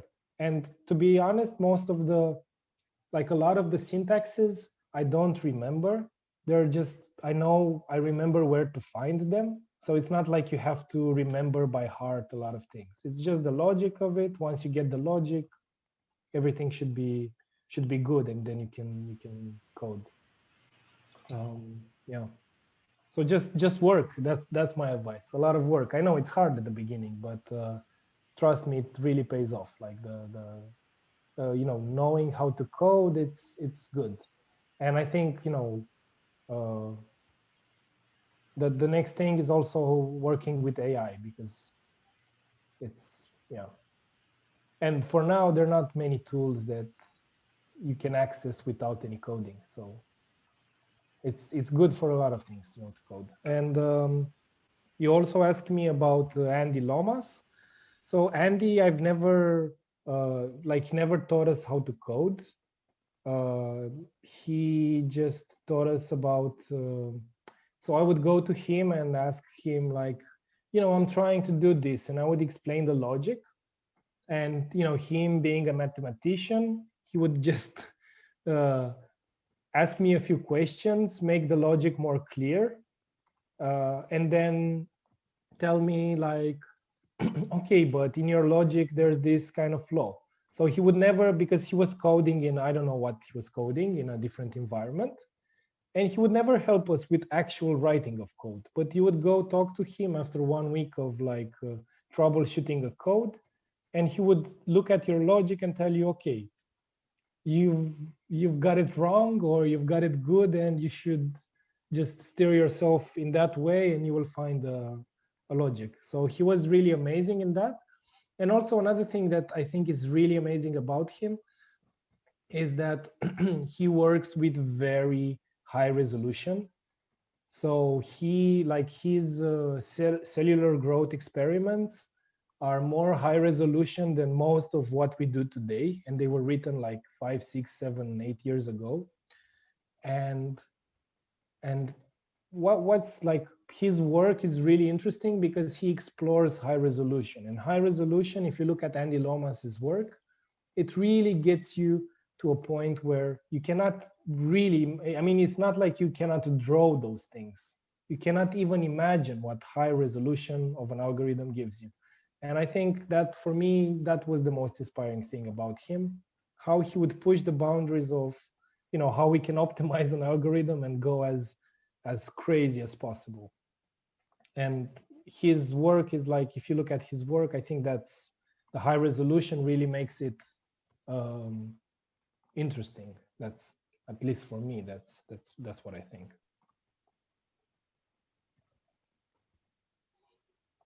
Awesome. Yeah, thank you so much. It's been a great opportunity to be able to talk to you. So thanks. Thank you too, and good luck with learning to code.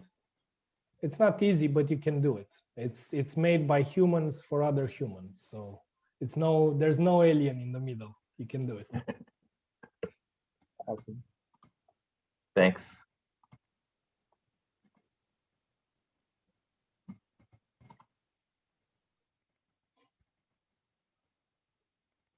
Okay, let's see. They're asking C# or Python recommend for architects. I'd just say, I don't know, try them both and see what you like better. Well, if you're using Grasshopper, Python is actually slower than C#. Yeah. But Python is good because everything that's AI based is Python, or most of the things. Some of them are in JavaScript as well, but none of them is in C#. So it depends on what you want to do. Python is also easier to write. I don't know how to code in Python, but I've tried a tutorial and it's easier. You don't have to be so careful with declaring everything, but it's also slower at least in Grasshopper. So I don't know. It really depends on what you want to do. So I thought we had, here we go. If anyone else has their hand raised, I just saw someone had their hand raised, and then they put it back. Now there we go.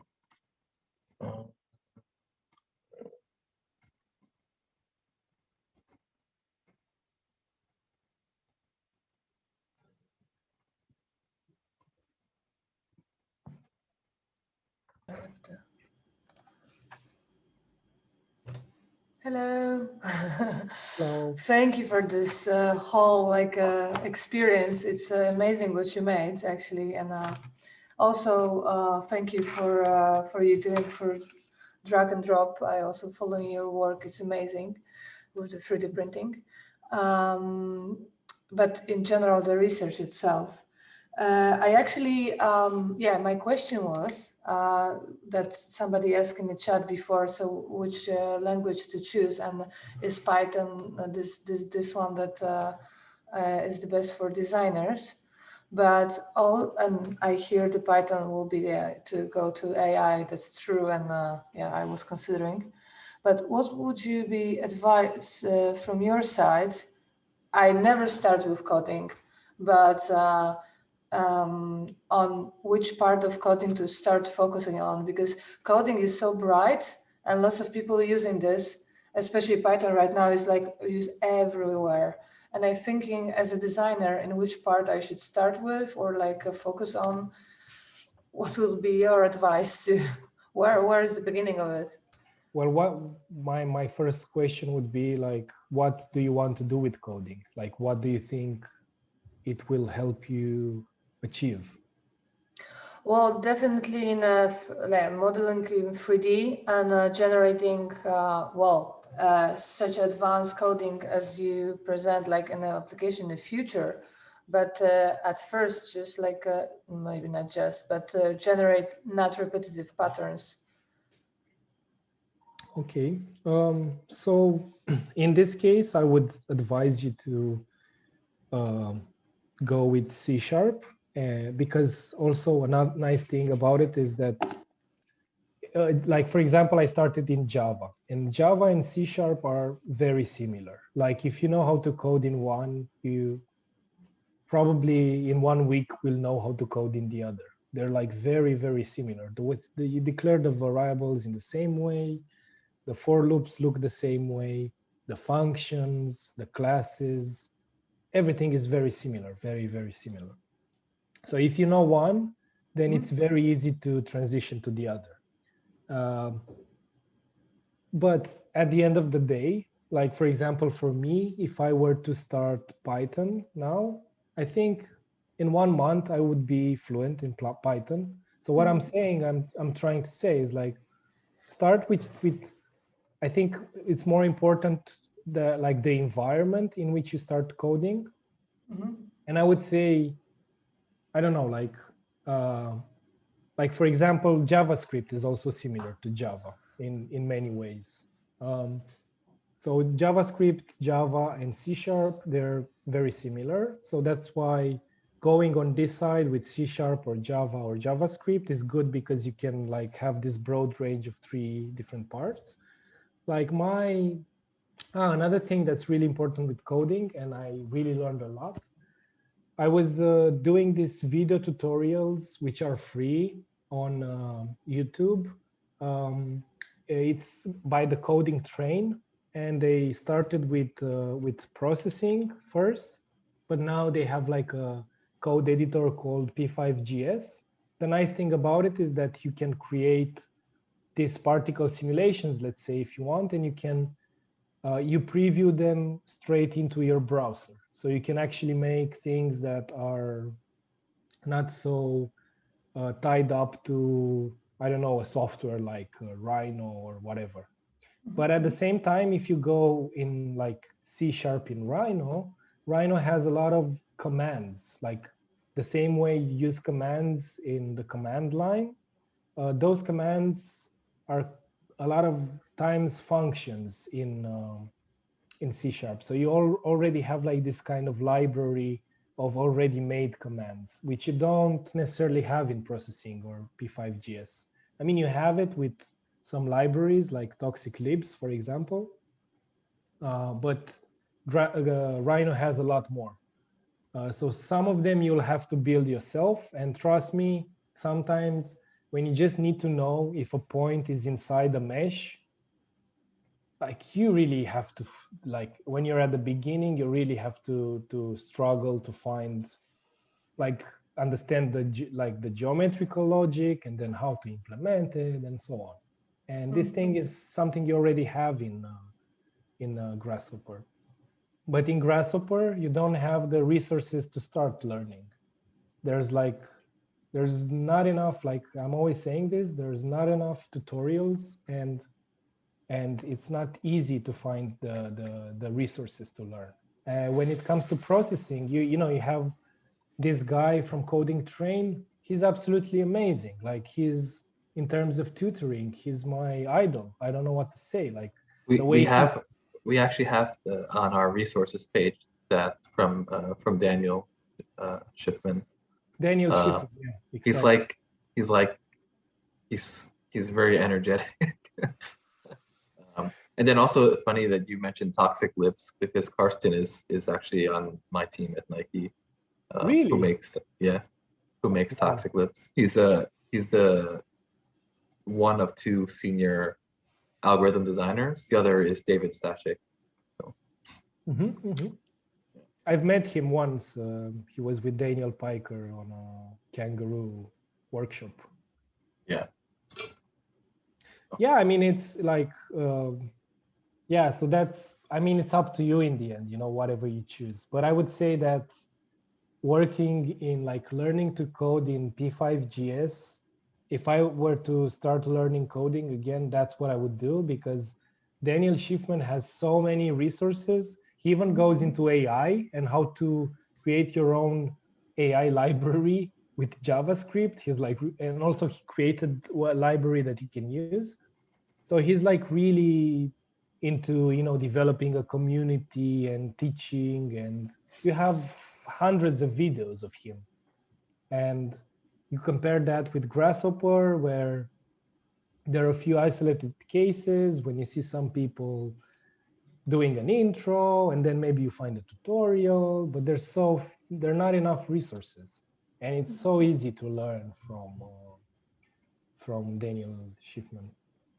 Okay, that's a really good advice, because I have people that around me that actually know Python, and everybody advised me to know Python, for Grasshopper and Rhino, because it's so close. I also work in additive manufacturing, and yeah, it's just somehow easier language to go for robotic.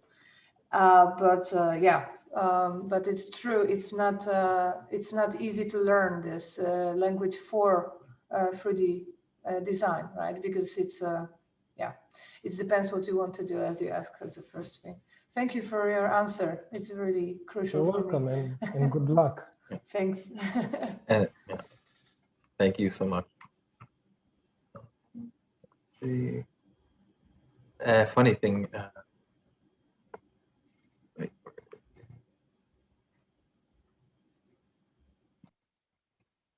there we go. Funny thing, Madeline. With Karsten, he's like he's all Houdini and Vex now. That's like his thing. He doesn't use processing anymore. It's all Houdini and Vex. Well, the thing is, like Houdini, I'm actually thinking of dumping Rhino and Grasshopper because it's so slow and so many things. And Houdini has a lot of things, like what I was saying with Dendro and Voxel VDB. It has it implemented in itself. Yeah. It I mean, I've been doing the same. I've been just learning Houdini for like the past months. Okay. Yeah, I mean, I feel like you can do more with it, at least in terms of like simulation. For this kind of stuff, yeah, for sure. It's, yeah. I mean, it's just faster, and it's multi-threaded. It's all just like a lot faster. Yeah, exactly. And Vex, I think you'll like Vex. It's very similar to like C# kind of, at least I think it feels like C#. I've seen some tutorials on Vex, but I don't know, are there like a lot of resources where you can learn, or is it like is there? Yeah, there's a lot, but you can use Python there as well. Okay. Yeah, but everyone kind of seems to stick to Vex for some reason. Let's see. Anyone else want to come here?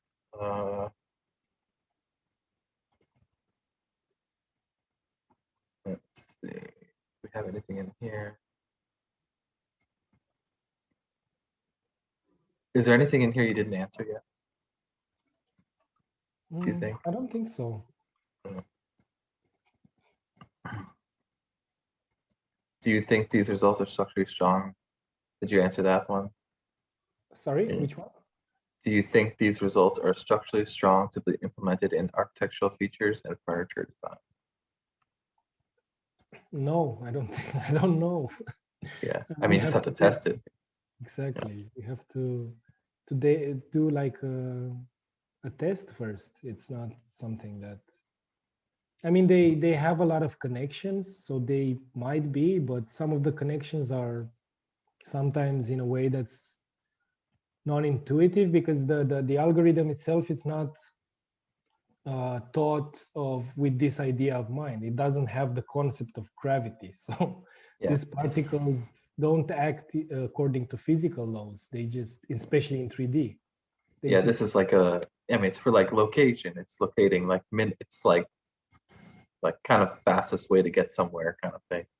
Yeah, exactly. But what we were looking at yesterday in Fusion, where Fusion is finding the path by load, basically. Yeah. So that's kind of like a different. Yeah. It's just a different, like whatever you're searching for, the path will be different. Yeah. That's topology optimization. So if you use topology optimization, that's structurally sound for sure. But this one doesn't have this constraint inside it. So you have to test it. Okay. Well, I don't know. I think, I didn't see exactly all the things, but that's all of the questions there. Is this the same Benjamin? We have Benjamin. I don't know if it's the same Benjamin. Okay. Let's bring it. Let's do it. It is. Benjamin's back. He's got more questions. Hello, Benjamin. You got your mic muted. every time. Sorry. Is this better? Yeah, we can hear you. Cool. I just want to make sure I ask this question. I wrote it down. Oh, here. In general, like, do you have an opinion on DNA computation? This is something I have very recently discovered and starting to research. So I'm curious if, like, what is your general opinion on DNA computation, DNA-based neural networks, and also in general, like the future of neural networks for form finding and material research? If you have any like thoughts on it. Okay, so I have no idea what DNA computation is. Like, Okay, no worries. I will definitely. I'm finding out too. Yeah. Okay, I'm writing it down. Okay, just wait a second. Yeah, it's a very, very I think emerging kind of way of computing, kind of combining molecular biology, biochemistry with like parametrics. Cool. Okay, I'll look into that. Thank you for the heads up. Right, and Sounds well, interesting. the second part of your question about was about using neural networks for material science. That's what. Yeah, and for form finding, like how do you kind of see neural networks and generative design and convolutional design kind of influencing the future for form finding and material science? Well, I mean, I've seen like, I think it's amazing. Like, we're living in an amazing time that we have this possibility to employ neural networks that actually work and that can optimize things for us or discover new solutions. I think it's a really exciting field, and I'm sure that especially for material science, where is something that you have to you can have a lot of data to input and you can test it. I think there's going, like, a lot of new materials will be made this way. But I mean, I'm a designer, I'm not an engineer, and I don't have the technical background to go into that. But I am very, like, just scratching the surface every time, and I'm very interested all the time to see, like, what kind of new materials there are, what can we use as designers.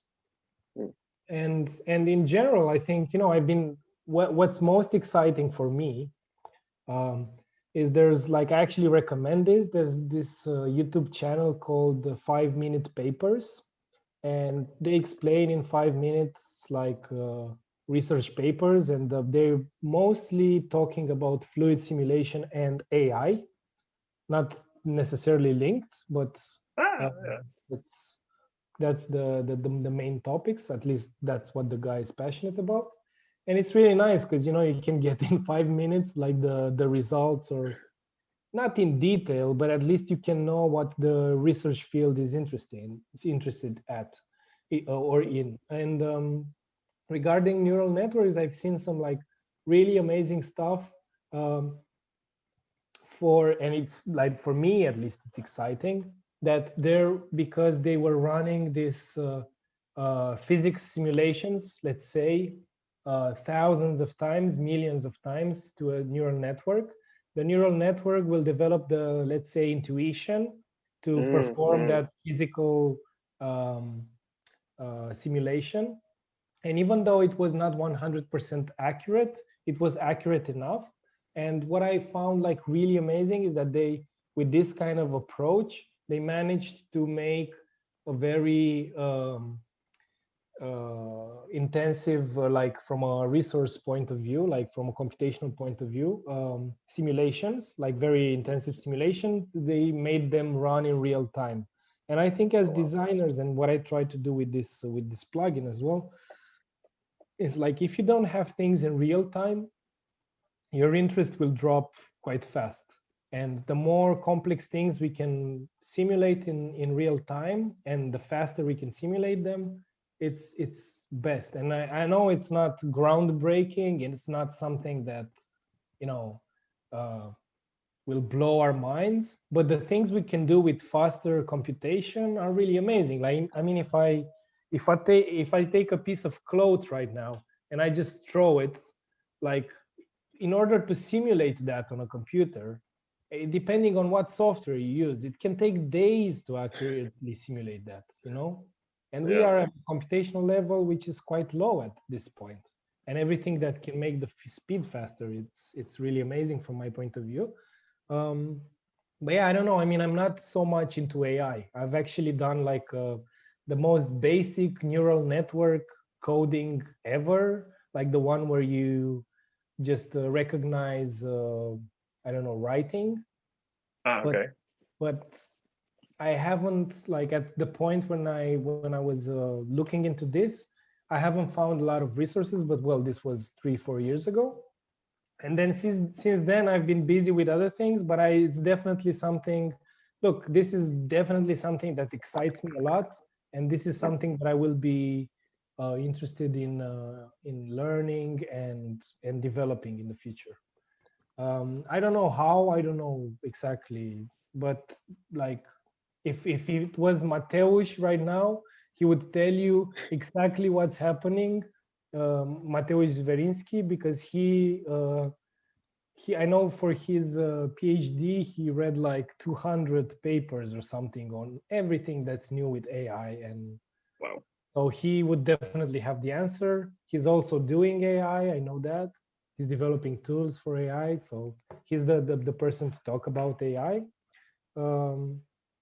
But yeah, I mean, I'm not so much into this at the moment, but I am, you know, like other people, very interested and always reading stuff about it or watching videos about what's new and what's interesting.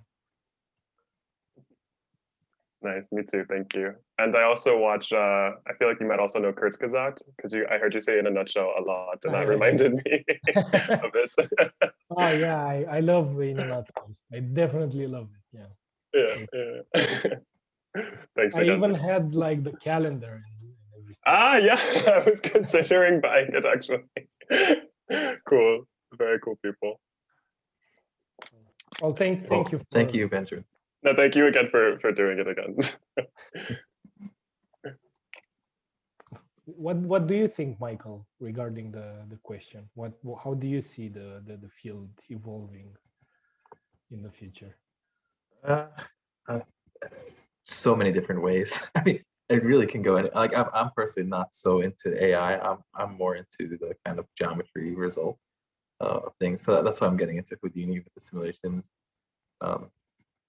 I think you'll definitely should get into Houdini, because like what you're doing, I think you'll find it a lot easier to play with there, because it's just so fast for that kind of thing.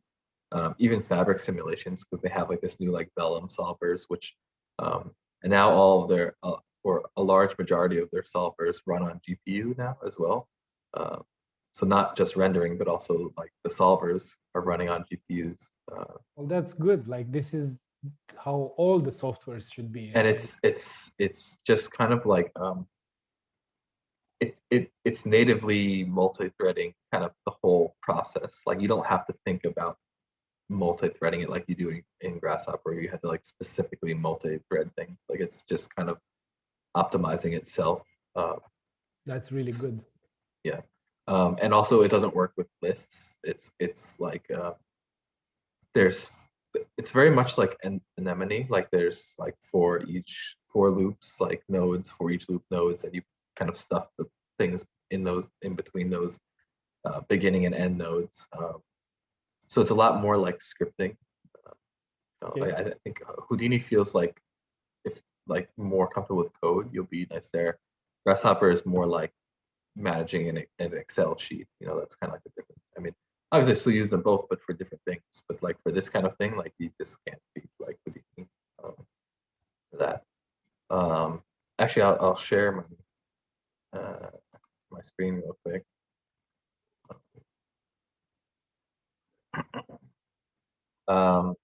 While we're on the topic of Houdini, just want to mention that we have a Houdini webinar coming up with Zenep, which is going to be pretty awesome. I love his work. I really love it. Yeah, she does some good stuff. And then I also want to make sure to check out our resources page, which is newer. But basically, like, since we have a lot of experience, we've gone through and kind of culled out like kind of top, let's say 2 to 3 intro to courses per software, because there's a lot of junk intro courses out there as well, or like ones that will teach you the wrong thing. So we've gone through and found the ones that are actually good and on the right path and teach you the right stuff. And we do actually have the Schiffman processing classes there. So it was cool. And then we have also like the C#, like the one from, I think the best one for C# plugins. The one I also used when I was going from Java. With long, yeah. And then this is just C# fundamentals with Bob Tabor, not with Grasshopper, but just, it's like 8 hours of intro to C# from one of the C# developers. So it's really, really good. And then we have the same for like Python, like the Mode Lab ones. Yeah, so that's another thing I just want to, important is to just make sure that you don't just watch any tutorial, but the tutorials need to somehow be good, and so like, since we have the experience, we figured like we can kind of put those out in the front there, so people don't really have to search too far for them. Like these ones are probably the best Houdini webinars available for free intro courses. And they're, funnily, Houdini isn't scary and Vex isn't scary, so they're pretty good too. And yeah, so definitely make sure everyone to check that out as well on our page if you're interested in getting started with any of these softwares for intros. And also, like, we don't need to waste time making intros all the time, so it's like, it's there online. So yeah, exactly. Cool. Well, I think we should wrap this up. That was a nice discussion. I have nothing else to say on my end except for check out the upcoming webinars. I actually think I didn't think about it when we were planning it. I think it, going from from Svanka with Fusion and then to this and then to Houdini, it's like a really nice kind of combo of situations. So that's pretty cool. Anything else from you? Other than that, I'm going to end it. Well, thank you again for joining the webinar. And another thing is, like, I really want to see your work. Like, I would love to see things that you've done with the plugin. Because I worked a lot on it, and like I had you guys like in my mind while doing it, and it would be really amazing to see some great work coming out of you guys. And you'll get an email later today when the video process is, or today, it depends what time zone you are, but it usually takes a few hours to watch the recording, all that fun stuff. So look out for an email. Sometimes it goes to spam. Okay, I'm gonna end it. Thank you all. Thank you, Madeline. Until next time.